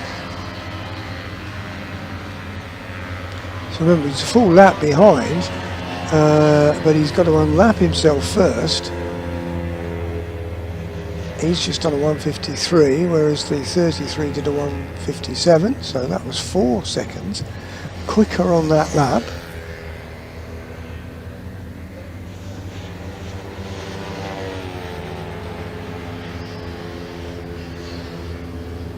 It's basically the length of the Bentley straight.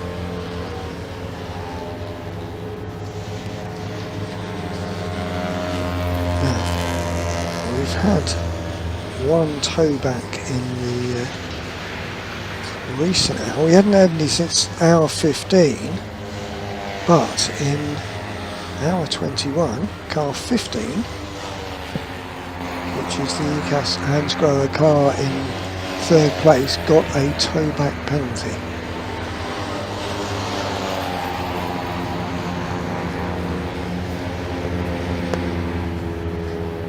Archer's Team Lion are 1 minute and 29 seconds behind ECAS Hansgrohe, so they are really on the same lap now. They've both completed 624 laps, and the 15 goes through. Is the 79, it was a minute and 20 seconds behind.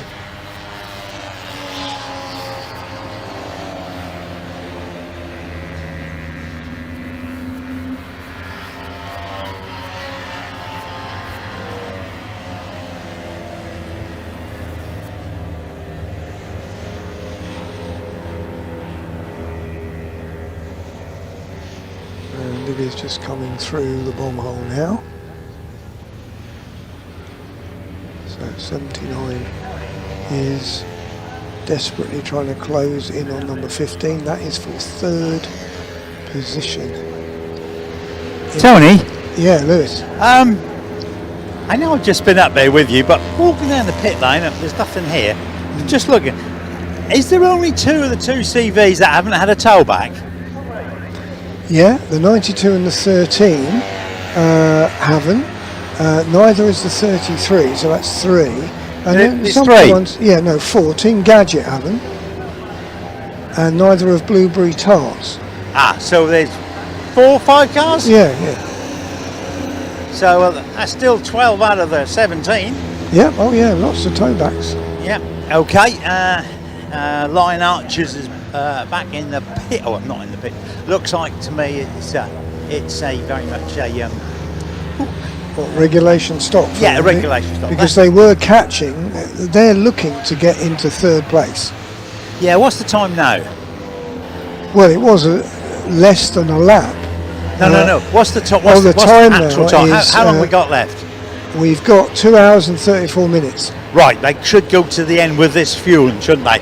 Just about. Yeah. So it looks like Sam Archer's getting in the car. Ethan Sparrow got over. They should just about get to the end, shouldn't they? They might need a splash and dash. Yeah, absolutely. Although I was speaking to Gary Adnett, and they say that the Lion car that he went down to 1 2/3 litres of fuel left on the gauge.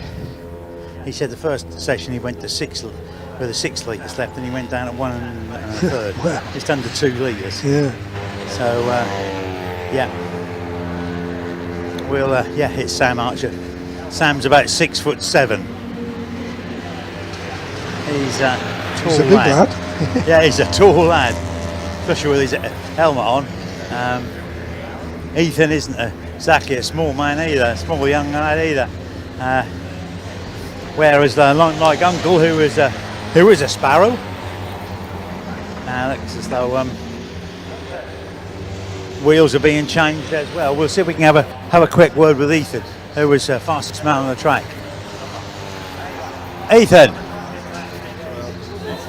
yeah, get your t-shirt on, mate. Make yourself decent. Yeah, 46, good number. Anyway, fastest man on the track there for that stint. What was it like? Yeah, it was good. Sort of first hour and 3/4 or so, just sort of lost in no man's land.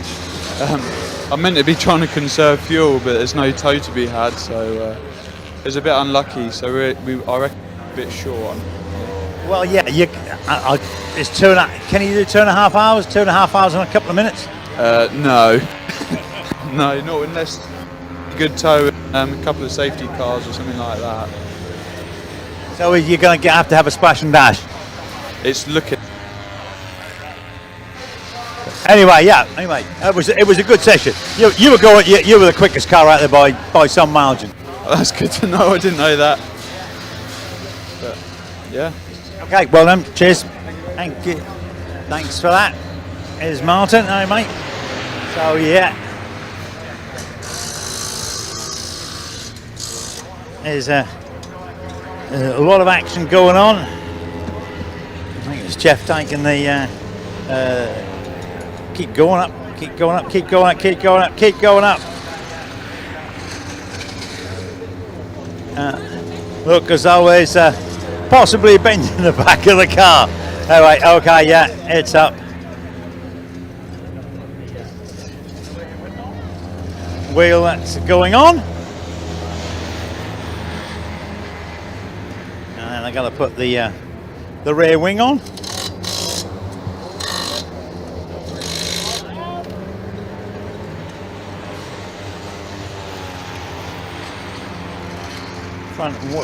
Front and rear wheel changed.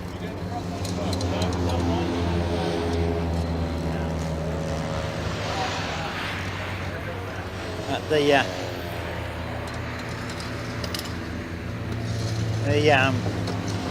line cars do seem to be using up a lot of tyre.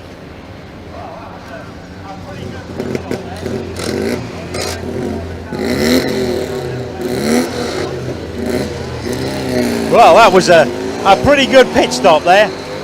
Only allowed 4 on the car work on the car at any one time.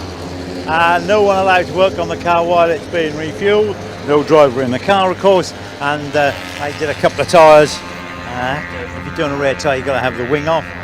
Ethan put in probably the fastest stint of this session. And as he said, not quite enough to get them. Going to have to need a splash and dash. Hey, back to you, Tony. Oh, by the way, 35 is back in. Which was right down the other end of the pit lane. I'll make my way down here and see how the tarts are getting on. Back to you. Okay, so problems with the tarts then in 19th position, 14th in the 2CV section. But yeah, so the Team Archers line have gone back out. The gap's gone back out to 3 laps now between themselves and ECAS Hansgrohe. So what looked like it could be a change is now receding a bit. We still have 2.5 hours to go though, so still quite a long way in this race.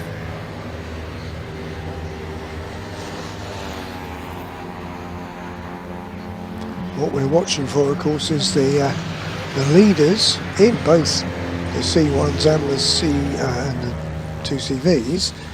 When they come in, that they have regular pit stops with nothing untoward, nothing dramatic going on, because obviously if anything dramatic happens, that is going to upset the running order.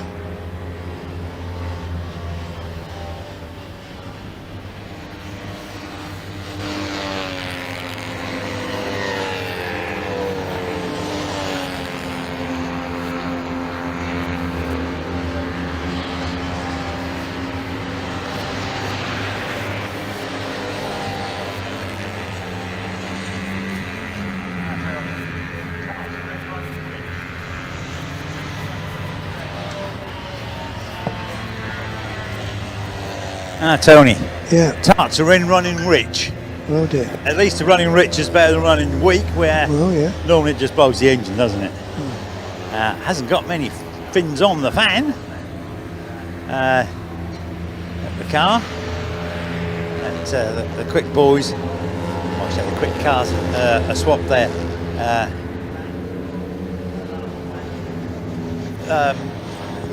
Low, small, not very many fins, fans for larger fans because of the heat.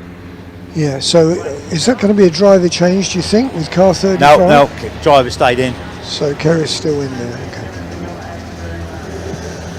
Away she goes. She fires up. Everything's okay. And being given the go-ahead to back out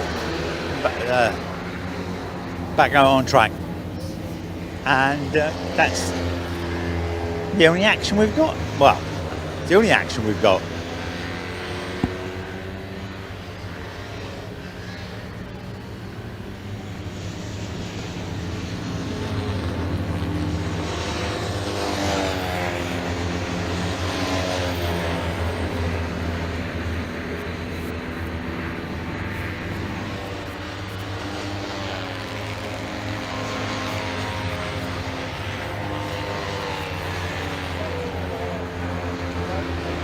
Okay, so looking at the screen, 679 laps completed, just under 2.5 hours to go. WRC Developments lead in the car 586, a 9-lap advantage over Emax Motorsport 463, who have got 3 laps in hand over their teammates, the 14 Peugeot, and they've got 8 laps in hand over the 396. So the C1's at the head of the field, C1's and the Triple C classes at the head of the field, fairly well spread out now. It would need something major to shake them up. Fastest lap of the whole race from car number 14 is a 1:41.237.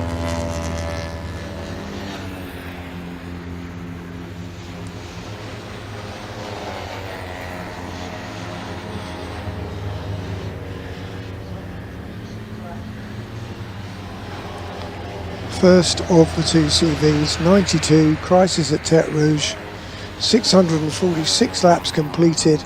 They have what's listed as 2 laps, but is more like a lap and a half advantage over Super Schnecker. And on that last lap, they ran in the 152s, Super Schnecker in the 154. So it's fairly close between the two of them.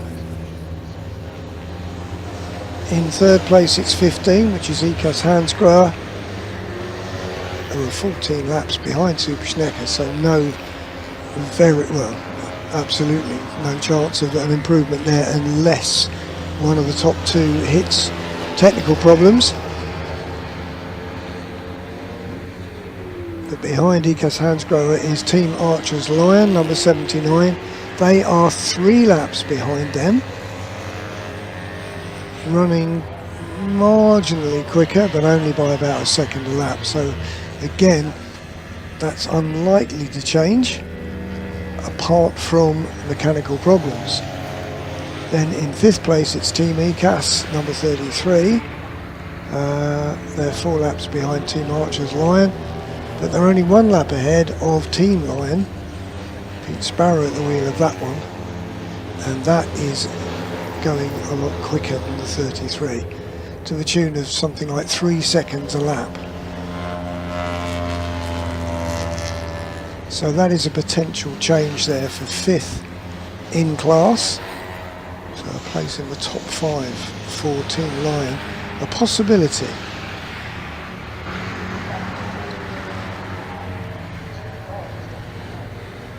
And that would mean that Team Lions were 4th and 5th, which wouldn't be a bad result for 2 cars that have had towbacks. They've had engine changes, engine disasters. So to finish 4th and 5th would not be disgraceful. Now, Fig Jam Motorsport with Sean Sidley at the wheel at the moment, number 1. That is a whopping 13 laps behind the team line entry, so again, very little likelihood of any change there. In 8th position, it's number 7, Rosie Walford Racing. They're 3 laps behind Fig Jam. And in 9th place, Pork Pie Racing, a further 8 laps back. And then in 10th place, Team Gadget Racing, who are on the same lap as Pork Pie Racing, some 53 seconds behind. Now, if Team Gadget's problems have been fixed and that car is up to speed, that's potentially a quick car. Fastest lap it's done in the race is a 1:50.993, and it may be able to challenge Pork Pie Racing. On the last lap it was quicker to about half a second. Then 15, just like the character in Jaws. Bertie's Bacon Baps is closing in on the cars ahead of it, but it is 21 laps behind Team Gadget Racing, so unlikely to move any further up the order unless Team Gadget experiences more problems.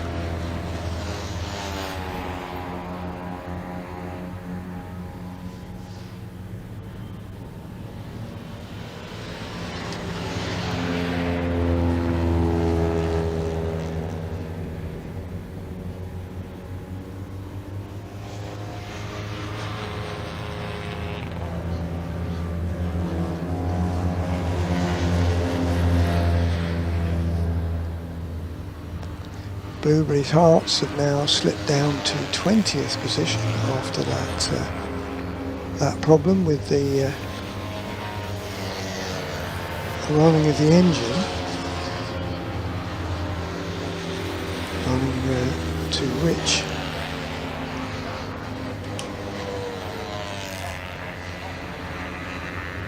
So they've now slipped behind Really Racing. They are just a lap or so behind.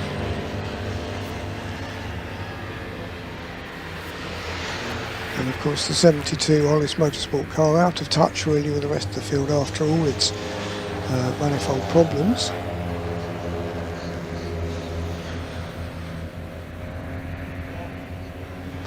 The SCR car in 4th place, the 396.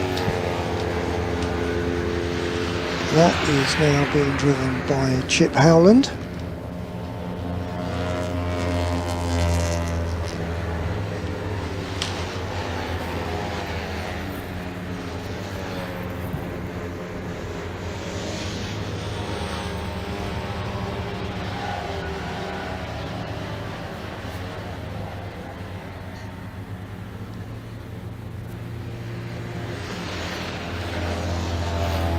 So everything quite quiet at the moment. Nothing going on in the pits as far as we can tell. But as who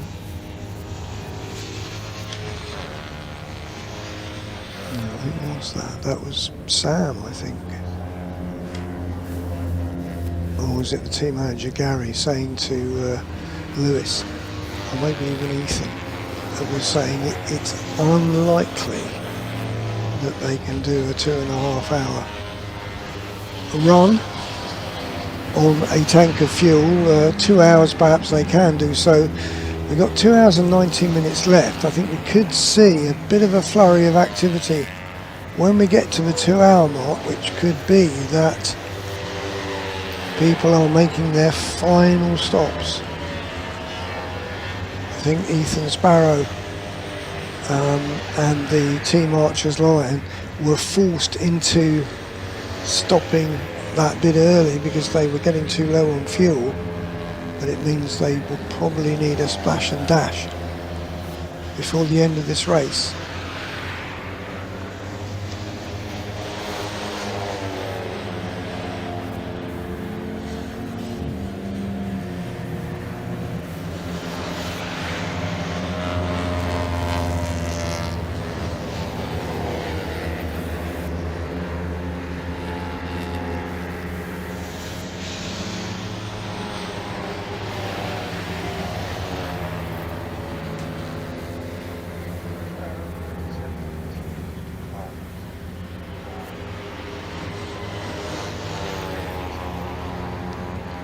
Pete Sparrow in 97 continues to close on the 33 of Martin Sunderland.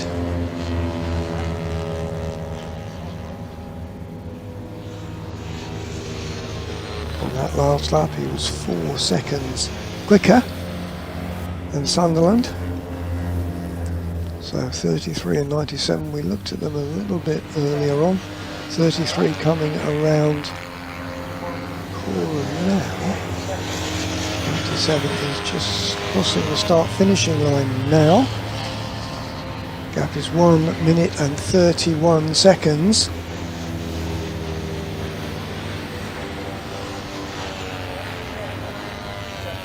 So he's got a good part of a lap to go before he catches him, but they are now on the same lap, 97 and 33. There goes 33, the ECAS car across the line. And that last lap, again, Sparrow was 4 seconds quicker than Sunderland. So chipping away, we've still got 2 hours and 16 minutes to go. There's still time to for Team Lion to capture that 5th place. Their teammates probably got a bit too much to do now. 3 laps is the gap between ECAS, Hansgrohe and Team Archer's Lion. That last pit stop, remembering that they've still got a splash and dash to go, that probably really sealed that car in 4th place rather than getting onto the bottom step of the podium.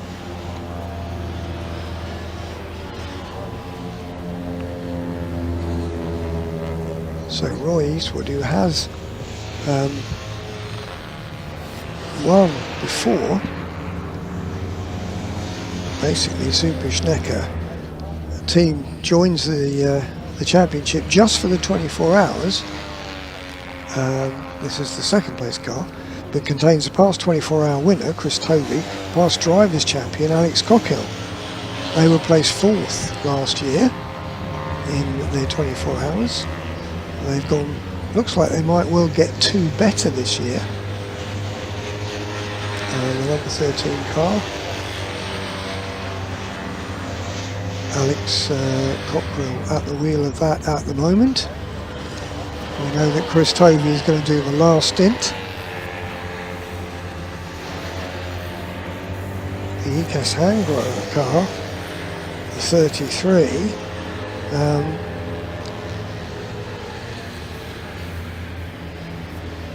no, that's the 15, isn't it? ECAS Hansgrohe. A couple of the club sponsors there, Roy Eastwood and Charles Owen. Do a lot for the club. And the other Team ECAS car, the 33, these drivers are from regular 2CV sprint racing teams, come together for the 24 hours, often get into the top 6, and well, that's going to happen again, isn't it, because they're 5th at the moment. There is a chance that they might lose that to the flying Team Lion. They'll still be 6th. They have a 13 lap gap over Fig Jam, which contains the reigning champion Nick Crispin, a man who has won 5 sprint races so far this year, or 4 sprint races and the Enduro, the 90-minute Enduro at Knock Hill.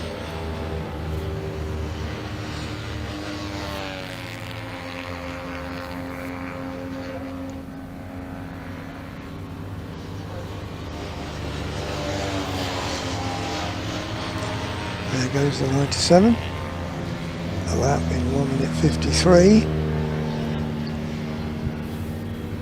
and then eventually the 33 will come out. That's the car that the 97 is trying to get on terms with. Probably got about 3/4 of a lap to make up before it catches up with the 33.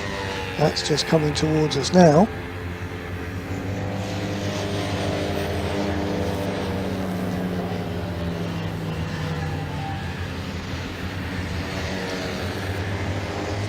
1:56. So another 3 seconds made up.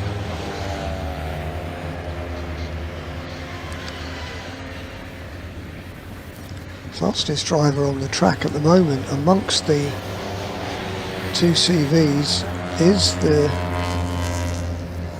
2CV leader, Crisis at Tete Rouge 92. It's just a 1:52.258. Team Gadget's done a 1:52.458, so that car clearly is in excellent health now after all of the TLC that's been lavished on it. It's closing in on the Pork Pie Racing car, which Jenny Hall is driving.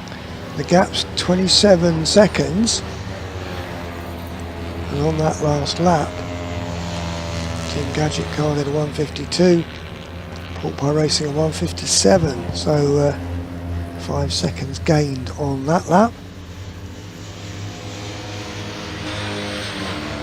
Team Gadget car, we think. What do we think? Who do we think is driving that after all those pit stops? We think it's Simon Clark driving number 18.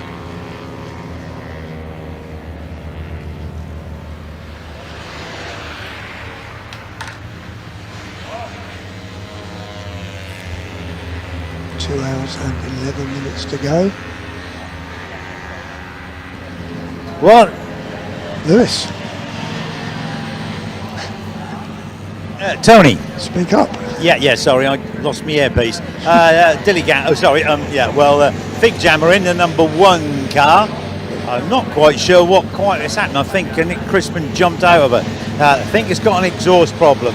Unfortunately, not repairable easily. So it's gone back out as it is, I think. Not sure who's going to take over. The car's sitting there. Oh, Nick's getting back in. He's just... What? I think Sean Sidley was in it. Sean was in the car. Yeah, it looked as though he came in for a liquid pit stop for the driver, I think. So who's in it now, Nick? Sean's gone back in, yeah. Okay. The car's just go. Yeah, it's... We were just chatting to I think it was Nick Crispin actually, and it's clouded the barrier once. The exhaust has fell off twice.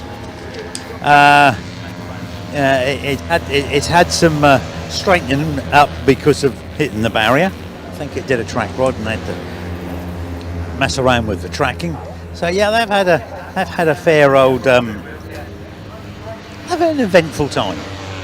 Yeah, because it had 2 wheels off as well. Oh yes, that's right. Yeah, they broke 2 wheels. Yes. Yeah, you remember Grace was telling us about it earlier on. Yeah, there we go. Big Jam back out, and certainly for the first third of the event, they were there or thereabouts. Weren't they? They led it for quite a while. Yeah, so, Big Jam were doing well initially. They were up in 11. They were up in 6th on the end of the first lap. So, as you say, they were there or thereabouts. And then, yes, at the end of, after 2 hours, they were leading. Yeah, they were 6th overall, leading the 2CV section. So, well remembered, yeah. The number 1 car has been going very well. Yeah, so while we're on here, we should say a big thank you to all the marshals and the officials.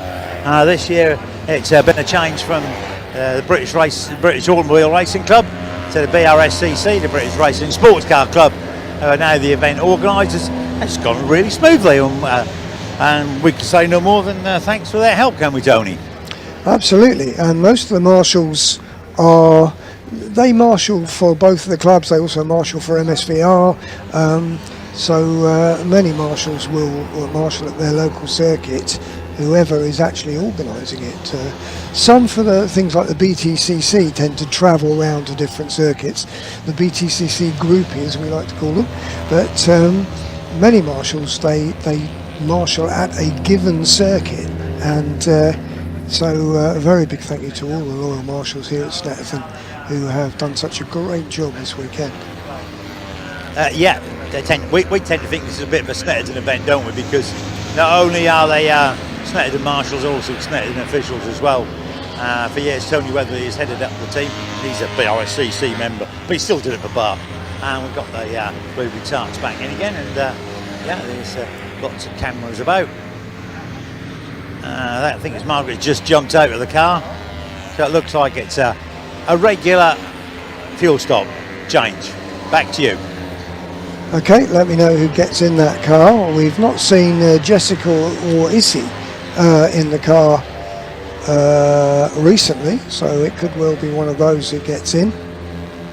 But not the sort of thing you want to do. I mean, they're down in 20th. I think they're a fair way ahead of Hollis Motorsport in 72. I'm not going to attempt to alter the screen to find out, because bearing in mind what happened when you last touched it, it took us a long time to get back onto the page. So we'll leave that as it is. And well, we'll see. If 72 goes past them and appears on our screen, we'll know they have fallen down to last position. So at the moment, the only car that's been in the pits recently, or is in the pits, is the Blueberry Tarts machine, number 35, crewed by Jessica Owen, Issy Woodley, Keris James, Samantha Sheen and Katie Mullings. And of course, we've had some female teams here a few times. We had the French ladies, didn't we, a couple of years ago? And it's nice to see. And it was interesting what they said about they felt they perhaps had more mechanical sympathy than the blueberries, the blueberry muffins, and that might advantage them. Unfortunately, it hasn't in this instance this weekend. Tony, wasn't it Pink Frog? The lady team was Pink Frog, wasn't it? Pink Frogs, yeah. Yeah, we had Blue Frog, Green Frog, Yellow Frog, Pink Frog was the ladies team. Yeah. Yeah. Last year we had Blue Frog and Green Frog, didn't we? Yeah. We only had two last year. Ladies weren't here. No. That's right. But you see in international racing we get women's teams which, like at Le Mans, are very effective. So again, we're waiting now for the next pit stop. We're getting close to the 2 hour mark to go, 2 hours and 5 minutes, which means that I would think any time now we could be getting people in for their final stop. Because what we were talking about yesterday was that the teams could go 2 hours and between 2 hours and 2 hours 15 minutes on a tank full. So if they stop now, it should be possible for them to get to the end. Sorry, Tony. Izzy, I can't remember her name, has taken over the Izzy Woolley. Yeah, she's taken over, and in comes Rosie, racing the Rosie Walford car. I better get out of the way. I'm standing a bit in the wrong part of the pit lane. Well, that's doing well because that's 8th in class at the moment. The Rosie Walford racing car only 2 laps behind Fig Jam Motorsport, who've been having a few problems. So it's possible they might rise above 8th. Yeah, Fig Jam came in with that exhaust problem. It's wearing the exhaust away as it heals over. Yeah, the Fig Jam's not looking good. So Rosie's, but that's the trouble with Rosie. They either have a really good first half of the event and a bad second. This year's been the other way around, hasn't it? It didn't start great, but it looks as though I've picked up a lot of reliability as it goes. I was speaking to Mick earlier and he just said cars got quicker and quicker. So we'll go and see who's in and who's out. Back to you. Okay, thanks for that. So the number 7 car in to the pits. So you got Mick Story, Julie Walford, Steve Walford and Nick Clark. Could be Steve, couldn't it? Because and Lauren Story as well. Just what you're talking about, Steve. Yeah, it looks as though Steve Walford's getting in. Okay. Looks as though Mick's just jumped out. So that'll be the reason why. And they didn't put an awful lot in. They probably put 20 litres in at absolute most. And you should be putting 25. You should be putting 24 litres in, I'd have thought. Not more, not 15. But anyway, they'll probably work out the driving duties. So if that's a full tank, they should be able to go to the end, shouldn't they? Yeah, that's what we reckon. Yeah. Okay, so they've got Fig Jam up the road, couple of laps ahead of them. That's possibly their target to get themselves, well, in accordance with their number, to get themselves 7th. That's what is at stake. They're 8th at the moment in their section. They've got 6 laps advantage over Pork Pie Racing, so that's unlikely to catch them.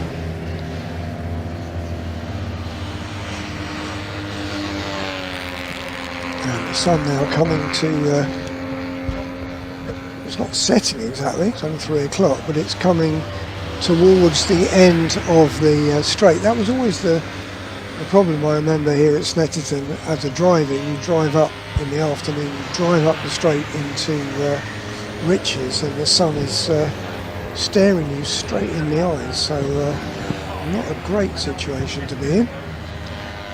Anyway, Rose is now taking to the track. Just as an aside, I know we don't tend to do the podiums because they tend to be done by the club in-house at the end, because it takes quite a while to establish the final result.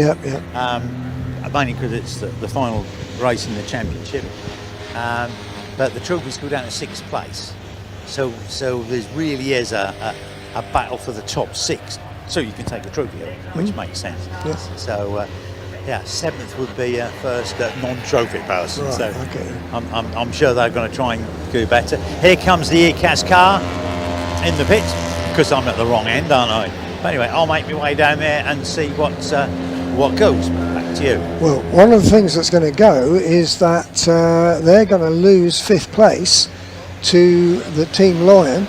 Pete Sparrow's been closing in. The gap was just 54 seconds a moment ago, and pit stop with whatever they do to the car and the pit in and pit out time is bound to be longer than that. So I think Team Lion, number 97, that should now take over 5th place from Team ECAS.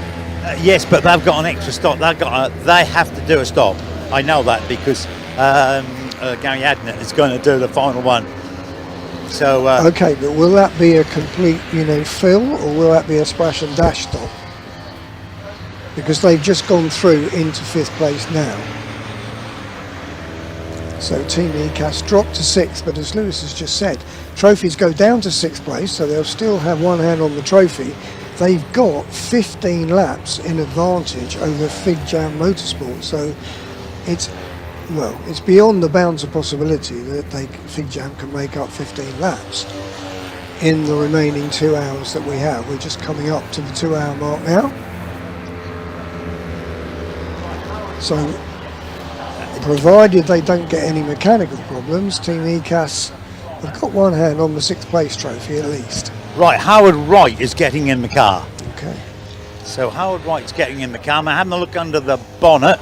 I think because they've just had an engine, Lions had an engine change, it will just be a fill up and go. Super Schenker in, and Ian Pearson's going to be taking over. I was literally just talking to Callum Grant off mic, and I've forgotten who's just got a jump. Who's jumping out?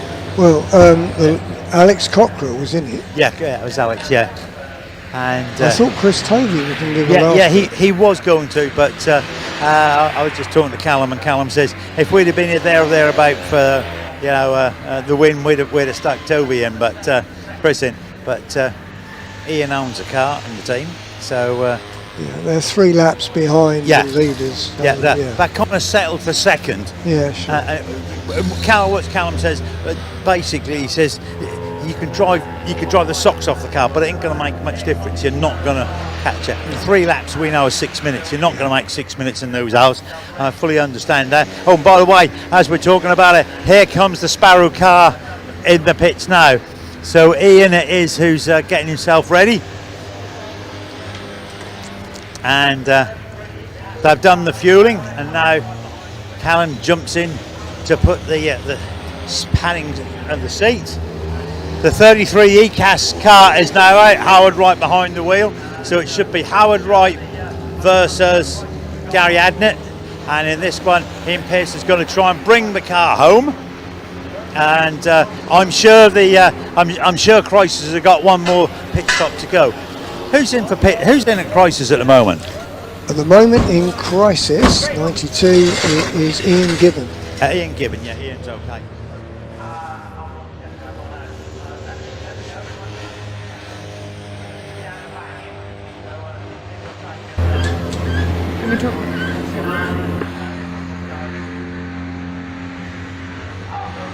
Got car 13, who is Super Schneck. They're currently in second place, making a scheduled pit stop. But at the last minute there, they just had to change the air filter. The car was started, they weren't happy with it, and they've now changed that. So that's all fitted, and they're happy, and they go out. So they're in second place. They're currently chasing Crisis at Tete Rouge, but there is a 4-lap difference. So that will take some making up to do. They are ahead of Team ECAS, which is the number 15 car. They're 12 laps ahead of them. So, yeah, a good start. We'll go and head into the garage of the car 13 and see if we can chat to the driver who's just come out of the car. They're having a little debrief. So we've got less than 2 hours left of the race. That looks like it should be the final pit stop for Team Schneck. So they're currently in second place. We're just listening to Alex give a debrief, and then we will go and chat to them. On the camera right now you can see Team Fig Jam. They're currently running in 7th, having to make, unfortunately, another pit stop, but they're doing quite well considering all the pit stops they've had to do. Still a lap ahead of Rosie Walford Racing in 8th, but yeah, running in 7th is not bad at all. The 97 car is in the pits currently, so they were planning to make a driver change, which is what they will be doing at the moment. It looks like Gary Adnett is going into the car. So yeah, that's car 97. So they're now down to 6th as Team ECAS is out on track, and they have been able to overtake. So that'll be one to look out for. Their podium positions from 1st through to 6th. So Lion won't want to drop any further back, but with a 16-lap buffer, that should be okay. I might go and quickly chat to Alex. Hi, Alex. No, it's alright, I don't have the camera, it's fine. I'm talking to a half-naked Alex here, but you can't see it, so that's okay. Just yeah, specify which half. You've just got out of the car. Was that a scheduled final pit stop for you, and how's it all going? Yeah, scheduled stop. Scheduled stop, even. Yeah, it's a good session. Thank you to the Lion cars. Did some good drafting there and helping each other out. Yeah, it was a fun session. I was just trying to conserve as much fuel, just lifting and coasting, saving the brakes, just trying to save the car and just keep a consistent pace, and just, yeah, it was nice, just had fun. Yeah, brilliant. And was it fun out there? It was fun, I can guarantee it. Brilliant, thank you so much, Alex. I hope you get some maybe rest now, or what will you be up to? I don't know, I think Ian has a lot of drinking plans, so we'll see. Brilliant, enjoy that, thank you. Yeah, so still second place there for Team 13, which is Team Super Schneck. They are just 3 laps behind the Crisis Tete Rouge car. And as Alex was saying, the Lion car was going around with them with a bit of drafting, which would have helped them maintain that consistent speed altogether in total. So, if we move out of the top 10, we can see that in 11th place is Regimental, which is car number 82. In 12th place is the Blue Brew Muffins, car number 40.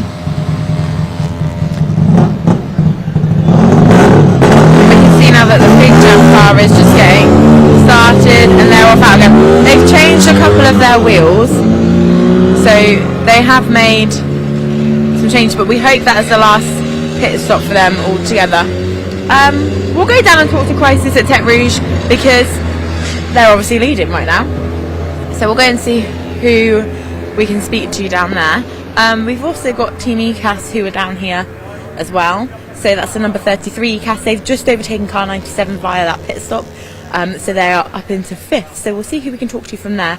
Another race to keep an eye on is the 79 car. They are lapping 2 seconds a lap faster than the 15 ECAS car, but they have been lapping a little bit faster for a few laps now. So we'll see what happens there. I think we'll see if we can talk to Glenn Oswin, who is of car 33. Hi, Glenn. You've just overtaken the 97 car there through them being in the pits. Yep. Is that a car that you were chasing? They were chasing us. Oh, brilliant. So they've they caught you and then you've caught them back? They've been catching us, and then they've had problems, and obviously dropped back and then come back to catch us again, and then it looks like they've got another problem again. So it's kind of working in our favour, really. Yeah. But the car's all right. I mean, it's surviving. There's a few little bits that aren't really agreeable, but it's going all right, and so we're just golden fingers crossed and hoping it should all be okay. The car's running rich itself, proper rich, and we're just going to live with it and see what happens, really. And we've got well, especially now with lines in the garage, we've got a bit of a safety bumper now between. So we're a bit worried we were going to lose 5th position, but I think we might be okay now. Oh yeah, they are still down there. Unless lines come out with their normal spirited driving and putting in 50, 49s, 50s, then we're going to get a bit worried, I think. Yeah. Well, we'll keep an eye on that from our end. We're doing sort of 55s, 56s regularly, so as long as it don't come out proper firing, we'll be alright. Brilliant, thanks so much. Fingers crossed later. Yeah, thanks so much, Glenn. Yeah, we're going to keep an eye on this battle, so I might be back. But yeah, thank you so much, Glenn. So that's Glenn, who is Team ECAS Car 33. So as he says, 97 were catching them. They've now caught them. We can see that. Oh, would you like to talk to me, Tim? Oh, great. Yeah, lovely. I was just going to pipe in and say it's nothing to do with Glenn, it's his amazing pit crew. And are you one of those amazing pit crew? I might happen to be, yeah, maybe, possibly, yeah. How's your weekend gone, Tim? Really well, actually, yeah. We've had both cars, 92 and 33, have had a good run so far. We had a few little gremlins, but nothing really drastic. So it'd be rather nice if it stayed like that. Yeah, it would be, for sure. I mean, obviously we're watching Crisis Tech Rouge very closely because that's an important... yeah, there's quite a lot riding on that one for Bully and the team. So, yeah, if they can stay where they are, that would be very nice. And tell us about this weekend, like in general. What is it like being a mechanic at this weekend? Actually, this weekend it's been fairly laid back. We've not had the usual chaos we've had in the past, but yeah, it's great. We love it. That's why we come and do it. So. Yeah. Have you had any sleep? Yeah, like a whole hour, I believe. Wow, is that a record? No, I've had more than that actually, but I managed a whole hour this time. Because we've not had quite so much to do, I've not been quite so broken, so it's been alright.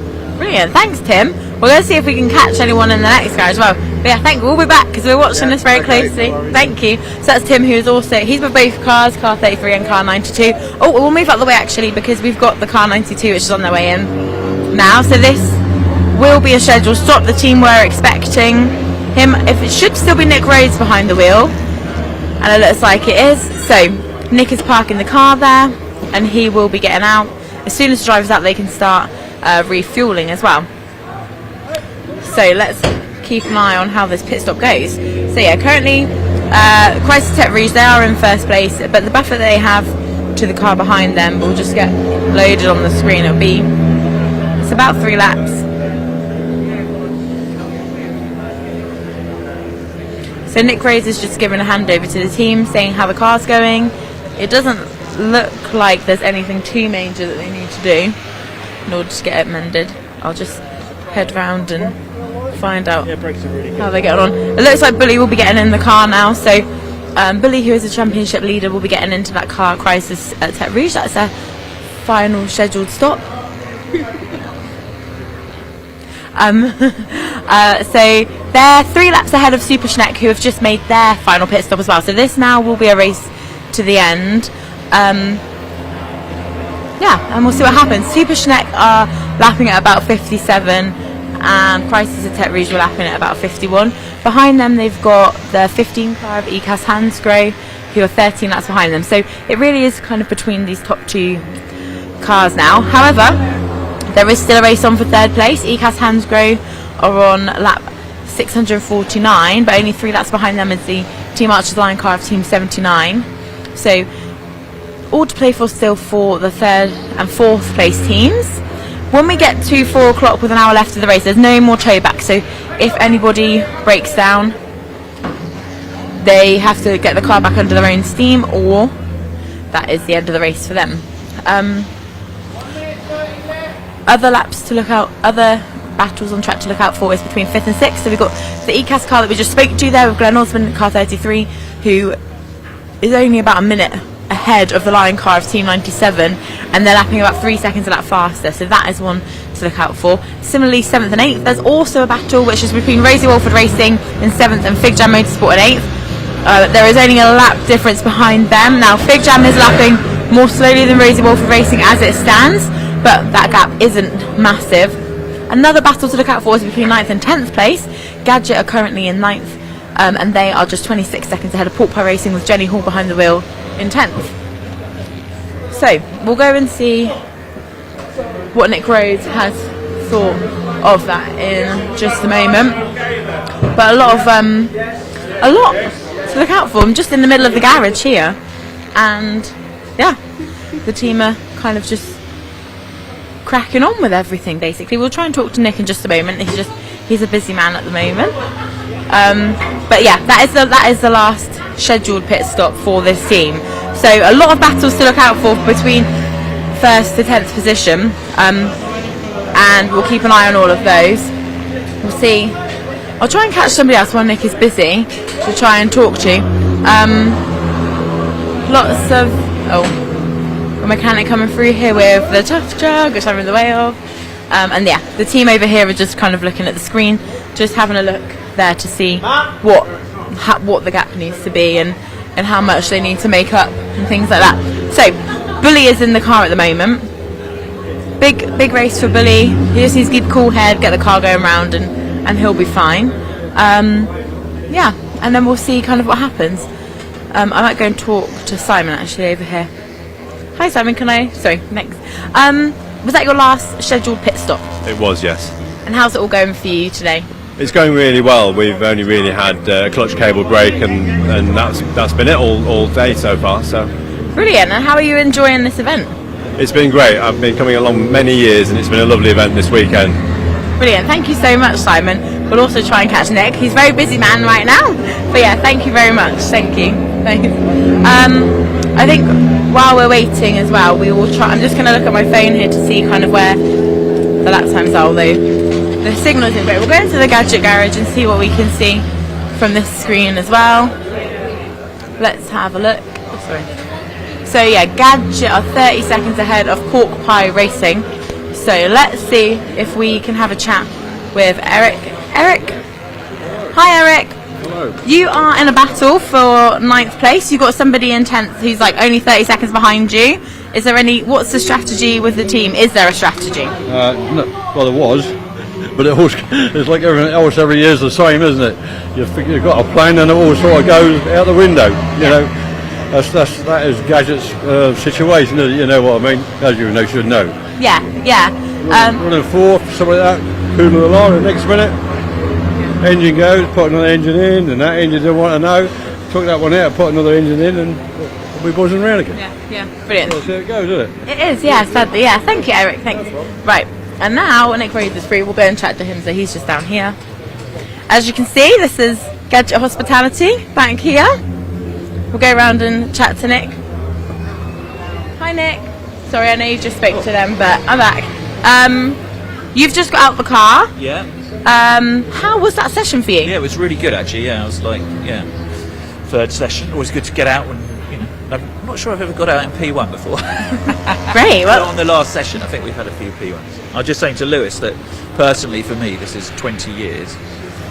We bought a 2CV, some mates in a pub, turned up here, basically had no idea what we were doing, never raced a car, had loads of hassle, qualified last, finished second last, but we really enjoyed it, and 20 years later, here I am. So. Yeah, what a difference, that's amazing. And how much do you think you've learned in that time to get to here? Yeah, quite a lot, but it's more the kind of getting the team stuff together really. It's just, that's the, this, obviously having Paul and the Tech Rouge guys, it's just, they're so well organised.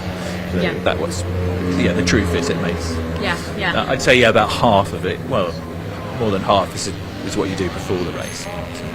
Yeah, I think that's what kind of we say. There's so much prep that goes into it, but then obviously there's still so much to do when you're here, but that prep is really important. Yeah, that's right. And it's weird how you have lap times, they go up, they go down, sometimes you're 2 seconds slower and then it's really fast. I'm never quite sure how it was, but it all sort of pans out over the course of the race. Yeah. Keep the thing on the track, so we had our problem with the clutch back whenever it was, and after 4 hours, but since then we've had no problems, so that's the truth of why.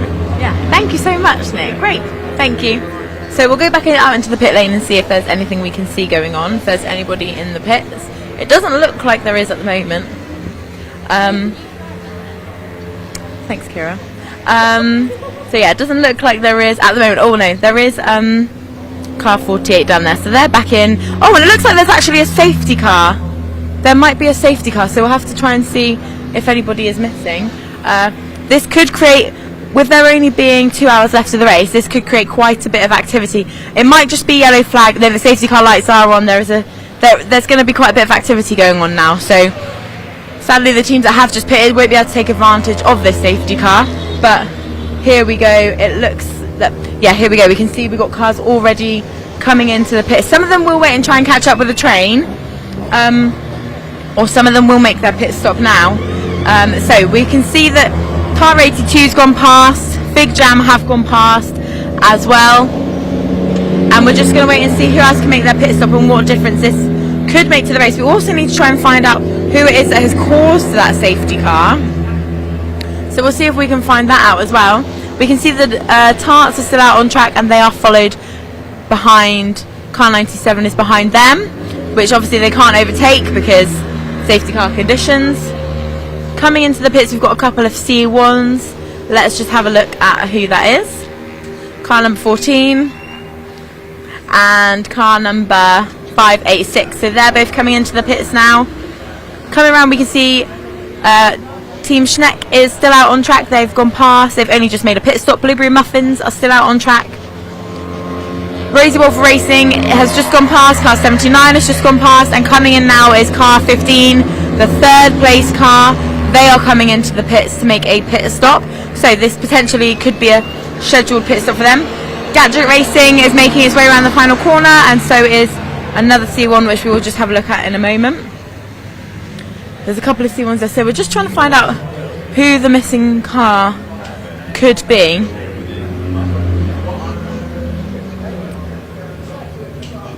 Only a couple teams taking advantage of the safety car for their pit stop. As I say, lots of them would have already made their pit stop.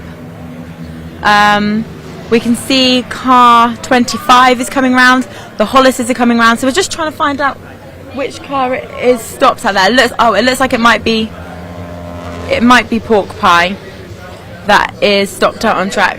I think yeah, that looks like it's Pork Pie. Whereabouts is that? Oh, they're in the pit lane. Oh, the end of the. Oh no. Okay, thank you so much. So just looking at somebody's camera, and the Pork Pies are stopped just at the end of the pit lane. So that's frustrating. Car 82 Regimental is on their way into the pits as well. Car 25 really is just being refueled and they'll be sent back out. But yeah, sadly it looks like it is the Pork Pie car that is kind of stuck down there. So we'll head down to the Pork Pies and wait for that car to come back. Currently you're watching the Really car is just being refueled. And we can see now here's car 82 Regimental who are refueling as well. So we'll head down to the other end of the garage at the pit lane and find out kind of what's going on with the Pork Pies. We think it's SL at the top here. Oh, SL as well? Blue and white one. Oh, okay. It's a 33 car. I don't know, I've not seen that either, yeah. It's got a triangle on it as well. So. Oh, okay. So we just heard there from Lewis that it could be there could be an issue with the ECAS car as well. So we're just trying to find out exactly who that is.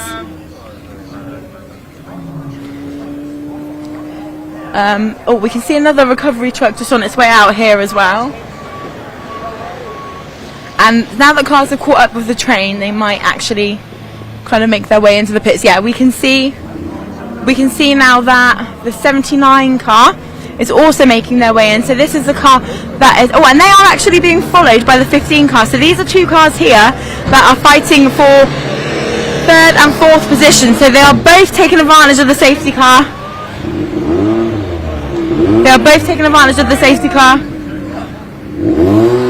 to make sure they're going. Oh, sorry, we've got a bit of an issue here in the pit lane with regards to space as it gets really busy. Okay.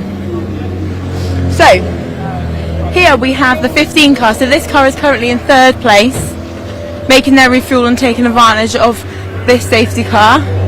Is this a scheduled stop? Yeah, this is our last stop, we hope. Safety car worked out pretty well for us there. Brilliant.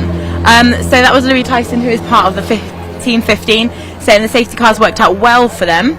Well, I wonder if the same can be said for the 79 car. Looks like Sam Archer is getting in there for the final stint. Now, they were really chasing down that 15, so they have managed to get the driver in quicker than the 15 car. So could this be an opportunity for them to catch up with the 15 car and potentially overtake them in the pits? The car is down off the jack. The driver is being strapped in, the bonnet is down, the cars are just being held at the end of the pit lane as it stands, so it doesn't matter that they're taking a bit of time with this. The 15 car still has the bonnet up and it doesn't look like they've actually made their driver change yet, so they've that difference to make there. We've got the 82 Regimental making its way down the pit lane. Like I say, they will be being held at the end. Are chasing the 15 car. So if they can use this time now to get past, they could get a lap back on their competitors in the 15 car. So that is the cars out. I'm just going to double check where they are at with regards to the laps. Just try. Oh, thank you. So, they were 2 laps behind. Okay, so that is quite a crucial pit stop. Let's have a close look at what the 15 car are doing. Their driver is in, as we can see. The number 1 car, Fig Jam, making their way back out. But the 15 car with their driver in still has the bonnet up and still has a tyre that they are changing. So whilst it was a scheduled pit stop, we can see that if the train comes round now, this car will be held, and that gives the opportunity for 79 to make their way back round. But 79 hasn't caught up, obviously, with the train yet. So we'll keep an eye on that, because that is a big battle for 3rd and 4th going on.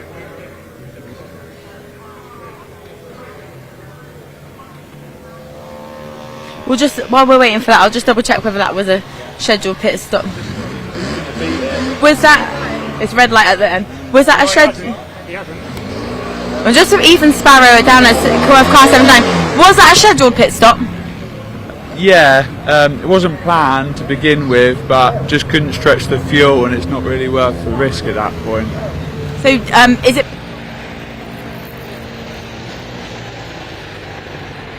Of that and get a bit of fuel in the car, so we've definitely got enough to. I think we just lost a lap, or didn't gain one. Well, we'll see, because they're quite far behind. Well, they'll all have to catch up, won't they? So Ethan's just saying that they're not sure if they did actually gain a lap, because the other cars are now catching. But we'll see what happens. That's something that we're going to keep an eye on closely. You can see now the Hollis car is also in the pits. That is car number 72. So they are taking advantage of the safety car as well. We'll have a look and see kind of what cars it might be that are still up. So we're still missing the 33 ECAS car. We were just talking to Glenn about that. And we are missing the Pork Pie car, car number 96 as well. So Pork Pie's currently rounding off the top 10. They've got quite a big buffer to the next 2CV, which is Regimental of car number 82, who we know are still coming round. But we can also see that Team Gadget are back in the pits as well. So currently, as it stands with the safety car, we have got Crisis and Tech Rouge in first place, Super Schneck of second place, who are racing them 3-lap difference. Then in third place, we've got the ECAS number 15 car, which is currently still ahead of the Team Archer Lion car. In fifth place, we've got the 97 Lion car, and Team ECAS were chasing them down. However, it looks like they are out on track, as they are now 4 laps behind, so that gap has extended. In 7th place, we've got Rosie Wolford Racing. They're 13 places behind Team ECAS, so there's a possibility they could overtake and get into the top 6, which would obviously give them a trophy, so we'll see what happens there. In 8th place, we've got Team Fig Jam, who are on the same lap as Rosie Wolford Racing, and they will want to catch them up. Team Gadget are in 9th place. They're currently at the end of the pits, making another pit stop that will be their potentially 15th pit stop, but they're out on track.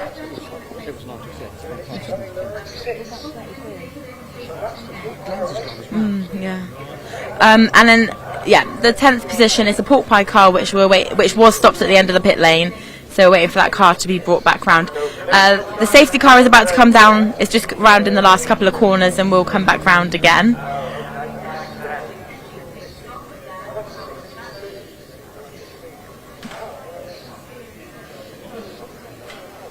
We've also got car 48, which is missing. They're currently running in 13th, and that's SL Racing. So you're currently looking at the Hollis car, which is just having a pit stop as well. So a lot of activity just in those moments, and we'll go back to the commentary live at track, seeing what's happening, and bring you some more when we have it.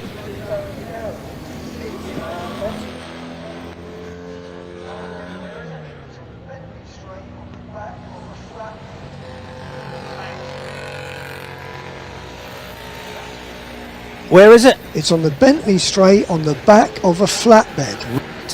Thanks. Okay, so that's where the 33 is. It's coming in to the back of the circuit through the various little channels you've got there. I think something's happened on the sprint circuit for the sprint event that's going on. Some sort of drama's taking place having come out of Palmer.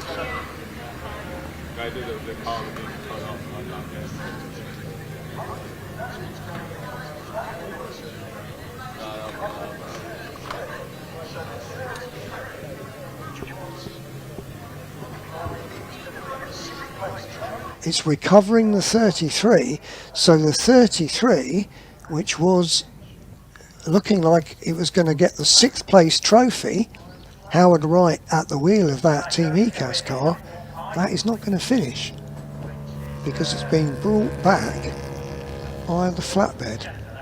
Okay, all right, Tony, here comes Pork Pie, which is Jay Hall. Can't remember who Jay is. What's Jennifer. Jennifer, that's it.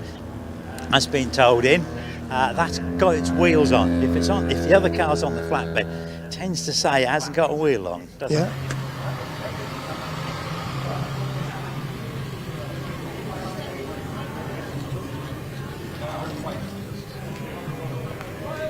So here we can see the pork pie car, which has been towed back. So that's one of the missing cars that we know where that was back in.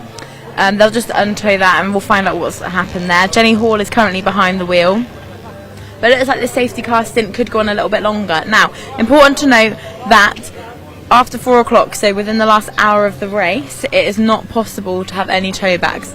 So it's arguably fortuitous that if something was going to happen, it's happened now. They're taking off the bonnet here in the pork pie garage, and we'll see if we can find out kind of what the issue was. Jenny will let her team know. Out in the pits we can see that the gadget car is making its way back down to the pit lane and will make the green light, and the 72 car of the Hollises is also making a way back. So that is crucial because they have only just, the safety car is actually back in now, so racing has now begun again. So we'll have a look and see. It's quite a melee down there at the front of the pits, at the front, and the charts have also only just come in as well, and we can actually see car 48 of SL Racing, which has just made its way in. So there's quite a lot going on here. We'll see if we can see kind of what's going on under the bonnet here. It looks,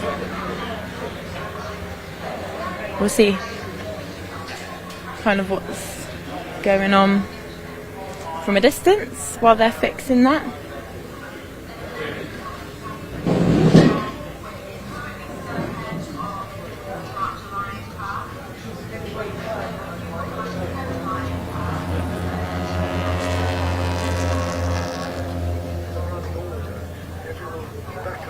So when we get everyone crossing the line again, then we'll understand kind of where everyone is in real time, and we can see kind of what races we are looking out for and who we should be monitoring.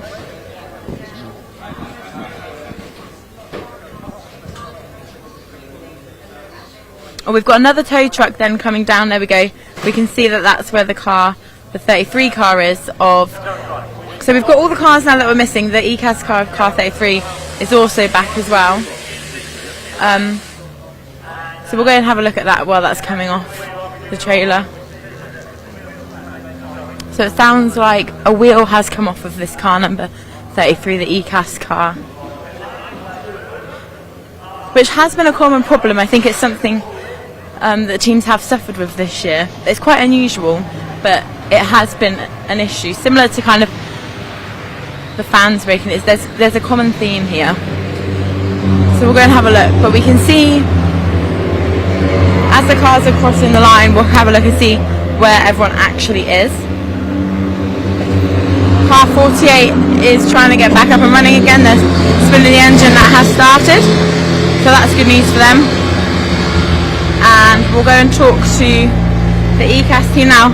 They are currently in 6th place. Rosie Walford Racing have made up 3 laps, which could just be the 3-lap penalty, which ECAS will have sadly endured for this tow back. But you can see that the team, whilst the car is up in the air, are taking advantage of that and seeing what they can do with regards to putting the wheels back on so they can get the car back down safely.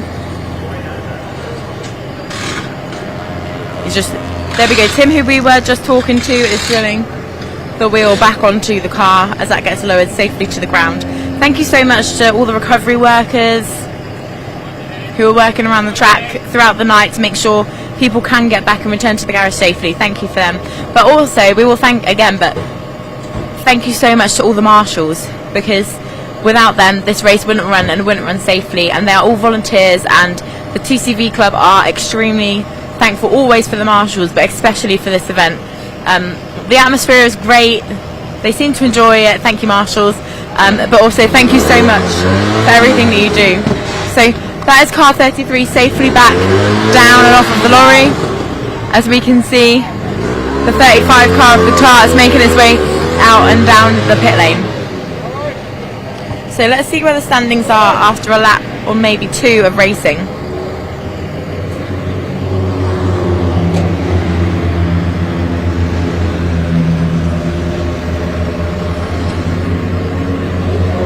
Wheel failure. Okay. Let's see if we can see where. Okay, so we have got in first place Crisis of Tech Rouge. They now have a 3-lap extension over Super Schneck, who are in 2nd place. Fig Jam are back into the pits now, sadly. They're currently in 8th place. They've gone, it looks like I know they've had exhaust issues, but yeah, that won't be a scheduled pit stop from them, so that's sad. So first place we've got Crisis of Tech Rouge, 2nd place Super Schneck, 3rd place is the number 15 ECAS Hansgrohe car. Chasing them at 2 seconds of that faster is the Team Archer Lion car, just 2 laps behind. Then we have the Lion car with Gary Adnett behind the wheel. It's car number 97. They were being chased by the ECAS car 33, which is now inside. They are changing both the wheels there because the wheel fell off, and that was the issue of this car. Rosie Walford Racing is now only 9 laps behind, so you do get a trophy for 6th place. So Rosie Walford Racing may now be looking on with interest. Again, like we said earlier, nobody wants to gain places based on other teams' mechanical failures or bad luck. So you'd always rather win it out on track or by strategy. So, but they are now, Rosie Walford Racing are now only 9 laps behind Team ECAS. But saying that, it looks like Matthew Arrowsmith Brown is getting, I think that's, oh no, it might be Martha, sorry. Duff information there, somebody else getting into the car. So yeah, they are getting strapped back in and they will be able to rejoin the track. Out on track we can see the 97 car and the 79 car are going round together. So we know that the 97 car will now be trying to gain, or help I should say, the 79 car get that 3rd place position. So they'll be working together to make sure they can both stay ahead. The Super Schneck car is just behind them as well. And whilst the bonnet is still up on car 33, they're just making their final checks and making sure everything is safe and secure before they go back out. We'll go back and have a look now at what's happening on track with regards to the commentary, and we'll be back in a second.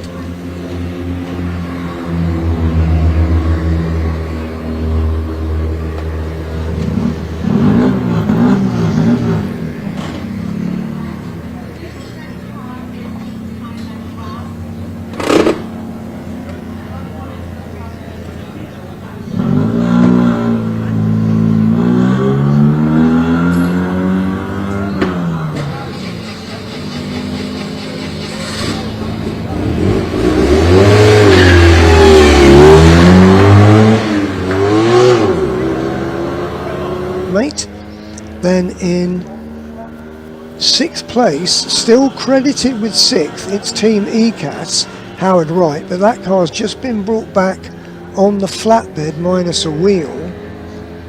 He's 9 laps behind Team Lion, so clearly he's not going to make that up. But he is 9 laps ahead of number 7, Rosie Wolford Racing.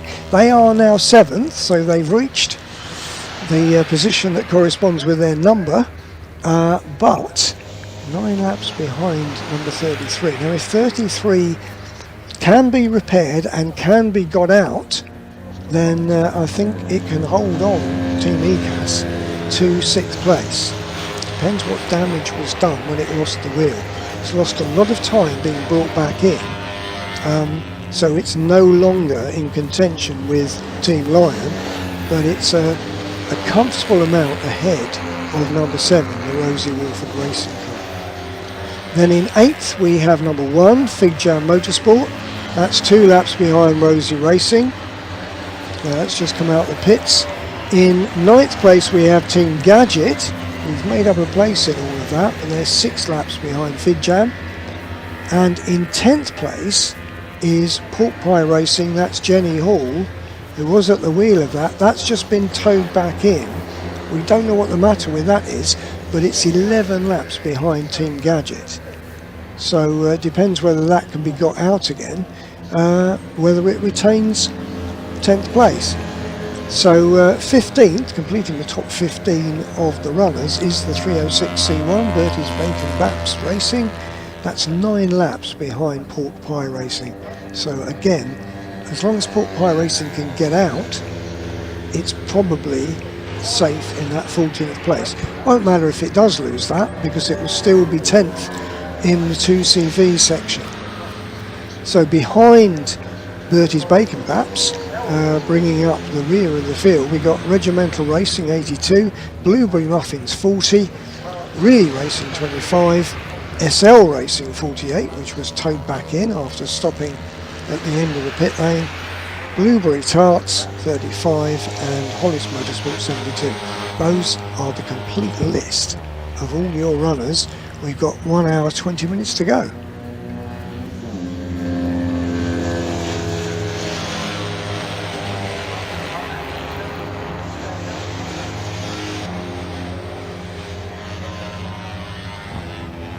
And just on that thing, Tony, there's no tailbacks in the last hour. So yeah, only got 29 minutes to break down and get a tow back. So everyone's just got to be reliable now and get to the end.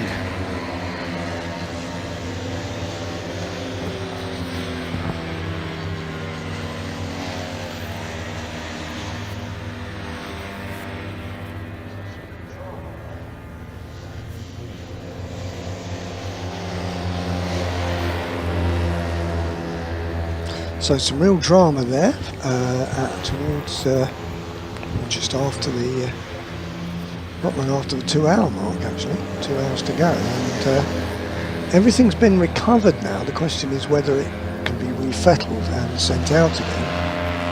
If it can, then it's not too disastrous. 33 won't have lost 6th place to Rosie, because they are up and running again. Looking down to see if anyone's still in the pits. I can't see, no one's actually in the pit lane. They might be in the pit boxes. Not sure if 96 has been refettled or 48. Those two still got warning triangles next to their names. They were both brought back, they were both towed back. So they were on 4 wheels, which in some ways is more ominous, because if you've got a wheel missing, at least then we know what's the problem. Tony. Lost a wheel. Lewis. I'm down here with David Drinkwater, WRC driver, team manager, all-round good guy. Is that right? Well, maybe, possibly. So who's in his car then? The weekend's gone well.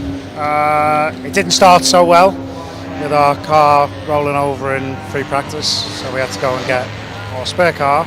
Is this the difference between 486 and 586? That's the one, yeah. So 486, it was all nice and shiny and ready and wrapped and everything, and then 30 minutes or so into pre-practice, one of the drivers lost it in the wet.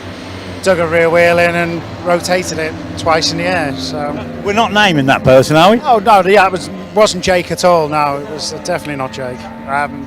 So Clive shot off to the workshop Friday evening and picked our car up, which we've got a couple of them that done Silverstone 24.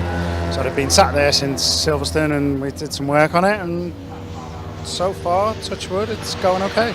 So where's the workshop? Clive's just outside of Colchester, so with the rain on, it was about a 5-hour round trip really by the time you get the car on and stuff, so I think it's here.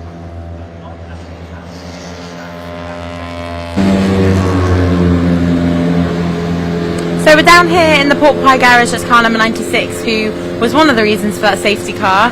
Jenny Hall is out of the car now and is going to be replaced by, it looks like, Mark Noro. That car was started, but they've just stopped it, so it looks like they might be pushing it back out into the pit lane so they can refuel it and make sure that gets swapped over. We'll go and ask and find out what the reason was for that pit stop. But yeah, they've just got the car pushed out just enough so that they can get that refueled. So we'll go and see if we can have a chat with somebody. Oh, hi Jenny. What happened? I just came out the final corner into fourth up the straight, and then it kind of just seemed to have an issue. I'm not quite sure the diagnosis yet, but I think it might be a fan issue, and then it just stopped the whole thing. So, oh, sorry, Colin. We just stood on that oil. Okay.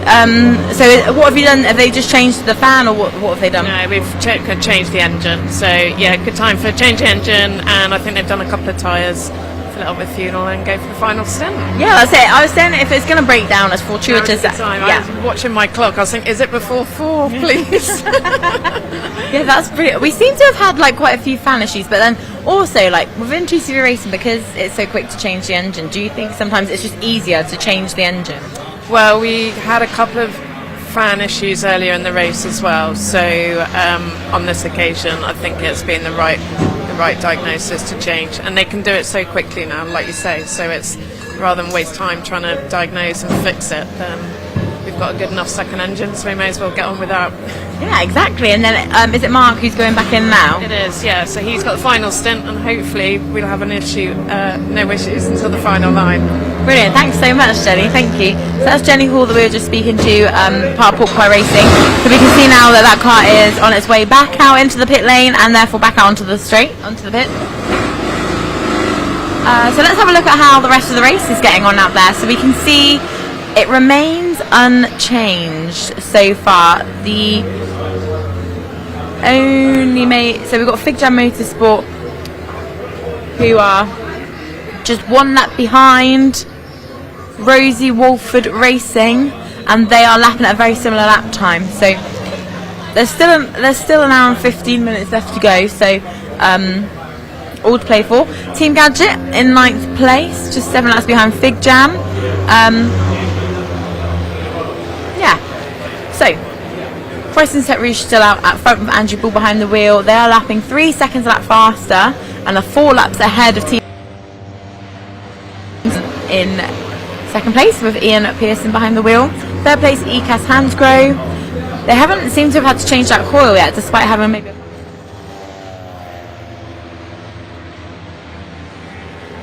they've been 2 laps ahead for a little bit of a while. They're still lapping about 2 seconds a lap quicker as well. In 5th place is the 97 Lion car. 6th place Team ECAS, the 33 car. And in 7th place Rosie Walford Racing. So we might go down and head down to see car 33, because they obviously have had a tow back now. But as it stands, it doesn't seem to have impacted them too much. Obviously they were chasing the 97 car for 5th and 6th position. So that's a shame, but still in the top 10, which is fantastic for them. If it was just the wheel coming off, which they say just, it's really annoying, but I can see them out there circling, so once the car is back, then that's a quick fix. But I guess as well it's understanding why did that wheel come off, and could it happen again, and because you don't want that to happen within the next, well, after about 13 minutes, because there's no tow backs then, and obviously with 3 wheels it's very difficult to get cars back under their own steam. So that would be the end of the race for them. But that won't happen. Car 48 is back in the garage as well, Still not made it back out onto track. Definitely a contender.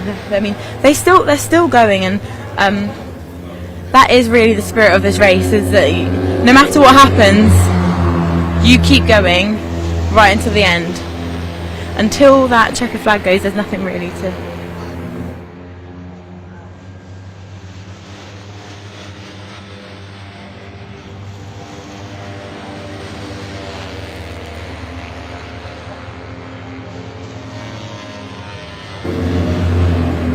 What? Oh wow. There you go, folks, look at that. So what would have caused that? Old age, basically, metal fatigue. It's actually quite an old rim, it's not a fairly recent one, so it's just one of those things. It's just been used a lot and given up the ghost. I mean, it's not ideal, but it's not had the majorest impact on the race. It's a couple positions drop. I think we were 13 laps ahead of whoever was behind us, and now we're 8. So, I mean, obviously some of that's the toe back, some of that. Yeah, we're still P6. I think we're still P6. Yeah. So it's not. It's obviously it's narrowed the gap, but not too much. It's not like really close or anything like that yet. So yeah, it's pain, but we had enough time to. And luckily, it did it before the 1 hour no toe back. So that was a bonus. Yeah, definitely, because it'd be very difficult to get back under its own steam with 3 wheels. Do it. The car's too low, and it's it was on the side where all the exhaust system runs down that side, so we've got no chance. You physically can't do it. And if you haven't got one wheel on it, the differential won't let you do it anyway. It'll spin one, but won't actually do anything. So. What about the wheel you've put on now? Is it a bit of a newer rim? Yeah. We actually put a pair on. We didn't risk it. We put a pair on, so we got better. The tyres that we actually tested on and qualified yesterday, they've now gone back on the car, and they are much newer rims. Great. Well, hopefully that will be it now. Cool, thank you, Tim. Great. Yeah, so that's the Team 33 that we saw coming back off the flatbed, so they're circling around now. But yeah, 2 brand new rims, 2 brand new tyres, brand new, going back on there, not old metal wear and tear. We'll just stand from a distance here, but we can just have a look in the garages. So this is the Tech Rouge garage right now. It looks relatively calm, but it will be quite squeaky bum time in there as well. And then a bit more relaxed maybe in the gadget garage there, because a busy race for them, but we're close now. They've done all they can as well to make sure that that they can make it through to the end of the race. So 10 minutes left until the no toe back starts. Let's go and have a look at what's going up out on track, and we'll come back when we've got something to bring you from the pit lane.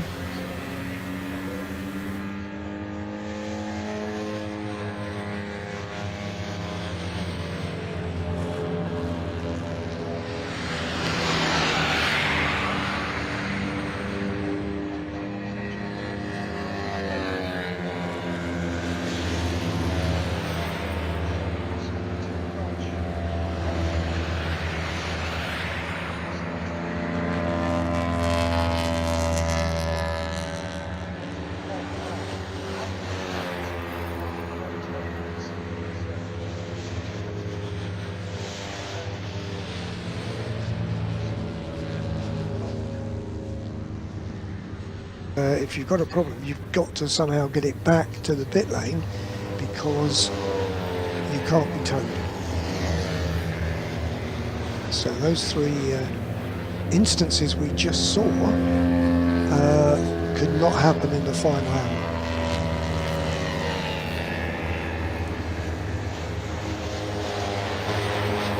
So at the moment everything is settled. Lewis, I'm sure, will be down there just making sure that nothing untoward is happening.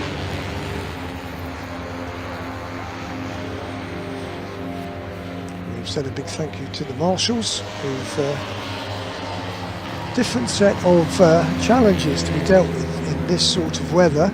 For a marshal, you have to make sure you've got plenty of water, and perhaps one of those things you can bung around your neck to cool you down a bit. Often a marshal has to deal with rain. That's one of the marshal's challenges, if you like. But in this weather we've had over the last few months, it's been dealing with the heat. really from mid-May it's been pretty hot. Now, team managers of cars 1, 33 and 96 have been called to race control. That's often because some sort of penalty is going to be applied. So that's Fig Jam, that's the Team ECAS that was recovered on the flatbed. 96 was recovered via the tow truck brought by Racing. They've all got to go to race control, so never a good sign. Highly unlikely they'll be invited along for a cup of tea. It's going to be something more sinister, I should say.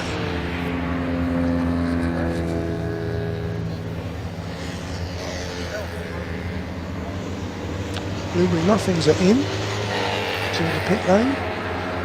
So obviously we felt that most people would be coming in, particularly during that safety car period, to get their final pit stops out of the way. So hopefully this is just a normal pit stop and not... Oh, good. Great. Would you want to race? Well, that's the plan. Mum wanted to try and work together. Yeah. Do the yards at the same time. Yeah.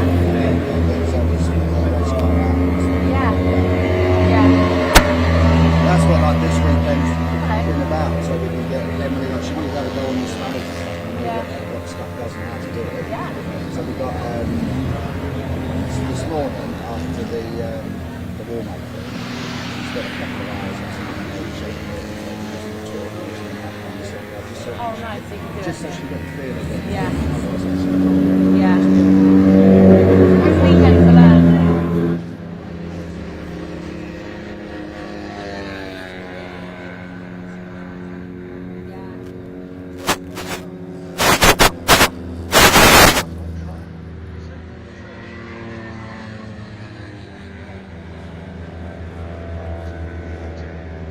Closest cars on track would be second and third, the 463, and we just got one lap in advance of the 14, and I think that's in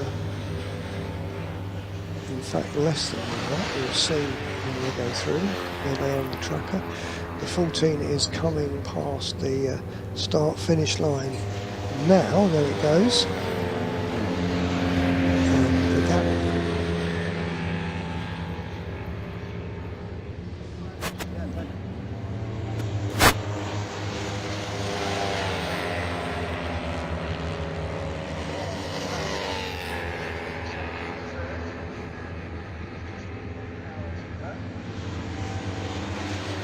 Get half a lap between second and third with just over an hour to go.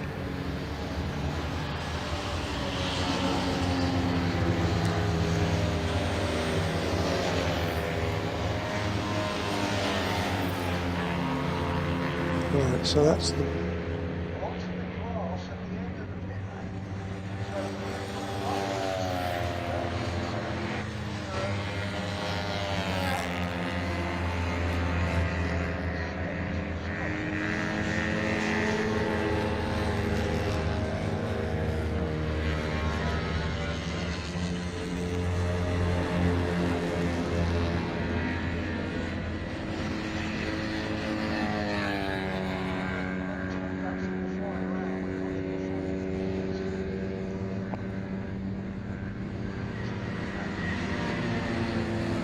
back's in the final hour. We're not in the final hour yet, so they could in theory be towed back.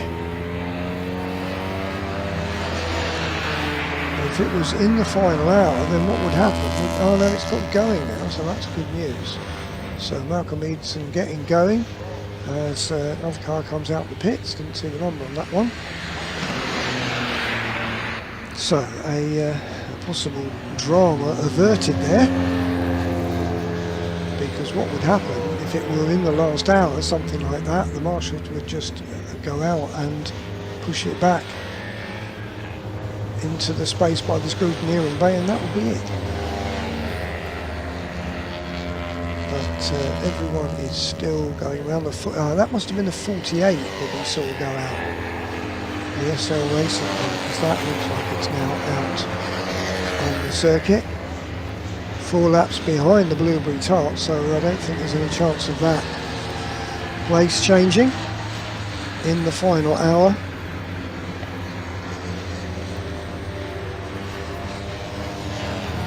.722 laps completed by the leaders. 722. Always think of the that wonderful March 722, which was one of the most beautiful racing cars ever. And now there is a light at Rich's, and it's a flashing yellow light, which sort of suggests that maybe Malcolm Eaton didn't get very far beyond the end of the pit lane. It disappeared off in the direction of that yellow light's gone out now, so presumably it's going again. It doesn't bode well though when you see a flashing yellow.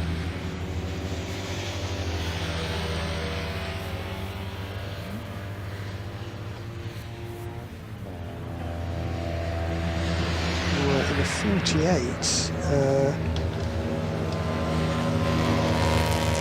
George Goldhurst, I think, is at the wheel of that, but that's the car that was towed in, and that's got a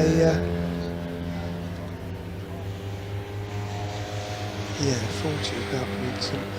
48 is SL Racing. That has got a warning triangle again. So that possibly was not, sorry Eaton, I apologise to you, I don't know why I said that, I must have read the wrong line. That is the 40 car Blueberry Muffins, which did come in, and I think they changed now, and Frank Van Koppen is out in that one. That did come in but went out, and I think the 48, I don't know if that went out or not, but that is listed as being in 20th place, 6 laps behind the Blueberry Tarts, with a warning triangle. Now either that just didn't go out the pits, or it went out the pits and then stopped somewhere. But we are now approaching the 1 hour mark, so in 30 seconds time, if you stop out on the circuit, you will not be towed back. You'll just be removed to a place of safety, and that will be it. Now it won't make an awful lot of difference to 48 because they're in 20th place out of 21 runners, but even so, the tradition of this race is that you try and finish, like used to be the case at Le Mans, where cars would sort of skulk in the pits until the very last lap and then stagger around, and then Le Mans introduced this rule that you had to do the last lap within a certain time. You couldn't take half an hour to get round, you wouldn't be classified.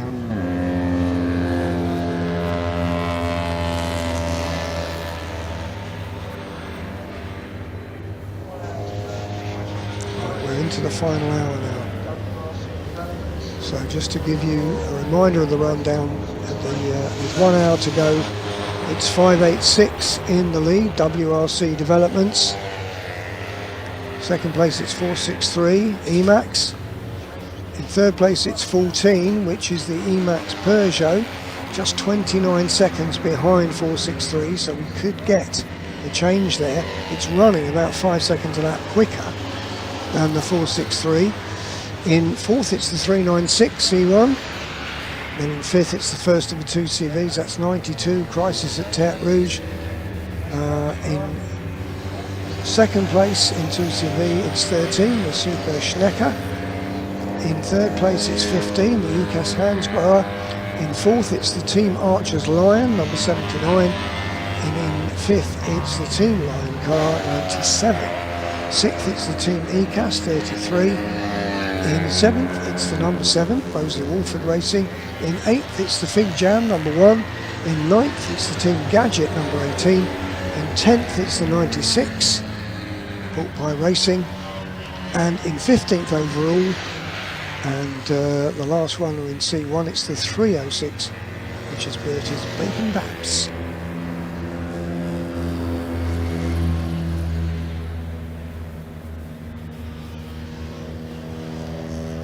Right, Lewis, I'll just go and see if I can get another couple of sheets, so I'll leave it to you for a moment.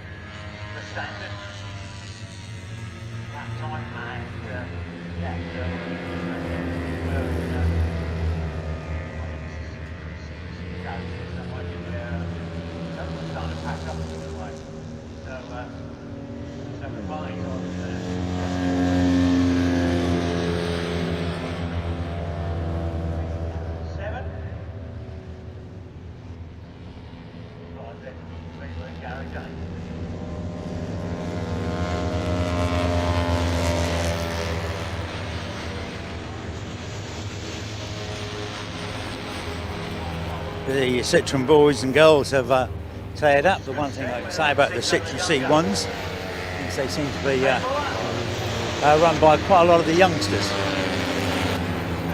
which is good to see. We like to see some of the younger people getting into motorsport, and most of the 2CVs are run by experienced people.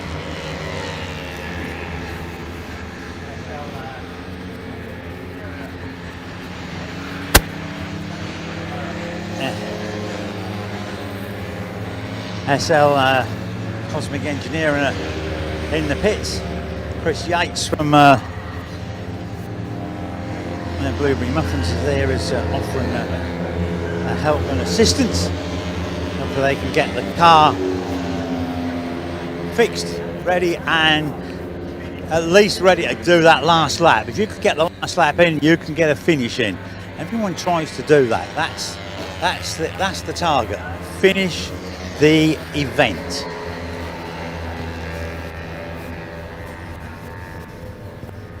Now a little further down, we'll see how Andrew Bull is doing.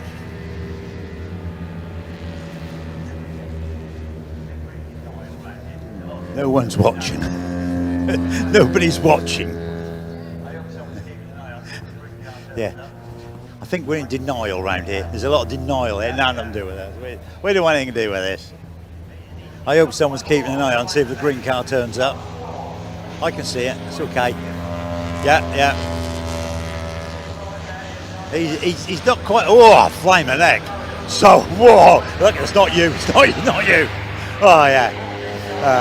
He went down the inside of about three cars going into Murray's. But that's all right. It's not the green car. Not the green car. The 14s go out. The 14s not prisoners. He'll get by down. You're okay. You're okay. Yeah. So he's keeping his nose clean. The C1s are weaving their way through the 2CV traffic. There's 306. That one was a Peugeot, but we take it it's the same one. Gadget coming by with a very relaxed. I don't know who's in Gadget, but he's got his arm out of the wind. So he's very.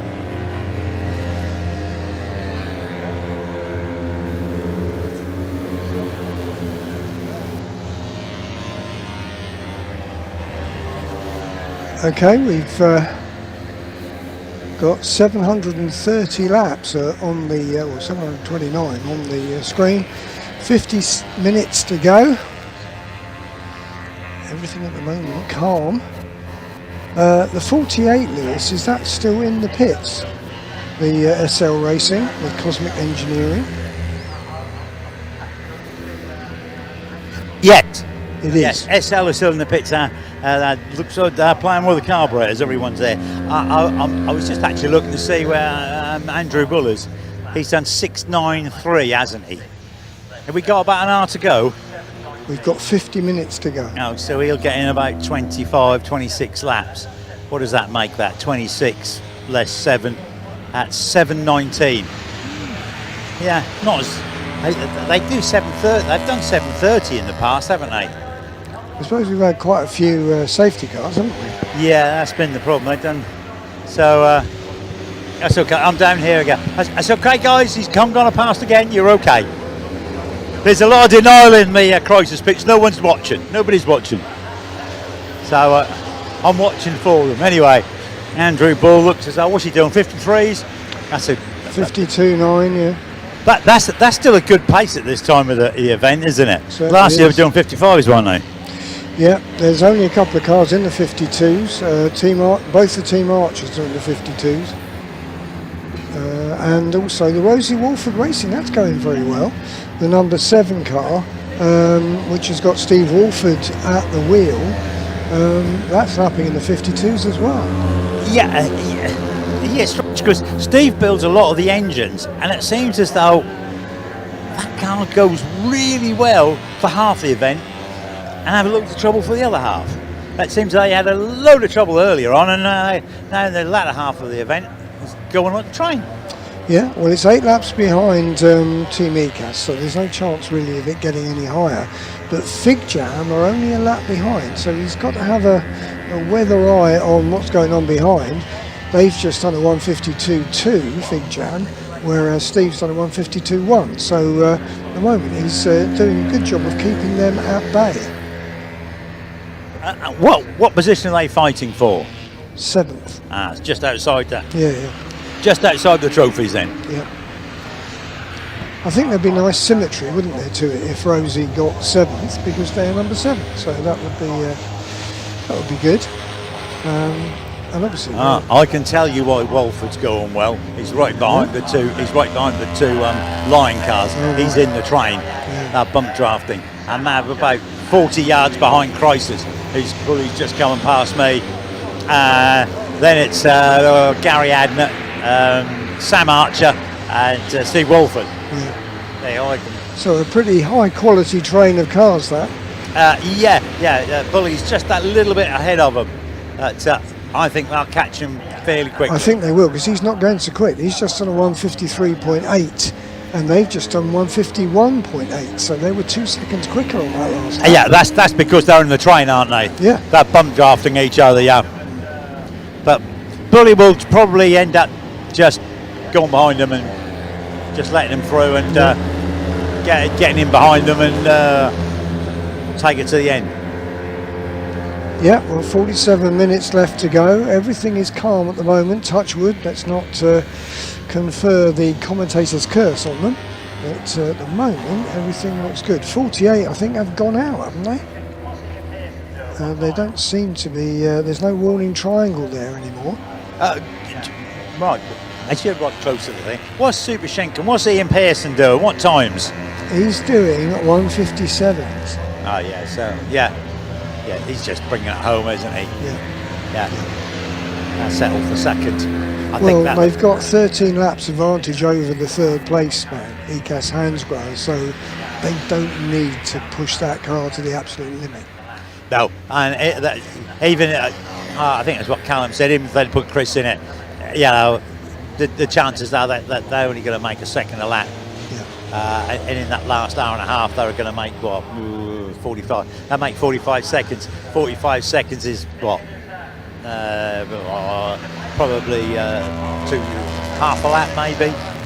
Not quite half a lap, is it? So Ian is the patron, owner of the car and the patron of the team. So I'm going to let him take the checker flag. And, he's driving sensibly. What did happen while I went down to get the next sheets was that Max Finn in number 14 has got past his teammate, number 463, which is Ted Reddick, and has started to pull away. So we've had a change for second place overall.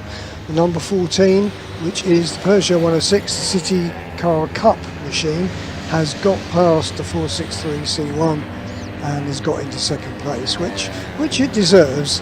Obviously, with that problem with the fuel tank yesterday, as David Drinkwater said, that it was a good battle going on between WRC and their C1 and the potentially faster 14, the City Cup car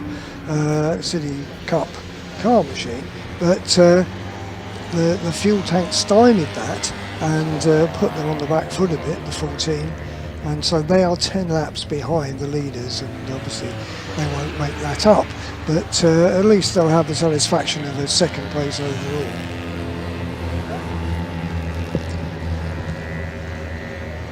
So everything else seems to be fairly in order. Nothing too outrageous going on down there. Only one lap between Rosie Walford and Fig Jam, but as I said, they're recording roughly similar times really, so as long as the two cars perform reliably, they should be okay. And Fig Jam have had to come in and deal with quite a few problems. Barrier damage, the track rod and steering arm, two wheels off, throttle cable exhaust, all sorts of things they've had to cope with.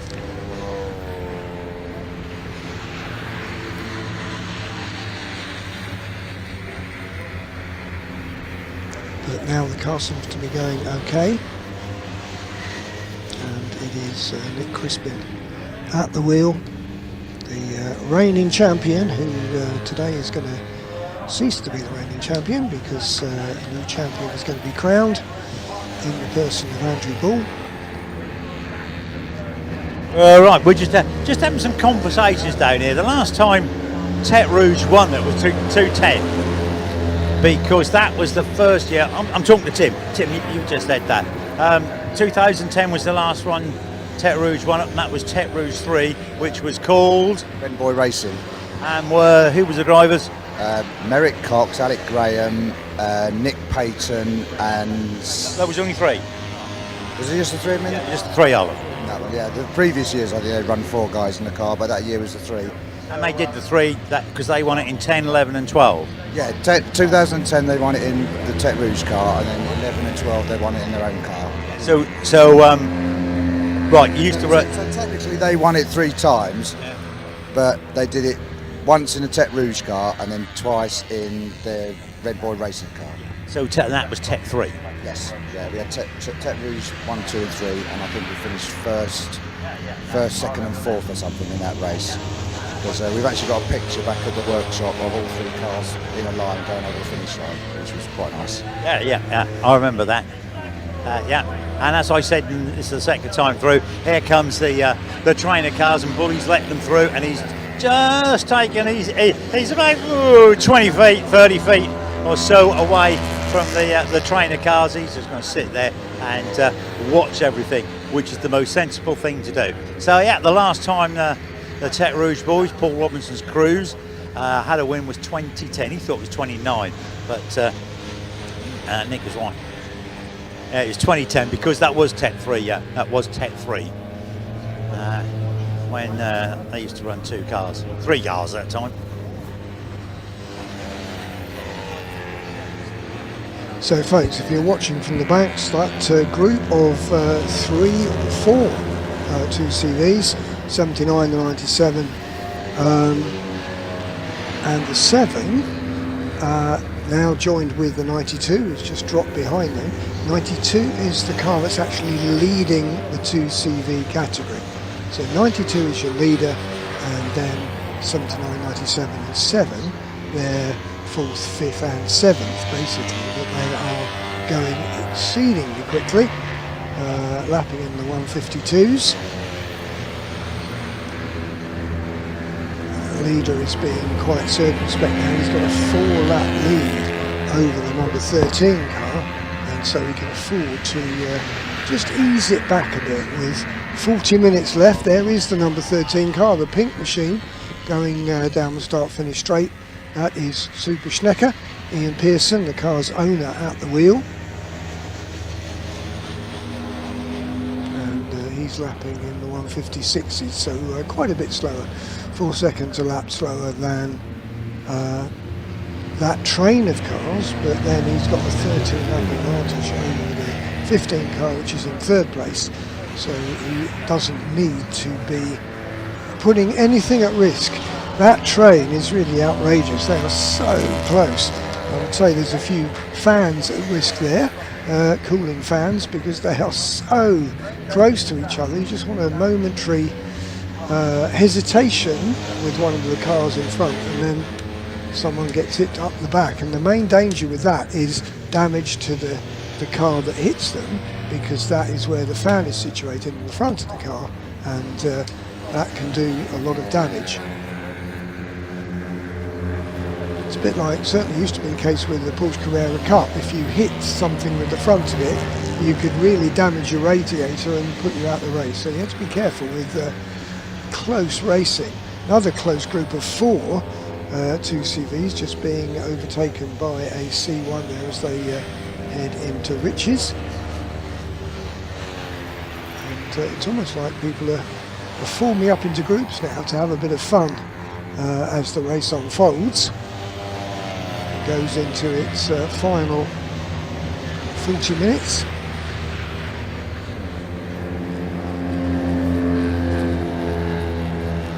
There's really not much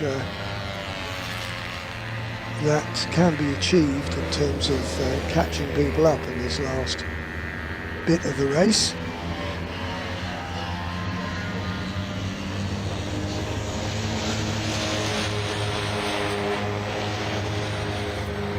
Down at the back there, 40 goes through.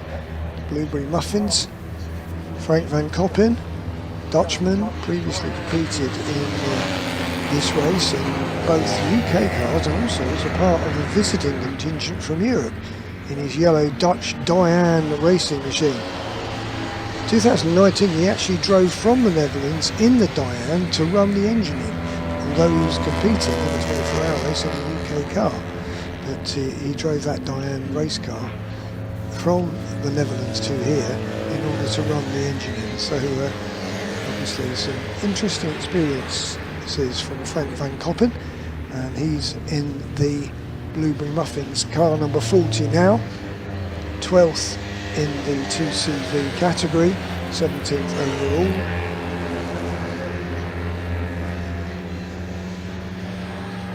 '21 cars still running. We've just had the one retirement, which was the 77 machine. The Daymax team. Car raced last year, but it's a new team on the grid, and all sorts of problems afflicting the 77 car, and engine, gearbox casing and so on. Robin Ward was telling us about that earlier on.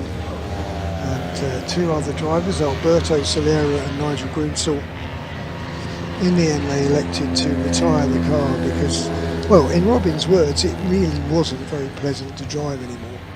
And obviously if you're not having fun, then there's not a lot of point in doing it. But there is a sort of unwritten rule that you try to get to the finish if you possibly can.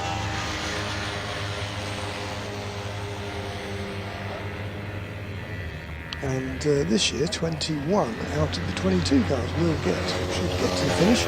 Touch wood, we've got 36 minutes to go. And, no towbacks in this last hour, so if you did stop on the circuit, you don't get towed back.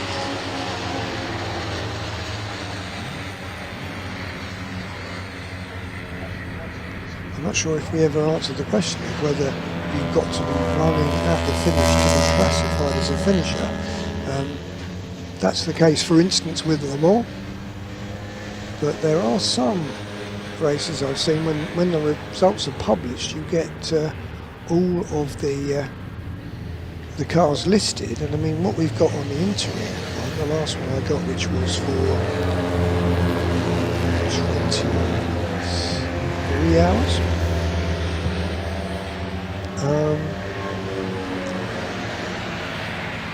Yeah, because it was printed at 4 o'clock.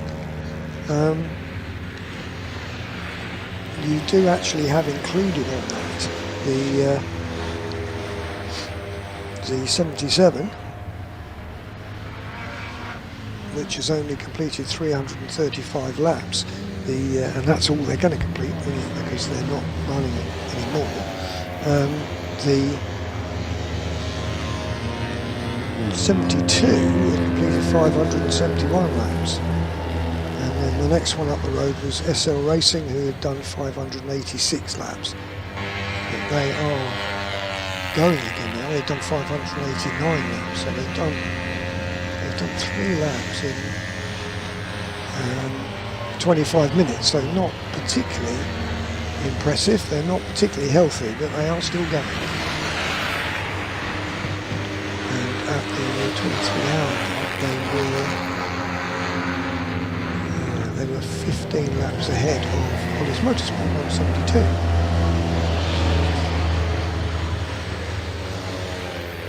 Who presumably are trying their absolute most to get onto the first page of the timing screen so they can get into 20th and usurp the 48th. So there's a battle going on there between the two cars at the bottom of the timesheets.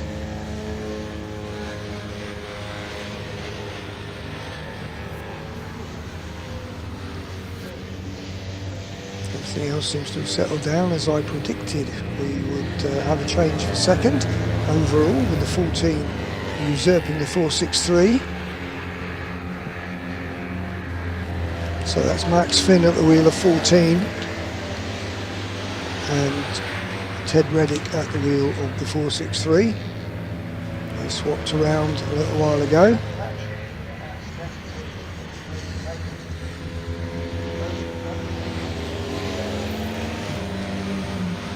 Plenty of action here at Snetterton to keep you entertained over the coming weeks. Next weekend there is a race on the Saturday, which is organised by the BRSCC. That is a round of the Brick Car Championship. They will be here on Saturday only for their race. So some high speed, high energy sports cars in the Brick Car Championship.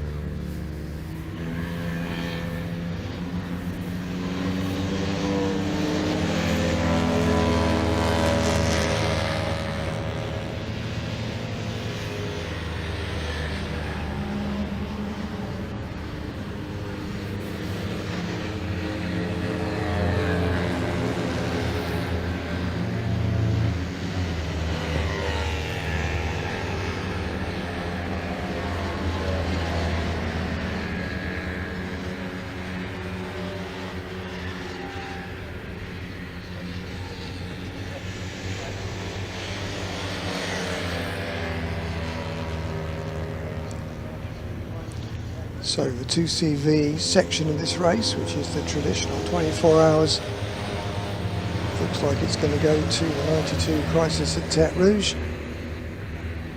Andrew Bull at the wheel of that car at the moment, 703 laps completed.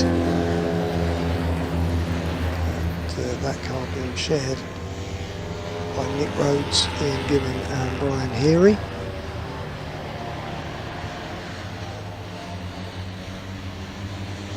Winning margin will be something like 4 laps from number 13, the Super Schnecker machine. Ian Pearson at the wheel at the moment, shared with Callum Grant, Stuart Tamilis, Chris Tovey and Alex Cockrell. And third, the UCAS Hans Grower machine number 15. Charles Owen at the wheel of that, sharing with Roy Eastwood and Max Wire. Surviving wiring issues and a towback. So an excellent result there to get them back into third position.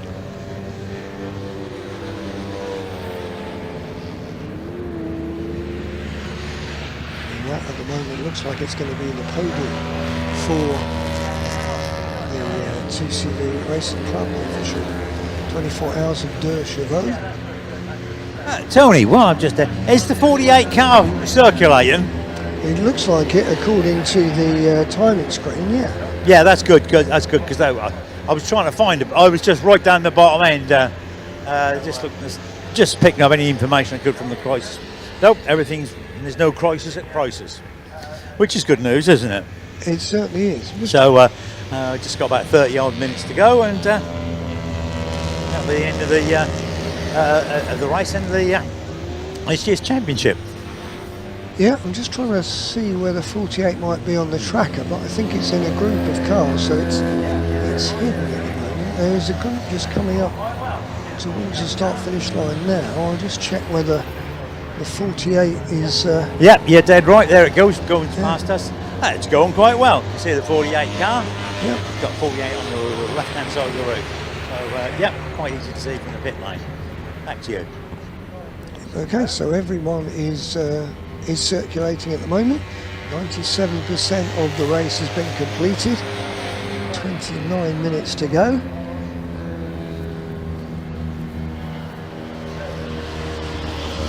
There goes this wonderful train of Lion cars with Steve Horford going with them in the 7. They're lapping in the 1:52 bracket.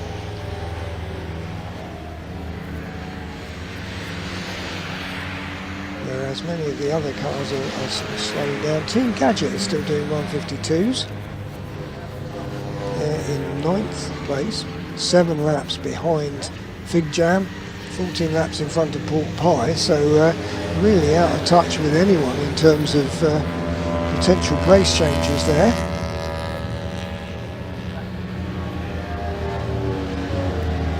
.48 have got just got a track limits warning, so they're obviously enjoying the fact that that car is performing well now.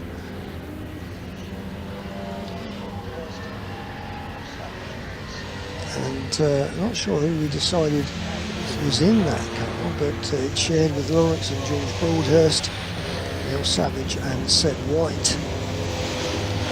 It's had an engine change, and then that late race drama when it was it had to be recovered, turned back in.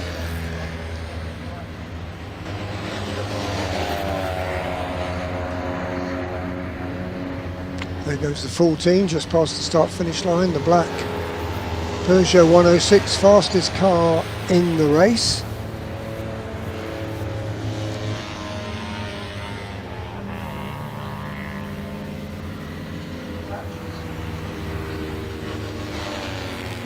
So plenty of drivers still enjoying themselves, still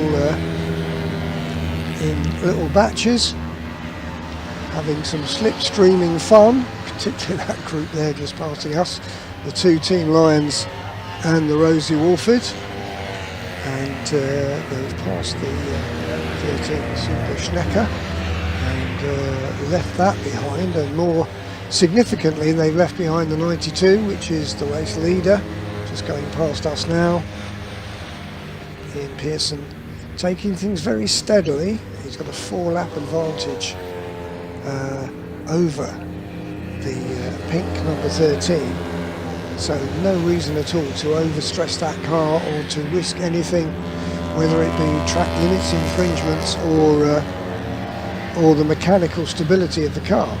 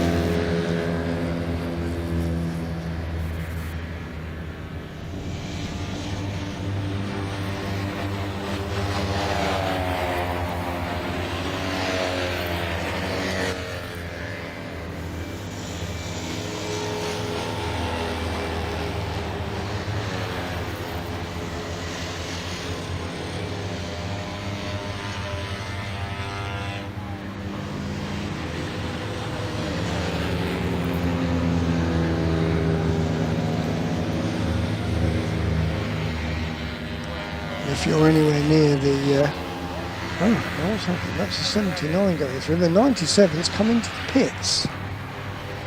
Right, from that slipstreaming group, the 97, Gary Adnett at the wheel, has come into the pits. Now, what might...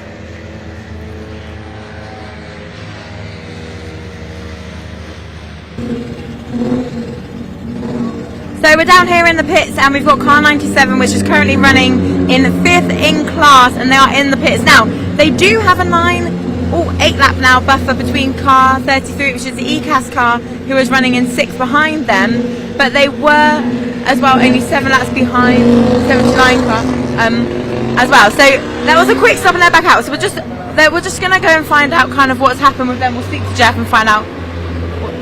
Hello, what was the issue there? Was that planned? No. Nice. We've had a bit of we think we've got a fan issue, as in the fan's too big for the hole now. So there's nothing much we can say really, apart from he's got to carry on because he's got what, 25 minutes. And now, break down. Yeah, that's the key. Just don't break down. Just keep going and don't break down, please. Yeah, who is it? Gary behind the wheel. Yeah. So yeah, and there's a good buffer between both sides. Yeah, cool. Thank you very much. Great. Well, we'll go back to the action out on track. While we're here, actually, I'll give you a little rundown of where we are at currently. So nothing's really changed since we last spoke to you. In first place, we have got Crisis at Tete Rouge with Andrew Ball behind the wheel. 4 laps behind them, we've got Super Schneck, which is the number 13 pink car. Then we have in third place the ECAS Hansgrohe car, which is the number 15 car, where we saw that they had a few issues earlier, but they have maintained that third place position. Only 1 lap behind them though now, they are catching, is the Team Archer Lion car. So that is the 79 car. On track you'll have seen the images just then of the 79 car and the 97 car and the 7 car all going around together. So they were managing to put in good lap times. It's probably a good thing if the 97 car, if they've got fan issues, isn't now going around in that train. But they are having a good tow out there on track. So anyway, we'll keep an eye on that. That is the Team Archer Lion car, just 1 lap behind the number 15 car, ECAS Hansgrohe. There's 22 minutes left. So I won't say anything, but there's 22 minutes left. In 5th place, we've got the 97 car, which is the one that was just in. Now, as I say, they've got a bit of a buffer. They've got an 8 lap buffer to the 33 car of Team ECAS, who is in 6th place.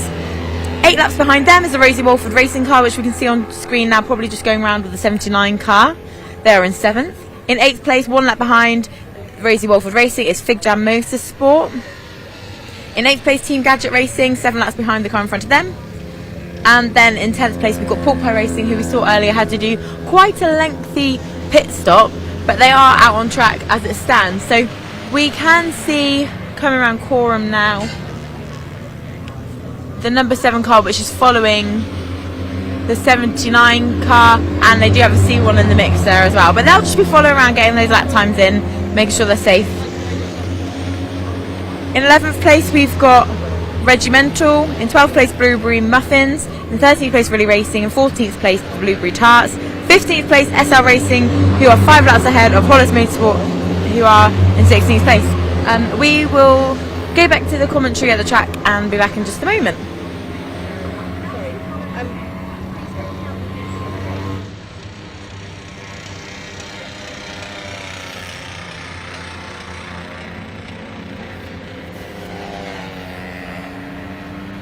But everything's set really in terms of the finishing order, as long as the cars hold out. A few standout performances. It's been a good run for the 306, finishing in 15th. Bertie's Bacon Baps, who were right up there in the early stages and then had a problem. They were actually second at the end of the first hour.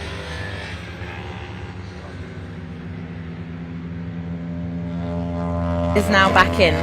So we know from speaking to Pete and Jeff just there that it's a fan issue. So they are now back in the garage. It didn't sound great when it was coming back in. Luckily though, they have made it back under their own steam, which because there's no tow backs as it stands. So that is a positive.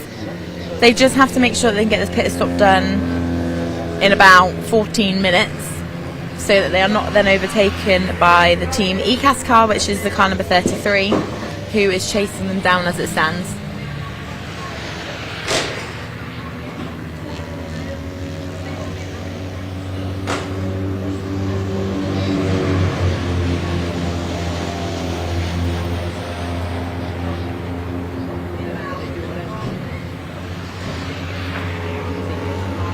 So we're just in the garage now and we're just going to have a look and see what they end up doing, because we know that the fan was the issue. They alluded to that there was nothing much that they could do.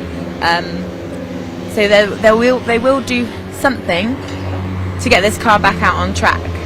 Now, if there was nothing that they were kind of chasing, they might just wait until the last lap and do one last lap so that they at least finish. However, they are of course holding on to 5th position as it stands. Down to 6th place, you get a trophy, but this team won't want to just settle for any position. They will really try and get the car back out so they can reclaim that 5th where they are currently at the moment. So we'll keep an eye on that. They've got a 7-lap buffer still, which is about 14 minutes.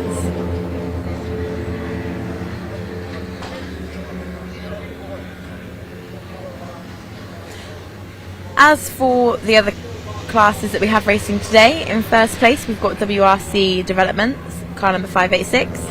In second place in the race, but first in class, is the C1 City car, which is number 14, Emax Motorsport. In second place we've got Emax Motorsport in the C1, which is car number 463. Third place we've got SCR, which is car number 396. In fourth place we've got Bertie's Bacon Baps, which is car number 306. Now they have had quite a few issues, but they've done well. They've gained up quite a few places in the overall runnings of the race, and considering they didn't own the car until less than a week ago, that's not a bad shout considering the amount of prep that goes into these races ordinarily. Right now the drivers out on track will just be trying to keep the lap times consistent, not going too hard, not leaving any room for error, and just making sure that they get those cars back round. We can see the 79 car and the 7 car are going around in a tow, so they'll just be making sure that they keep each other with the consistent times, and again there won't be any racing. It'll just be making sure they're working together to get the car back round the track safely.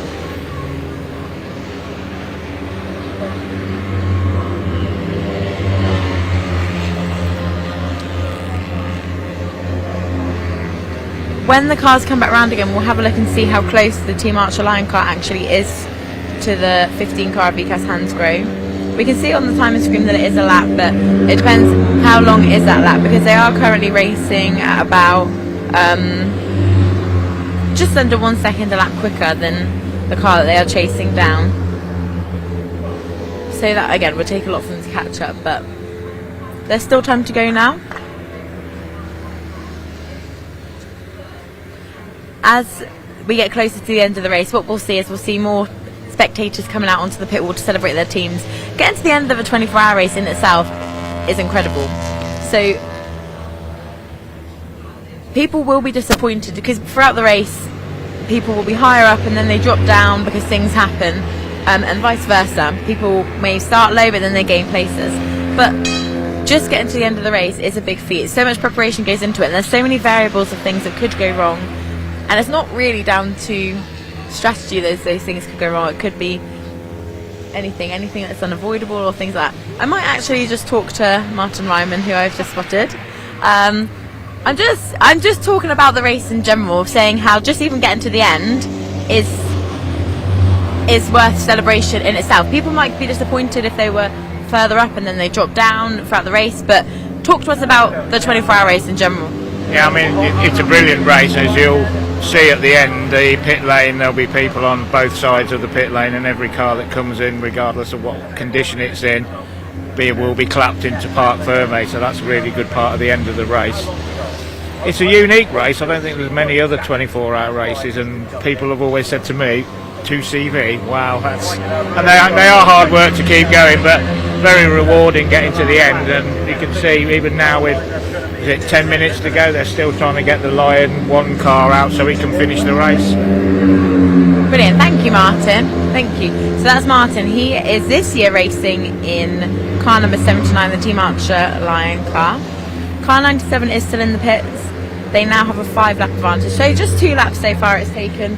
The bonnet is still off, but it looks like they have got the engine back in there, putting what we call the potty back on top of the air filter. Oh, but Gary looks like he's trying to get the attention of somebody there.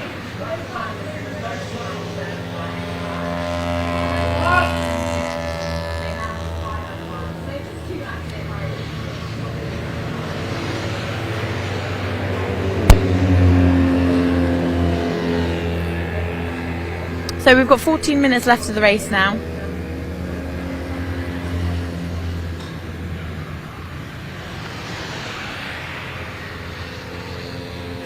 On the podium later, so what will happen at the end of the race is after the checker flag, the cars will go into Parc Fermé.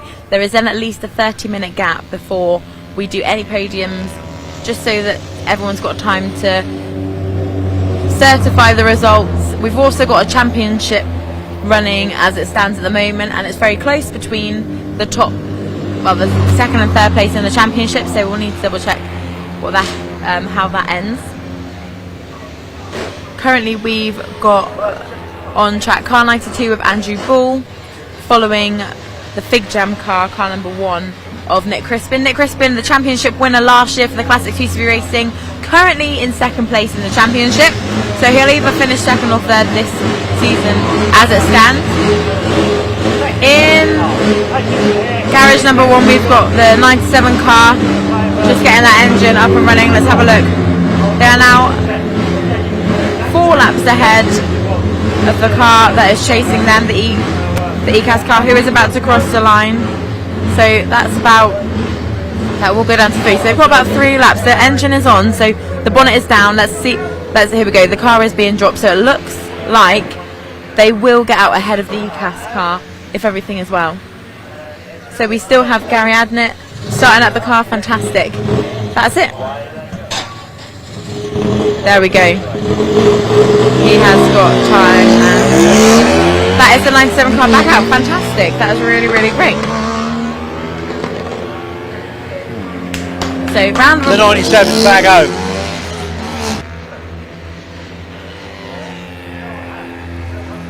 So there, you were 7 laps ahead, now 4 laps ahead. So good news so for that was a very quick engine change. So how long was that pit stop for? Yeah. Getting a bit bored of them now, but yeah, I mean, as long as we haven't lost position, it's worth the effort. So don't give up. Don't give up. We've got to keep going till the end. Yeah, exactly. And now just 12 minutes left. Well done, Pete. Thank you so much for talking to us. Great, yeah, so we just finished chatting to Pete there. So as he says, very bored of doing an engine change, would rather it not happen, but they haven't lost the position. That is the most important part for them.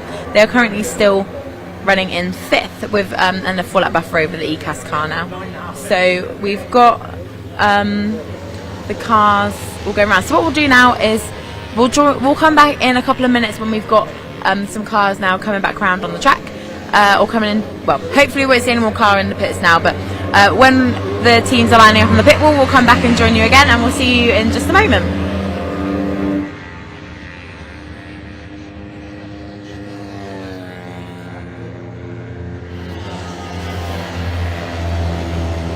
There goes the second place Super Schnecker machine, Ian Pearson at the wheel.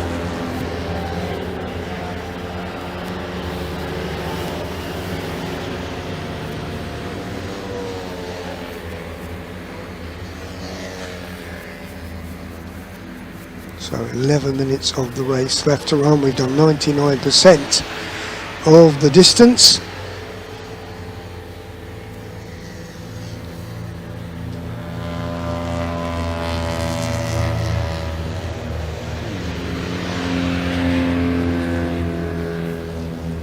WRC developments go through to complete 752 laps. 10 lap gap back to the 14 car of Max Finn. That's probably actually 9 laps. There it goes, and yeah, 9 laps back. And Max Finn's put a whole lap now on his teammate, the 463. And then a further 10 laps further back we get the SCR car. Those are the top 4. 3 of those are C1.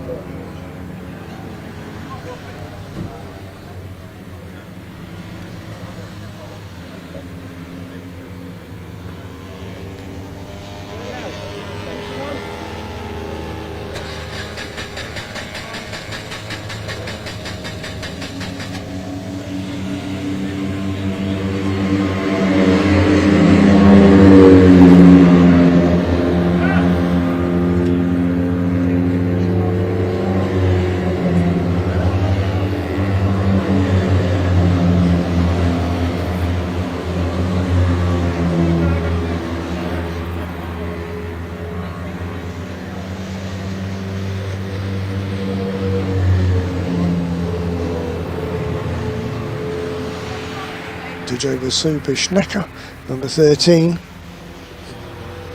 and they are 12 laps ahead of number 15, the ECAS Hansgrohe machine.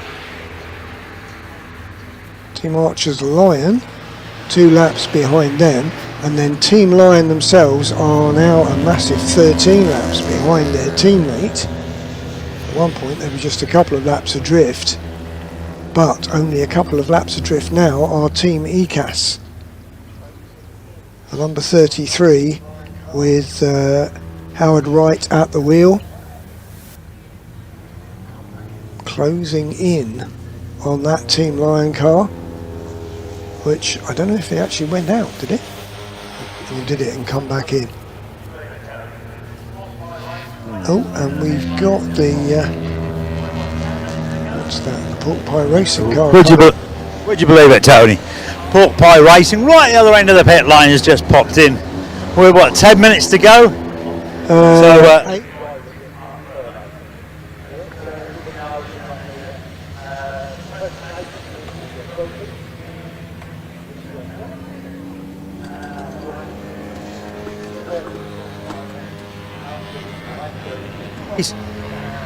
Which there aren't many. Will happen 30 to 45 minutes after the end of the race, so probably 20 to 6, quarter 6 time, because that will take a while to what's the word I'm looking for? Finalise the results. This is a round of the 2CV ECAS Championship, therefore you have to give it 30 minutes for the races to become so for the results to be finalised. Then they are released and presentations normally begin. And also the 97 car is in as well. And Lewis, there's been an incident between... Not sure who's getting in Pork Pie. Who's going to finish Pork Pie? It's going to be Mark. Mark. So Mark's going to finish Pork Pie. He's just come in for a splash and dash. A few minutes, don't Slight miscalculation. Well, I don't think you need that much fueling, do you? All right. There's also problems for Lion, the 97 car. Lewis, there's been an incident between turn 1 and turn 2. There's no cars mentioned, but I can see a rescue unit up there and a breakdown truck, and I think that's our circuit rather than the sprint circuit. Yeah, incident between T1 and T2, it says on the timing screen, with 6.5 minutes to go. Any idea what colour the cars there might be? No, I can't see any cars. I'm looking to see whether we get any warning triangles, which might be a giveaway. Yellow flags waving those, they go into Riches, so single yellows there, so everyone has to slow down. Then I think it goes to a double yellow as they go around the corner. Looks as though there's no fuel in. There's no fuel getting to the carburetor to Lion. That seems to be the problem. Yeah. I can't repeat what Pete Sparrow said. No, the 48 has got a warning triangle by it, so the SL Racing car may be involved there. When isn't it? Well, yes, quite. So I can't see any other warning triangles. We've just got the pit notice for Lion 97. That's in the pits, as you know. All right, the yellow flag has gone in now, so whatever it was seems to have been cleared up. There were various. Yeah, the rescue unit is moving away now. I can see a car. Yeah, there's just one car there. That must be the 48, I imagine. With just under 5 minutes of the race left to run, it looks like the 48 will be a non-finisher.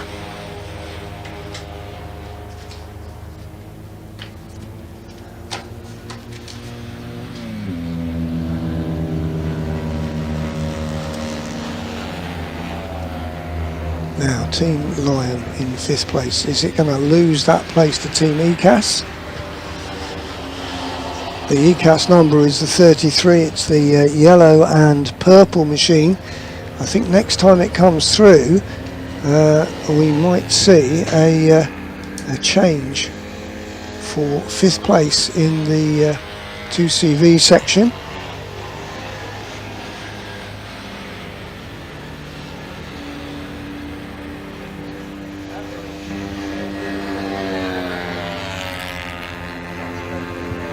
So waiting to see the 33, already the team's gathering on the pit wall to congratulate their drivers. There is, no it's not, I'm waiting for the 33 to appear. Not appeared yet. Team ECAS in 6th place at the moment, but they could be moving up one. Here it comes. There is the Team ECAS car. Crosses over the start-finish line and moves up into 5th place. So Team ECAS go past the 97. Now, number 7, Rosie Wolford Racing, they are 7 laps behind Team Lion. So if they can just get that car to stagger out, then we could at least see 97 finishing in 6th position. Not sure what the regulations are about whether you've got to be running or not to be classified. The 48 clearly isn't running. It's 17 laps behind Blueberry Tarts. Question would be whether Hollis Racing sneak onto the leaderboard with just 2.5 minutes left to run. Can they manage to get up to 20th position? That is the question.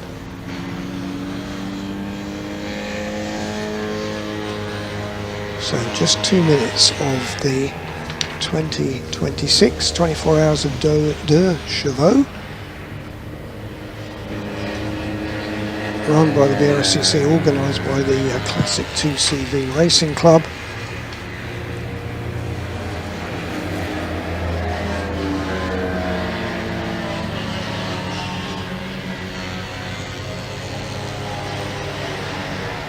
Well, it's been an exciting event. We've had, as is normal for endurance races, we've had moments where everything has slowed down a bit, everything has calmed down a bit. But we've also had moments of high drama.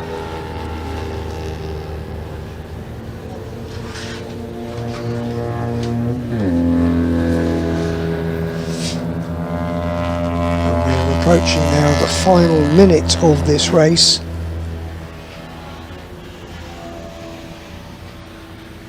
And the leader is on his 758th lap. And where is he? Where is 586?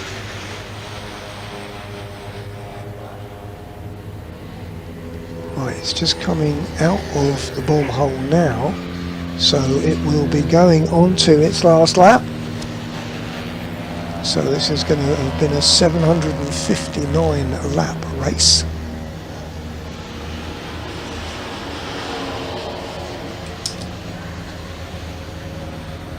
Just 26 seconds to go. Waiting for the leader to come through to start his last lap. We're looking for the 586 car. Car with the poppies on, blue C1, comes through now to start his last lap. Just gets through because I've got 2 seconds to go, and now it's down to 0. So next time he comes through, checkered flag will come out.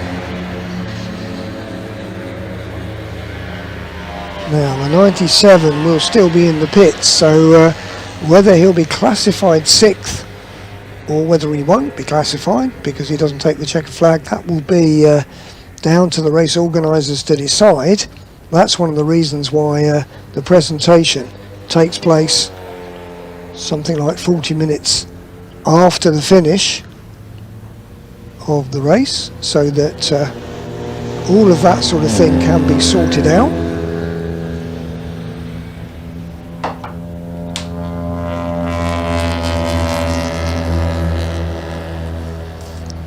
The same will go for the 48, which obviously isn't going to take the checkered flag.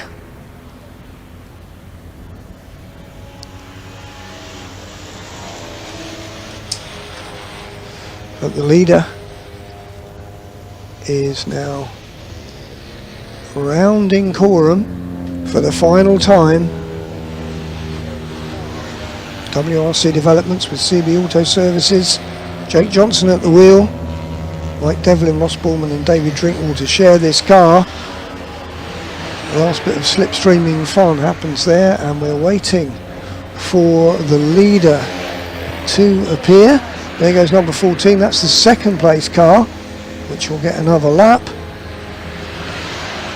And here comes the leader, there's the checkered flag. The win goes to WRC Developments with CB Auto Services. A great race for them. They complete 759 laps in the 24 hours. 2nd place, it's going to be Max Finn at the wheel of the 14 Emax Motorsport machine. And that is Glenn Finn, Simon Gardner, Naughty Bear and Max Finn.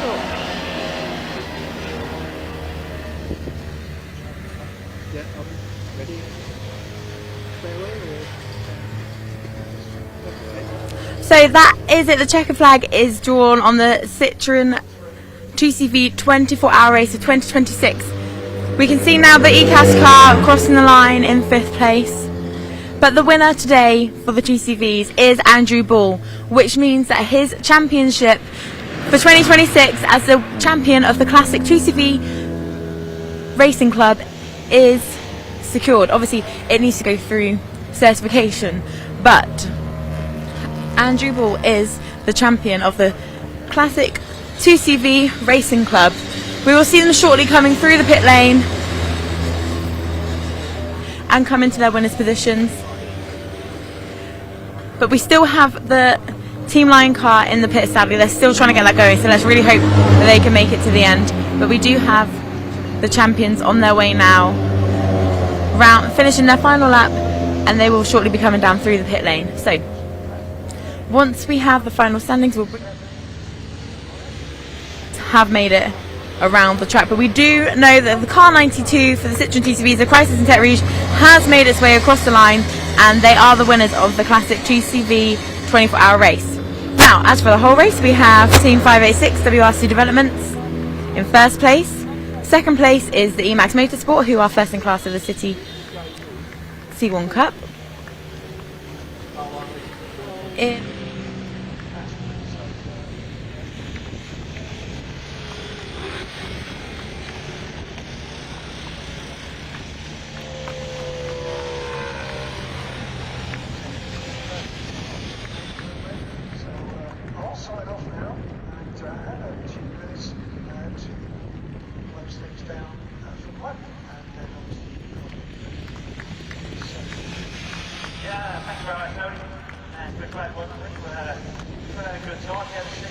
Have a look down.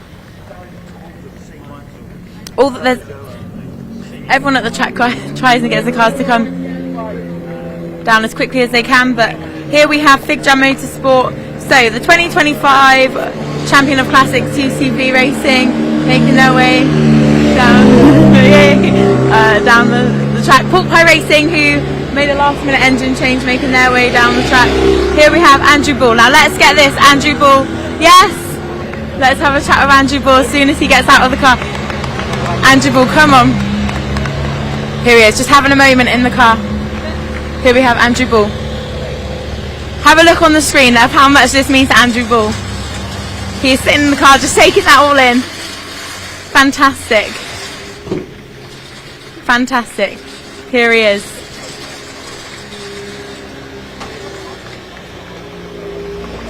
In second place, we have car 13, Super Schneck, and in third place we have car 15, ECAS Hangro.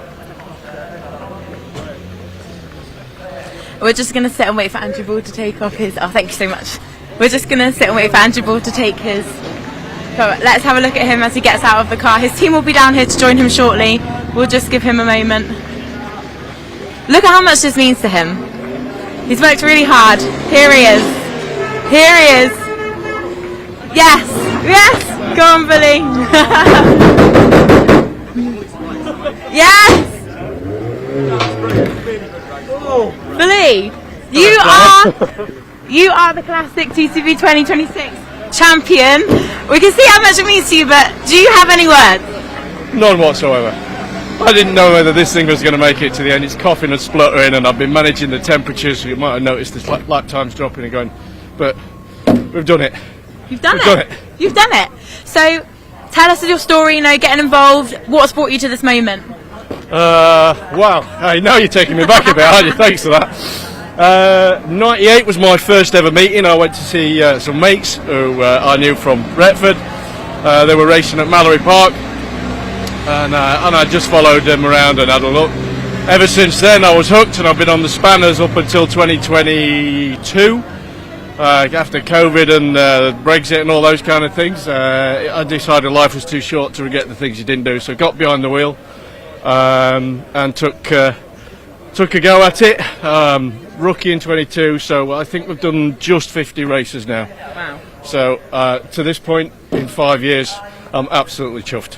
Yeah, and thank gosh that you did that thing that you don't want to regret not doing, because now you are the champion. Yeah, thanks for that. What are you going to do tonight? Get absolutely hammered. And sleep. Yeah, I'm just trying to see if anyone's come down here. They've got a long way to come down. Yeah, they're all the way down the other end. Yeah. Well done, mate. Awesome job. Man, that was the longest last stint I've ever driven. I bet it was. Really, massive congratulations. Well done, Billy. Let's go and find your family. But yeah, fantastic. Well done to Billy there. Oh, Billy. Oh. We can just see Billy's wife just here, waiting to come in. Pardon? Yeah.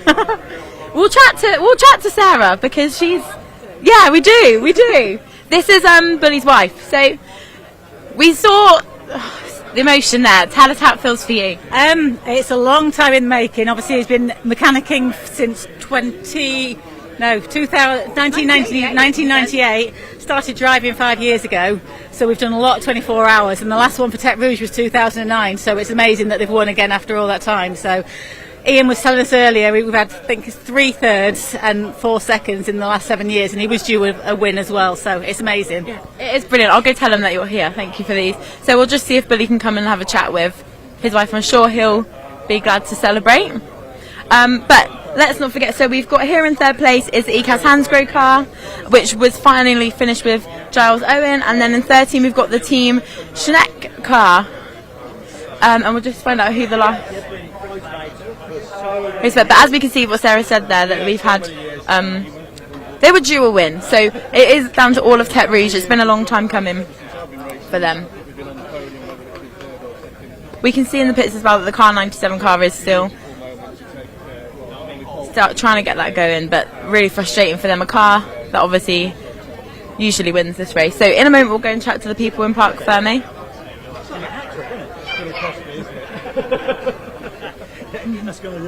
Yeah, keep coming. Yeah, I'll come round. So we'll go and chat to the Team Schneck in just a moment. Oh. Sarah's just there. I'll get in. Right, we'll go and have a chat now with the Team Schneck car and just see how they get on. No, you! How, what does this mean to you? Come in second. Oh, it's amazing. I can't believe it. It's really good. Thank goodness you brought this car out of retirement and made it a racing car. Yes, that is now going to be our racing car forever now. Oh, brilliant. Yeah, well done. Fantastic. I'll go have a little chat with the team over here as well.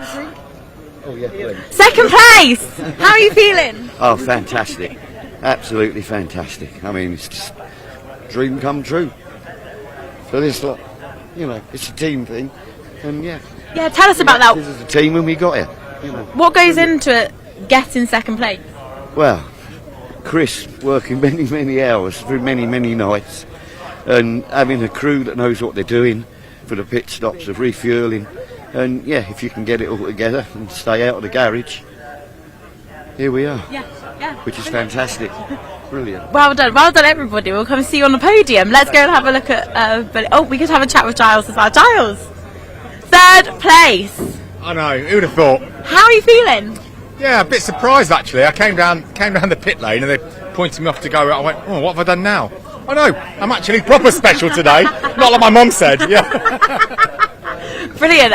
Tell us what goes into getting this 3rd place. You've been doing this a little while now. Yeah, I think it's ultimately people that end near the front don't break down. We had a couple of small niggles, but we didn't have to change any engines. So the car's been faultless, really.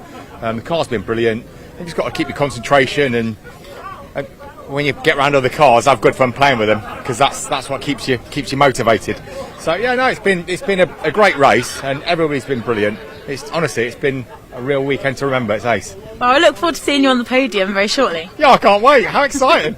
Well done, Giles. Thanks. Well done. Great. Let's go down and have a look at the team now arriving. So this is the Tech Rouge team. Let's speak to Billy's parents. How are you guys feeling? Oh, so proud, Katie. So proud. Yeah. Thrilled. Something he's been working on for a while. He was good from the word go when he eventually got into the car, but what have you seen behind the scenes that's brought him here? Well, he's so focused and he's determined. Very, very professional in his attitude towards everything he does. Yeah. Very enthusiastic. So all of those things, professional, enthusiastic, and it's all come together, the focus as well, and here we are. Oh, marvellous. What are you going to do tonight? Normally we'd get drunk, but we don't drink alcohol anymore. We'll find some non-alcoholic beer. We'll celebrate, no doubt. Definitely. Congratulations, well done. You are the parents of a champion. Oh, wow. Triple champion. Yeah. Well, he's done it. Yeah, he's done a great job. Well done. Let's have a look through. get past. Let's go and have a chat with some other people that we can find. We'll go back. We'll go into Parc Fermé and go and chat to some of those drivers who are down there. So it's a little bit more of a walk down this way. So we'll go and have a little chat. They're all huddled up in here in Parc Fermé. So let's see what standings that we've got now that the race is finished. So we've got, for the GCVs, first place we know Crisis Tech Rouge, second place Super Schneck, third place ECAS Hansgrohe. In fourth place Team Archer Lion did get that, which is fantastic for quite a young team. We can see them, we'll go and have a chat with them. In fifth place we've got Team Newcastle number 33 car. And then we're just waiting for classification for that sixth place. Lion are currently showing us sixth, but they obviously are still in the pits. So we'll have a look and see if Rosie Wolford Racing will take that. We're just having a look now to see if we can find some of the others.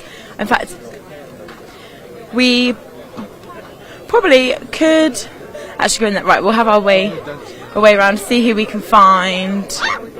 As you can see, it's just people chatting, celebrating, all the teams joining at the moment. Let's go around here. Come with me. Sorry. Here we go. Found him. Here we go. Right, Sam. Looks like you're fourth. Yes, so fourth. How are you? So how are you feeling? Yeah, really good. Pleased with it. That was mega. That last an hour and a half was unbelievable. Obviously, Gary, that was a plan. Gary going out and I'm going to find him. Pushing on, just trying to hunt that third, but we couldn't make it, sadly. But no, that was really good. Yeah, you weren't far off, and for your second outing, that is not bad at all. You're still going to get a podium trophy. Oh, I'm over the moon with it. That was perfect. Brilliant, well done. The car's back in one piece after all that, so we can't complain. Yeah, it does actually look quite immaculate for the end of a 24-hour race. Any plans for next year? You thinking about anything? Just the same, I think. Hopefully, if everything still goes to plan. Obviously, numbers-wise, it is looking a bit low, but hopefully, I do want to keep doing it because the people are amazing, the car's amazing, and the racing is. So I can't knock it really. Brilliant, well done, fantastic job, Sam. Well done. And let's go and see if we can find the fifth place team. We'll see if we can find them. Oh, we just spoke to that team. Okay, let's have a look. Oh, Ethan! Ethan is also part of Sam's team. They're fourth place, nearly third place. How are you feeling? Yeah, happy with that. It's a shame we had a few sort of things go wrong along the way, but happy to finish and the car's all straight. So that's all you can ask for, really. Yeah, definitely. Well done, Ethan. So that's Ethan who's in class 79, finishing fourth. Let's see who else we can find as we walk through the crowd. What other drivers have we got? Let's have a look. We'll go down here to see Rosie. Hello, sorry to interrupt. Hello, young lady who I've never met before. So, obviously it's not what you would have wanted with regards to what's happening with Lion right now, who are in sixth, but we have to see what the qualification will happen, but could mean a sixth for Rosie Racing, but if that does happen, it's probably not the result really you want. No, not really. No, you don't want to see people. I don't like that. Yeah, but, yeah. You know, I don't like that. Yeah. Yeah. So we'll see what happens. But how was that weekend and the race for you? Well, it was a total. We started off with a total disaster. Like the car wouldn't run. We didn't have an engine. We had no brakes. So we changed loads of things, and then the car's run magic. Just the engine went. Don't know why, but it went big time. And we snapped the throttle cable, which was very exciting, and it took longer to sort the throttle cable out than it did to change the engine. But yeah, it was good. Thank you very much. Very good. Well done. Cracking weekend. Good. Right, let's go and talk to ECAS now. Congratulations, guys. Well done. The result that you kind of wanted as the race went on there? We did, yeah. Well, we got a bit of commentator's curse, didn't we? Sorry. So not long after we'd spoken, hasn't it? That's not the first time it's happened, so I've now avoided everybody until this moment. Yeah, we got really lucky, haven't we? Really, it's a shame for Team Lion, really. Yeah, to have that sort of bad luck right at the end of the race is just unlucky, isn't it? But and it's not how you exactly, and it's not how you'd want to gain a position. Not really. We'd like to have been fair and square, really, but we'll take it. Yeah, definitely. Yeah. What are you going to do tonight? Party. You can see already. Well, we've got this to celebrate, and obviously with Tech Rouge winning race and Bully winning the championship, yeah, it's going to be a good party tonight, I think. Yeah, a good long night. How about you guys? You've not been in the sport too long, but long enough now. How are you finding everything? Absolutely fantastic. I have to say, I don't recommend losing a wheel through one of the corners. That's yeah, I've ticked that one off. We won't do that one again, I don't think. So, but you're really great fun. Can't believe how much fun this is as a sport, and yeah, just need more people to come in and join us. They do. How about you? Yeah, it's just been a great weekend all around, hasn't it? Really, the weather played tricks on us all weekend as well. But yeah, great result. Really chuffed. Brilliant. Enjoy all your celebrations. Well done. Well done. Okay, so let's see. I think what we will do now is we have a bit of time until the podium. So we'll go and set that up, and then we'll be back with you very shortly to bring you the podium here live from Snetterton.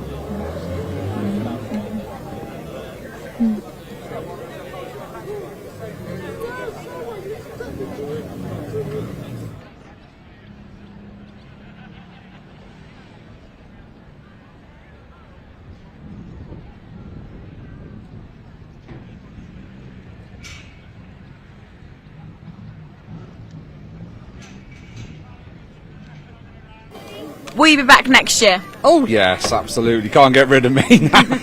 Part of the fixtures and fittings these days. I love it, and I love this. Everybody here, the camaraderie, all the teams, everybody's so friendly. You know, there's the occasional nut job knocking around, but you know, we're all a little bit crazy. That's why we love it so much. It is. So, yeah.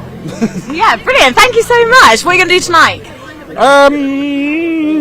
I might drink or two, but yeah, mostly sleeping. Sleeping seems like a really good idea. Yeah, that does seem like a good idea. Yeah. Brilliant, well done. Fantastic. What? Okay, here we go. Is this... I've been told that I can't call you Sugar Tits. Who said that? Sean's mum, so I've got to say, hello Tracy, you're the Sugar Tits today. Oh great, hi Tracy. How was that for you? Awful. If I'm shouting, I do apologise, but it's very loud in the car and I can't hear a thing. No, you're not shouting. It's alright. Possibly one of the worst 24 hours I've ever done. I think we've only witnessed one worse than that, and that was at Spa, where we gave up at 1 o'clock in the morning. But in the spirit of everything, we could have packed up ages ago, because the race didn't mean anything points-wise or anything like that. But that's not the spirit of it. The spirit is to keep going and to get everyone across the line and bits and pieces like that. So we stayed with it, did what we could, and it wasn't a good car at the end, but I still had fun overtaking people and just having a laugh. So yes. Good, and you are still a champion? Currently, yes. Currently, well, yes, yeah, but that will always be a title. Oh yeah, I've done it. If a couple of things had gone differently this year, it would have been down to the wire sort of thing, and closer and that lot, but it wasn't to be, and at least I can retire now going, I have been a champion. So. Yeah, well, yeah, and you've been able to enjoy this weekend maybe a bit more, even if it was awful. Oh yes, yeah. I mean, I know it's been stressy at times and that, but the lack of actual pressure throughout the whole season has been nice, knowing that it's something that's ticked off the list. I came here with 3 ideal results, and I'm walking away with none of them, apart from a beer. Great, wow. And that was the 4th one. And you've been able to shout out Tracy. Oh, definitely. Tracy's got it going on, I'm telling you. Yeah? Oh, yes. Sean's mum is the one. Okay, oh great. Well, you've heard it here first. And she'll be all embarrassed now, but hello, Tracy. Love you lots, and we'll see you soon. Brilliant, thank you. Right, we'll go and find some of the people. Right, let's head down to where they're getting the podium all set up now, which is just down here. I am meant to be helping with setting up the podium, so let's go and find... We'll go and do a bit of behind the scenes, I think, there. Or we'll find Seb, who can carry on with some of the interviews until we have the podium. So we'll just head around this tree here. But you can see here that all the crowd is gathering and they're ready. We have to wait 30 minutes at least, because we've got to have everything, like the full classification. Right, so we'll just head on down to behind the scenes of the trophies, which is just at the front here. And I will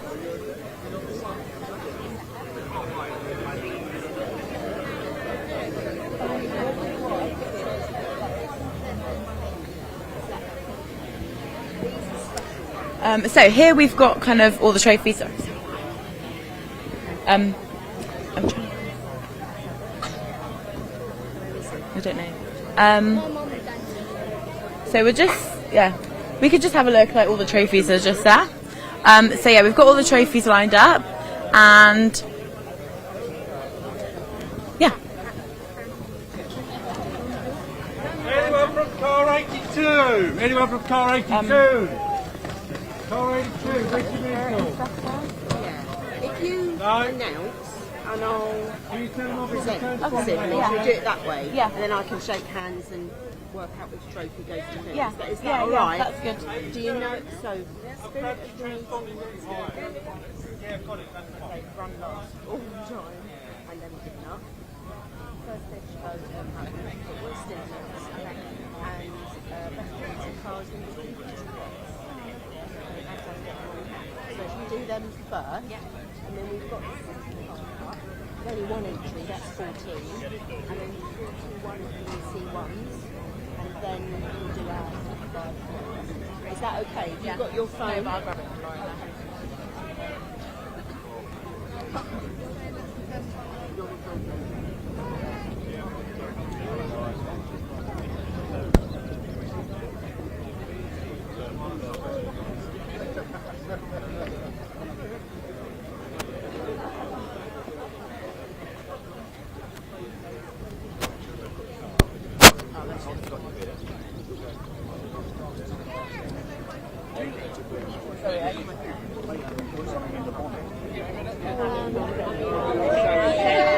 Smuggling over. Oh, why? Oh, for winning. Tell it weren't him. Yeah. And someone else. Right, should I write this down on my... Oh, sorry. No. Right. Should I write this down on my phone? Yeah. Right. So, Spirit of the Meeting is Hollis. Yeah. First Ed Chabot is Damax. The cherries, I'll remember what that means. And best presented car is Blue Tarts. Yeah. And then do you want to thank the marshals first and do all that? You know, thank you for... Oh yeah, sure, yeah. Do marshals first. Thank you for everyone. It's been a fantastic weekend. Hope you've enjoyed it. First of all, we mustn't forget, you know, all that you've got to say, don't you? Do you want me to do the sponsors as well? Yeah, we'll do the sponsors.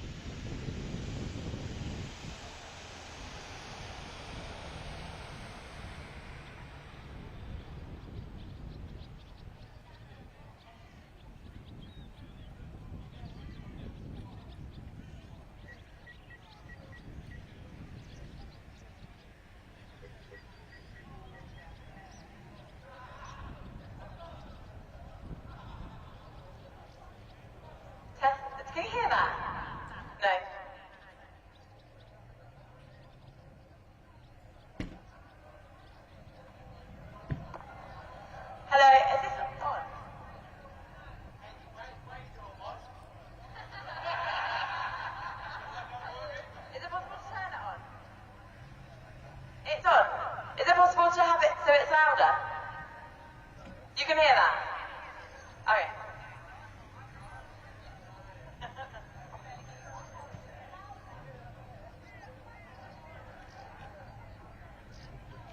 Ah, thank you. Yeah, perfect. Yeah. Yeah, that's fine.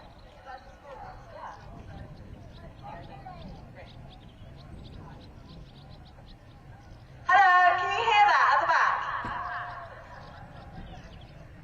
I don't think they can hear it over there. Can it go any louder? No? They're just sorting out.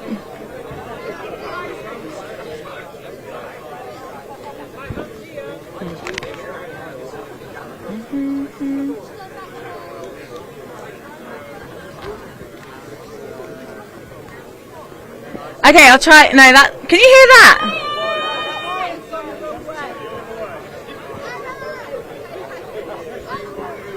If you can't hear me, then we're in trouble, I think. Yeah. Oh. Oh, great.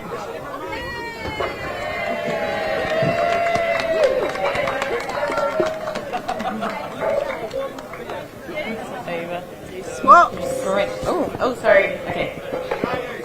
Oh, wow. Oh. Yeah, that's a great microphone, thank you. It's got a terrible frequency, though. Okay, hello everybody. How's your weekend been? That's quite positive, to be fair.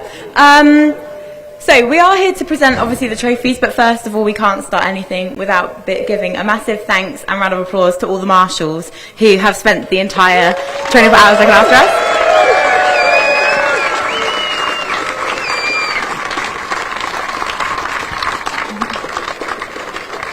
Thank you so much, and also thanks for your enthusiasm as well, not just being here, but you're so enthusiastic about the event, so thank you very much. We also would like to thank our sponsors for this weekend. Habitable, thank you very much for sponsoring this weekend. Hansgrohe, and also ECAS. Let's give them a massive round of applause as well.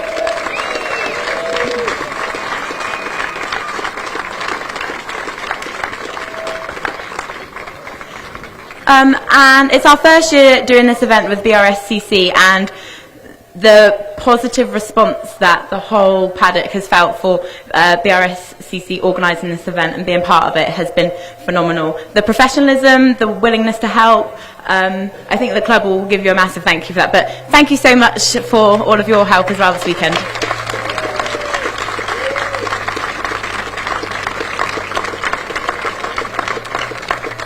And of course, thank you so much to Snetterton for allowing us to use this venue for the 24-hour race. So, yeah, big clap for them as well.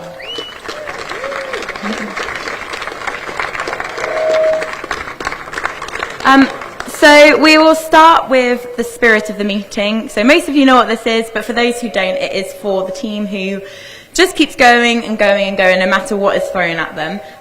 There's quite a few nominations, I would say, this year. Lots of people who have had spirit of the meeting, because everyone's had quite a few problems and just kept going. But this team had a lot of problems, but were also quite consistently in last place, which adds to that mental load as well.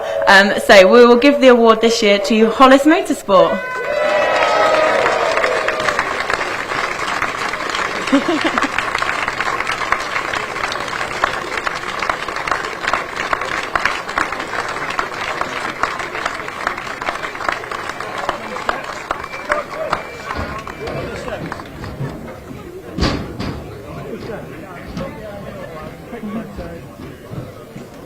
Well done. Hollis Motorsport, everybody.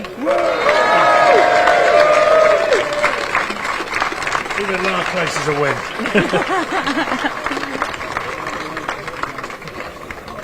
Great job, well done. So we also have an event which is called Escargot Mort, which means first dead snail. Now this team, again, they had problem after problem after problem. It was their first 24-hour race with us. They said they will be back again next year despite this, just with some improvements. And they commented on how helpful everybody has been, lending them parts and showing them that, oh, that's not been race modified yet or whatever. So they were very thankful. They're sadly not here anymore, but it goes to Team Damax.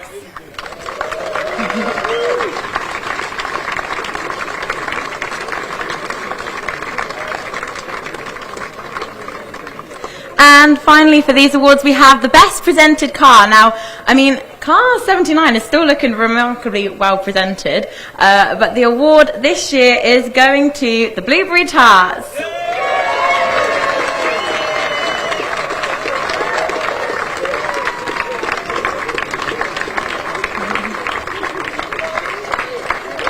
So on the Blueberry Tarts team, we've got Jess Owen, Isabel Woolley, Samantha Sheen, and Margaret James. Guys, come up onto the steps. Yeah.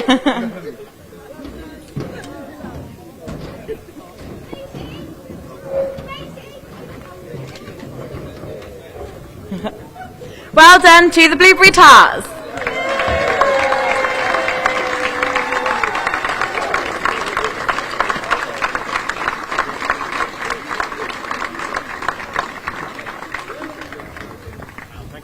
Well done.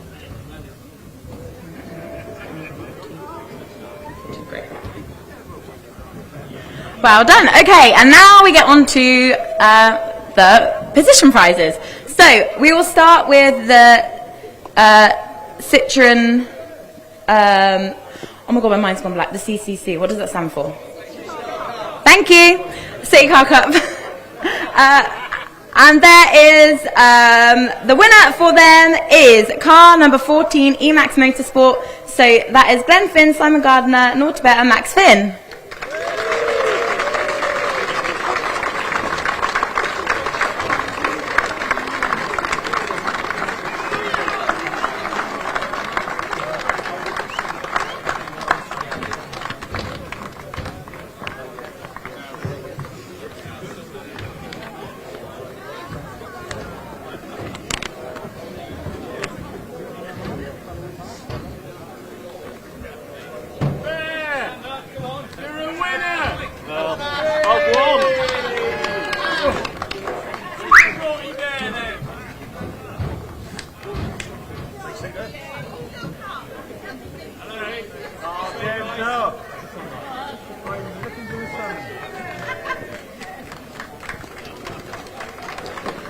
Big clap.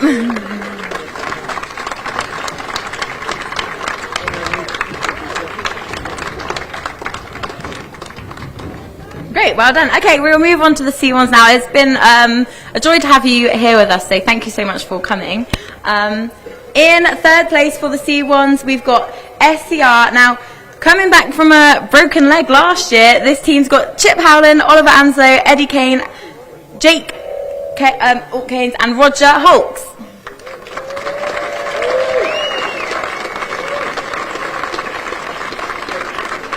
As they come up, I'll tell you, Chip last year fell under a car essentially and broke his leg.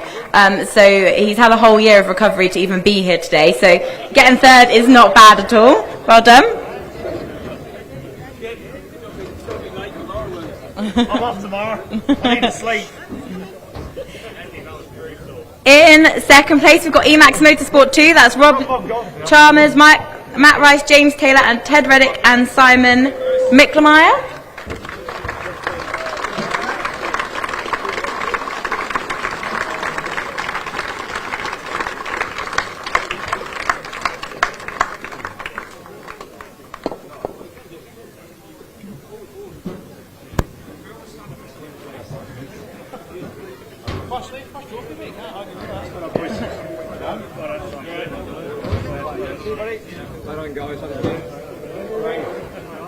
And in first place, not just in class but overall, car number 586 WRC Developments with CB Auto Services, David Drinkwater, Mike Devlin, Jake Johnson and Ross Borman.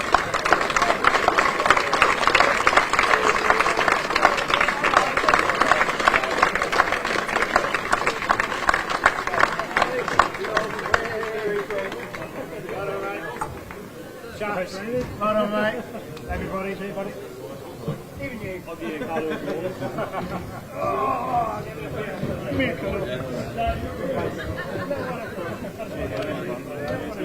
Great. Big round of applause for the C1 podium winners.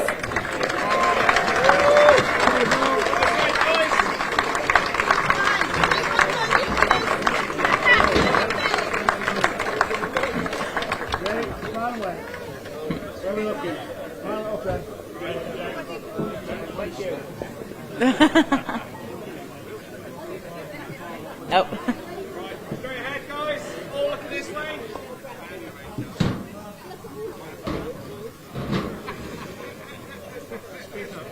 Let me look good. Great. Well done, everybody. Did you want to say anything? Well done, Chip. Thank you very much. Still there? Yeah. I'll be back next year. Yeah. Just thank you very much for everyone having us. Yeah. Thank you so much for coming. Great. Okay. So now we move on to the 2 CVs.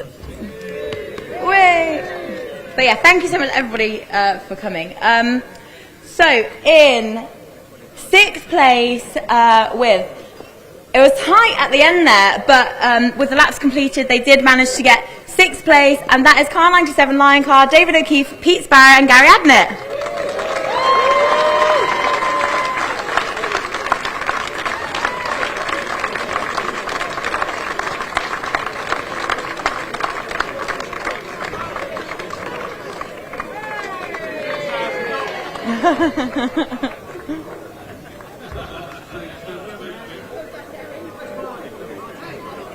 Martin, they're calling you.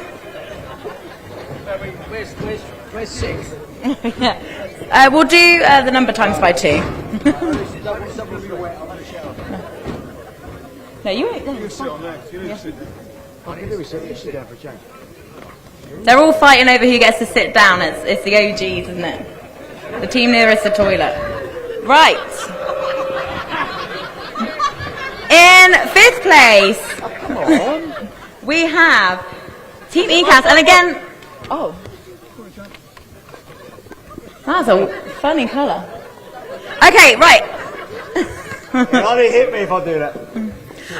Sorry, right. In 5th place, it was very tight at the end there, and kind of getting their misfortune. Can you see that? Yes, right. Oh, well done. Anyway, sorry. In 5th place, Team ECAS, Glenn Osmond, Matthew Arrowsmith Brown, Howard Wright, and Martin Sunderland.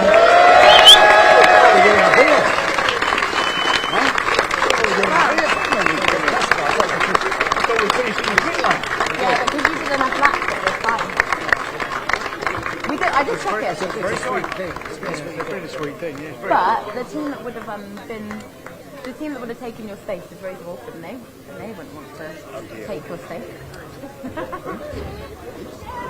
But that's fine. You take the number and just times it by 2. We'll do maths.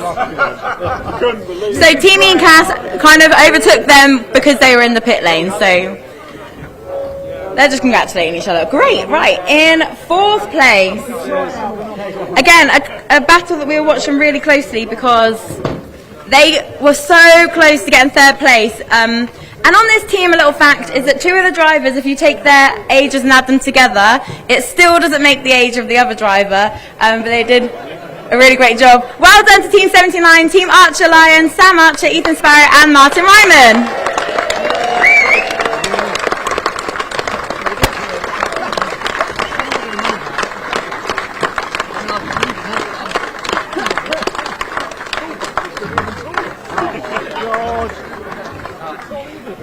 You've got to stand down here. That's it.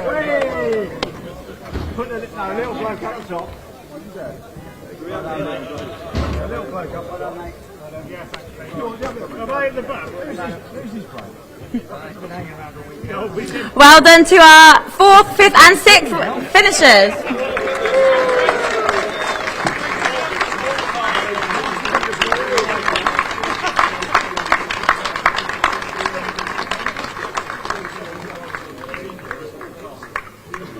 Great. Oh.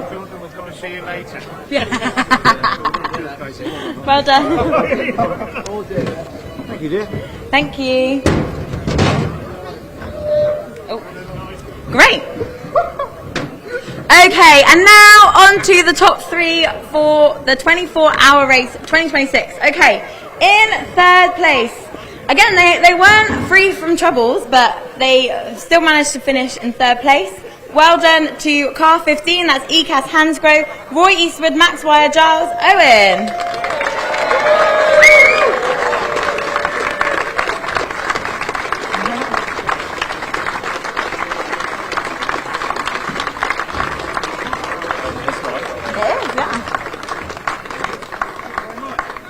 Come on, Uncle Roy!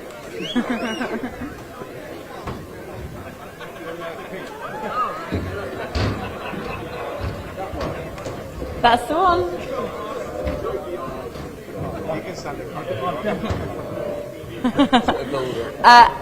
And in 2nd place, a very exciting race for this car, is car number 13, Super Schneck. I hope I say that right, sorry. Ian Pearson, Chris Tovey, Stuart, Callum, and Alex.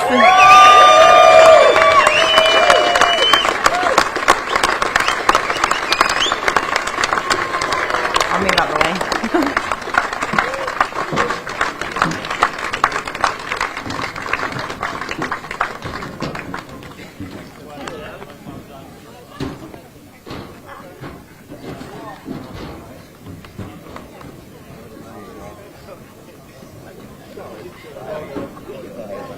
Handshaking and stuff going on. We'll be here all night.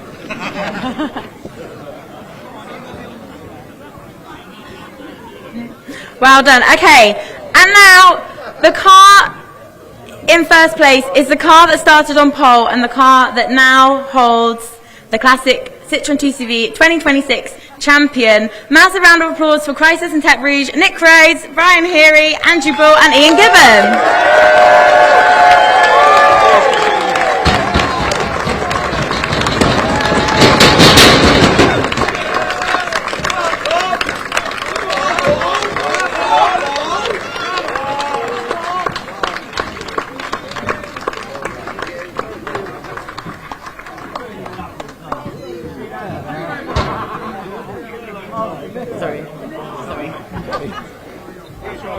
Before they spray, I will get a word from probably Paul and Bully. Get there, mate. I will catch you. Just don't break the bottle. Stays left down there, coward. Bully, before you spray, how... That's very a bit forward. Easy. This is a microphone all over again. Right, how are you feeling? Words can't really express it, to be honest.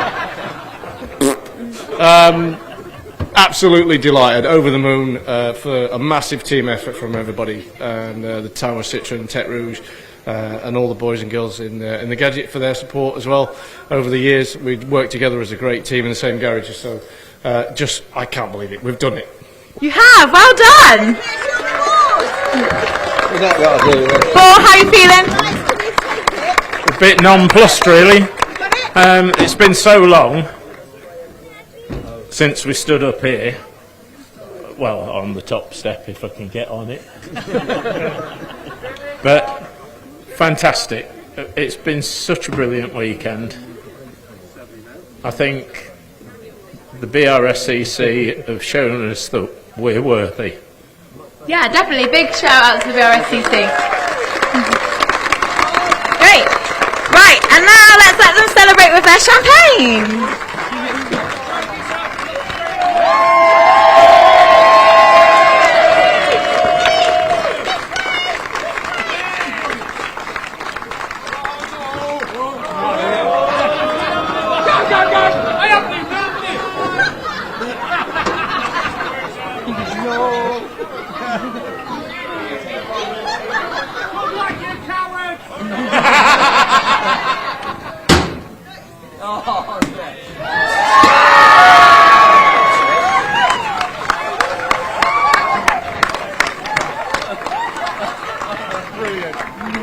Well done to Crisis Tech Rouge. Rouge.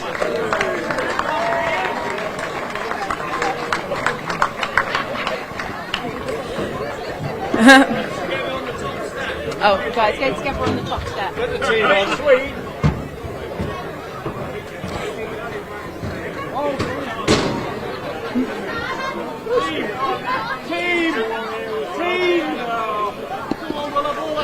So as we just let them celebrate, can we give one more round of applause please for the marshals? They deserve at least two. Massive round of applause for the marshals. Great, and we will hope to see you all next year. Thank you so much for tuning in with us this weekend. Congratulations to Crisis at Tech Rouge, and see you next year.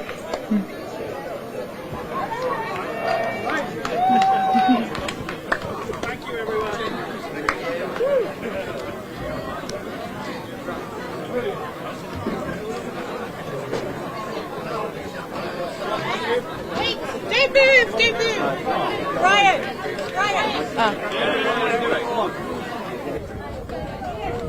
Seb, can you...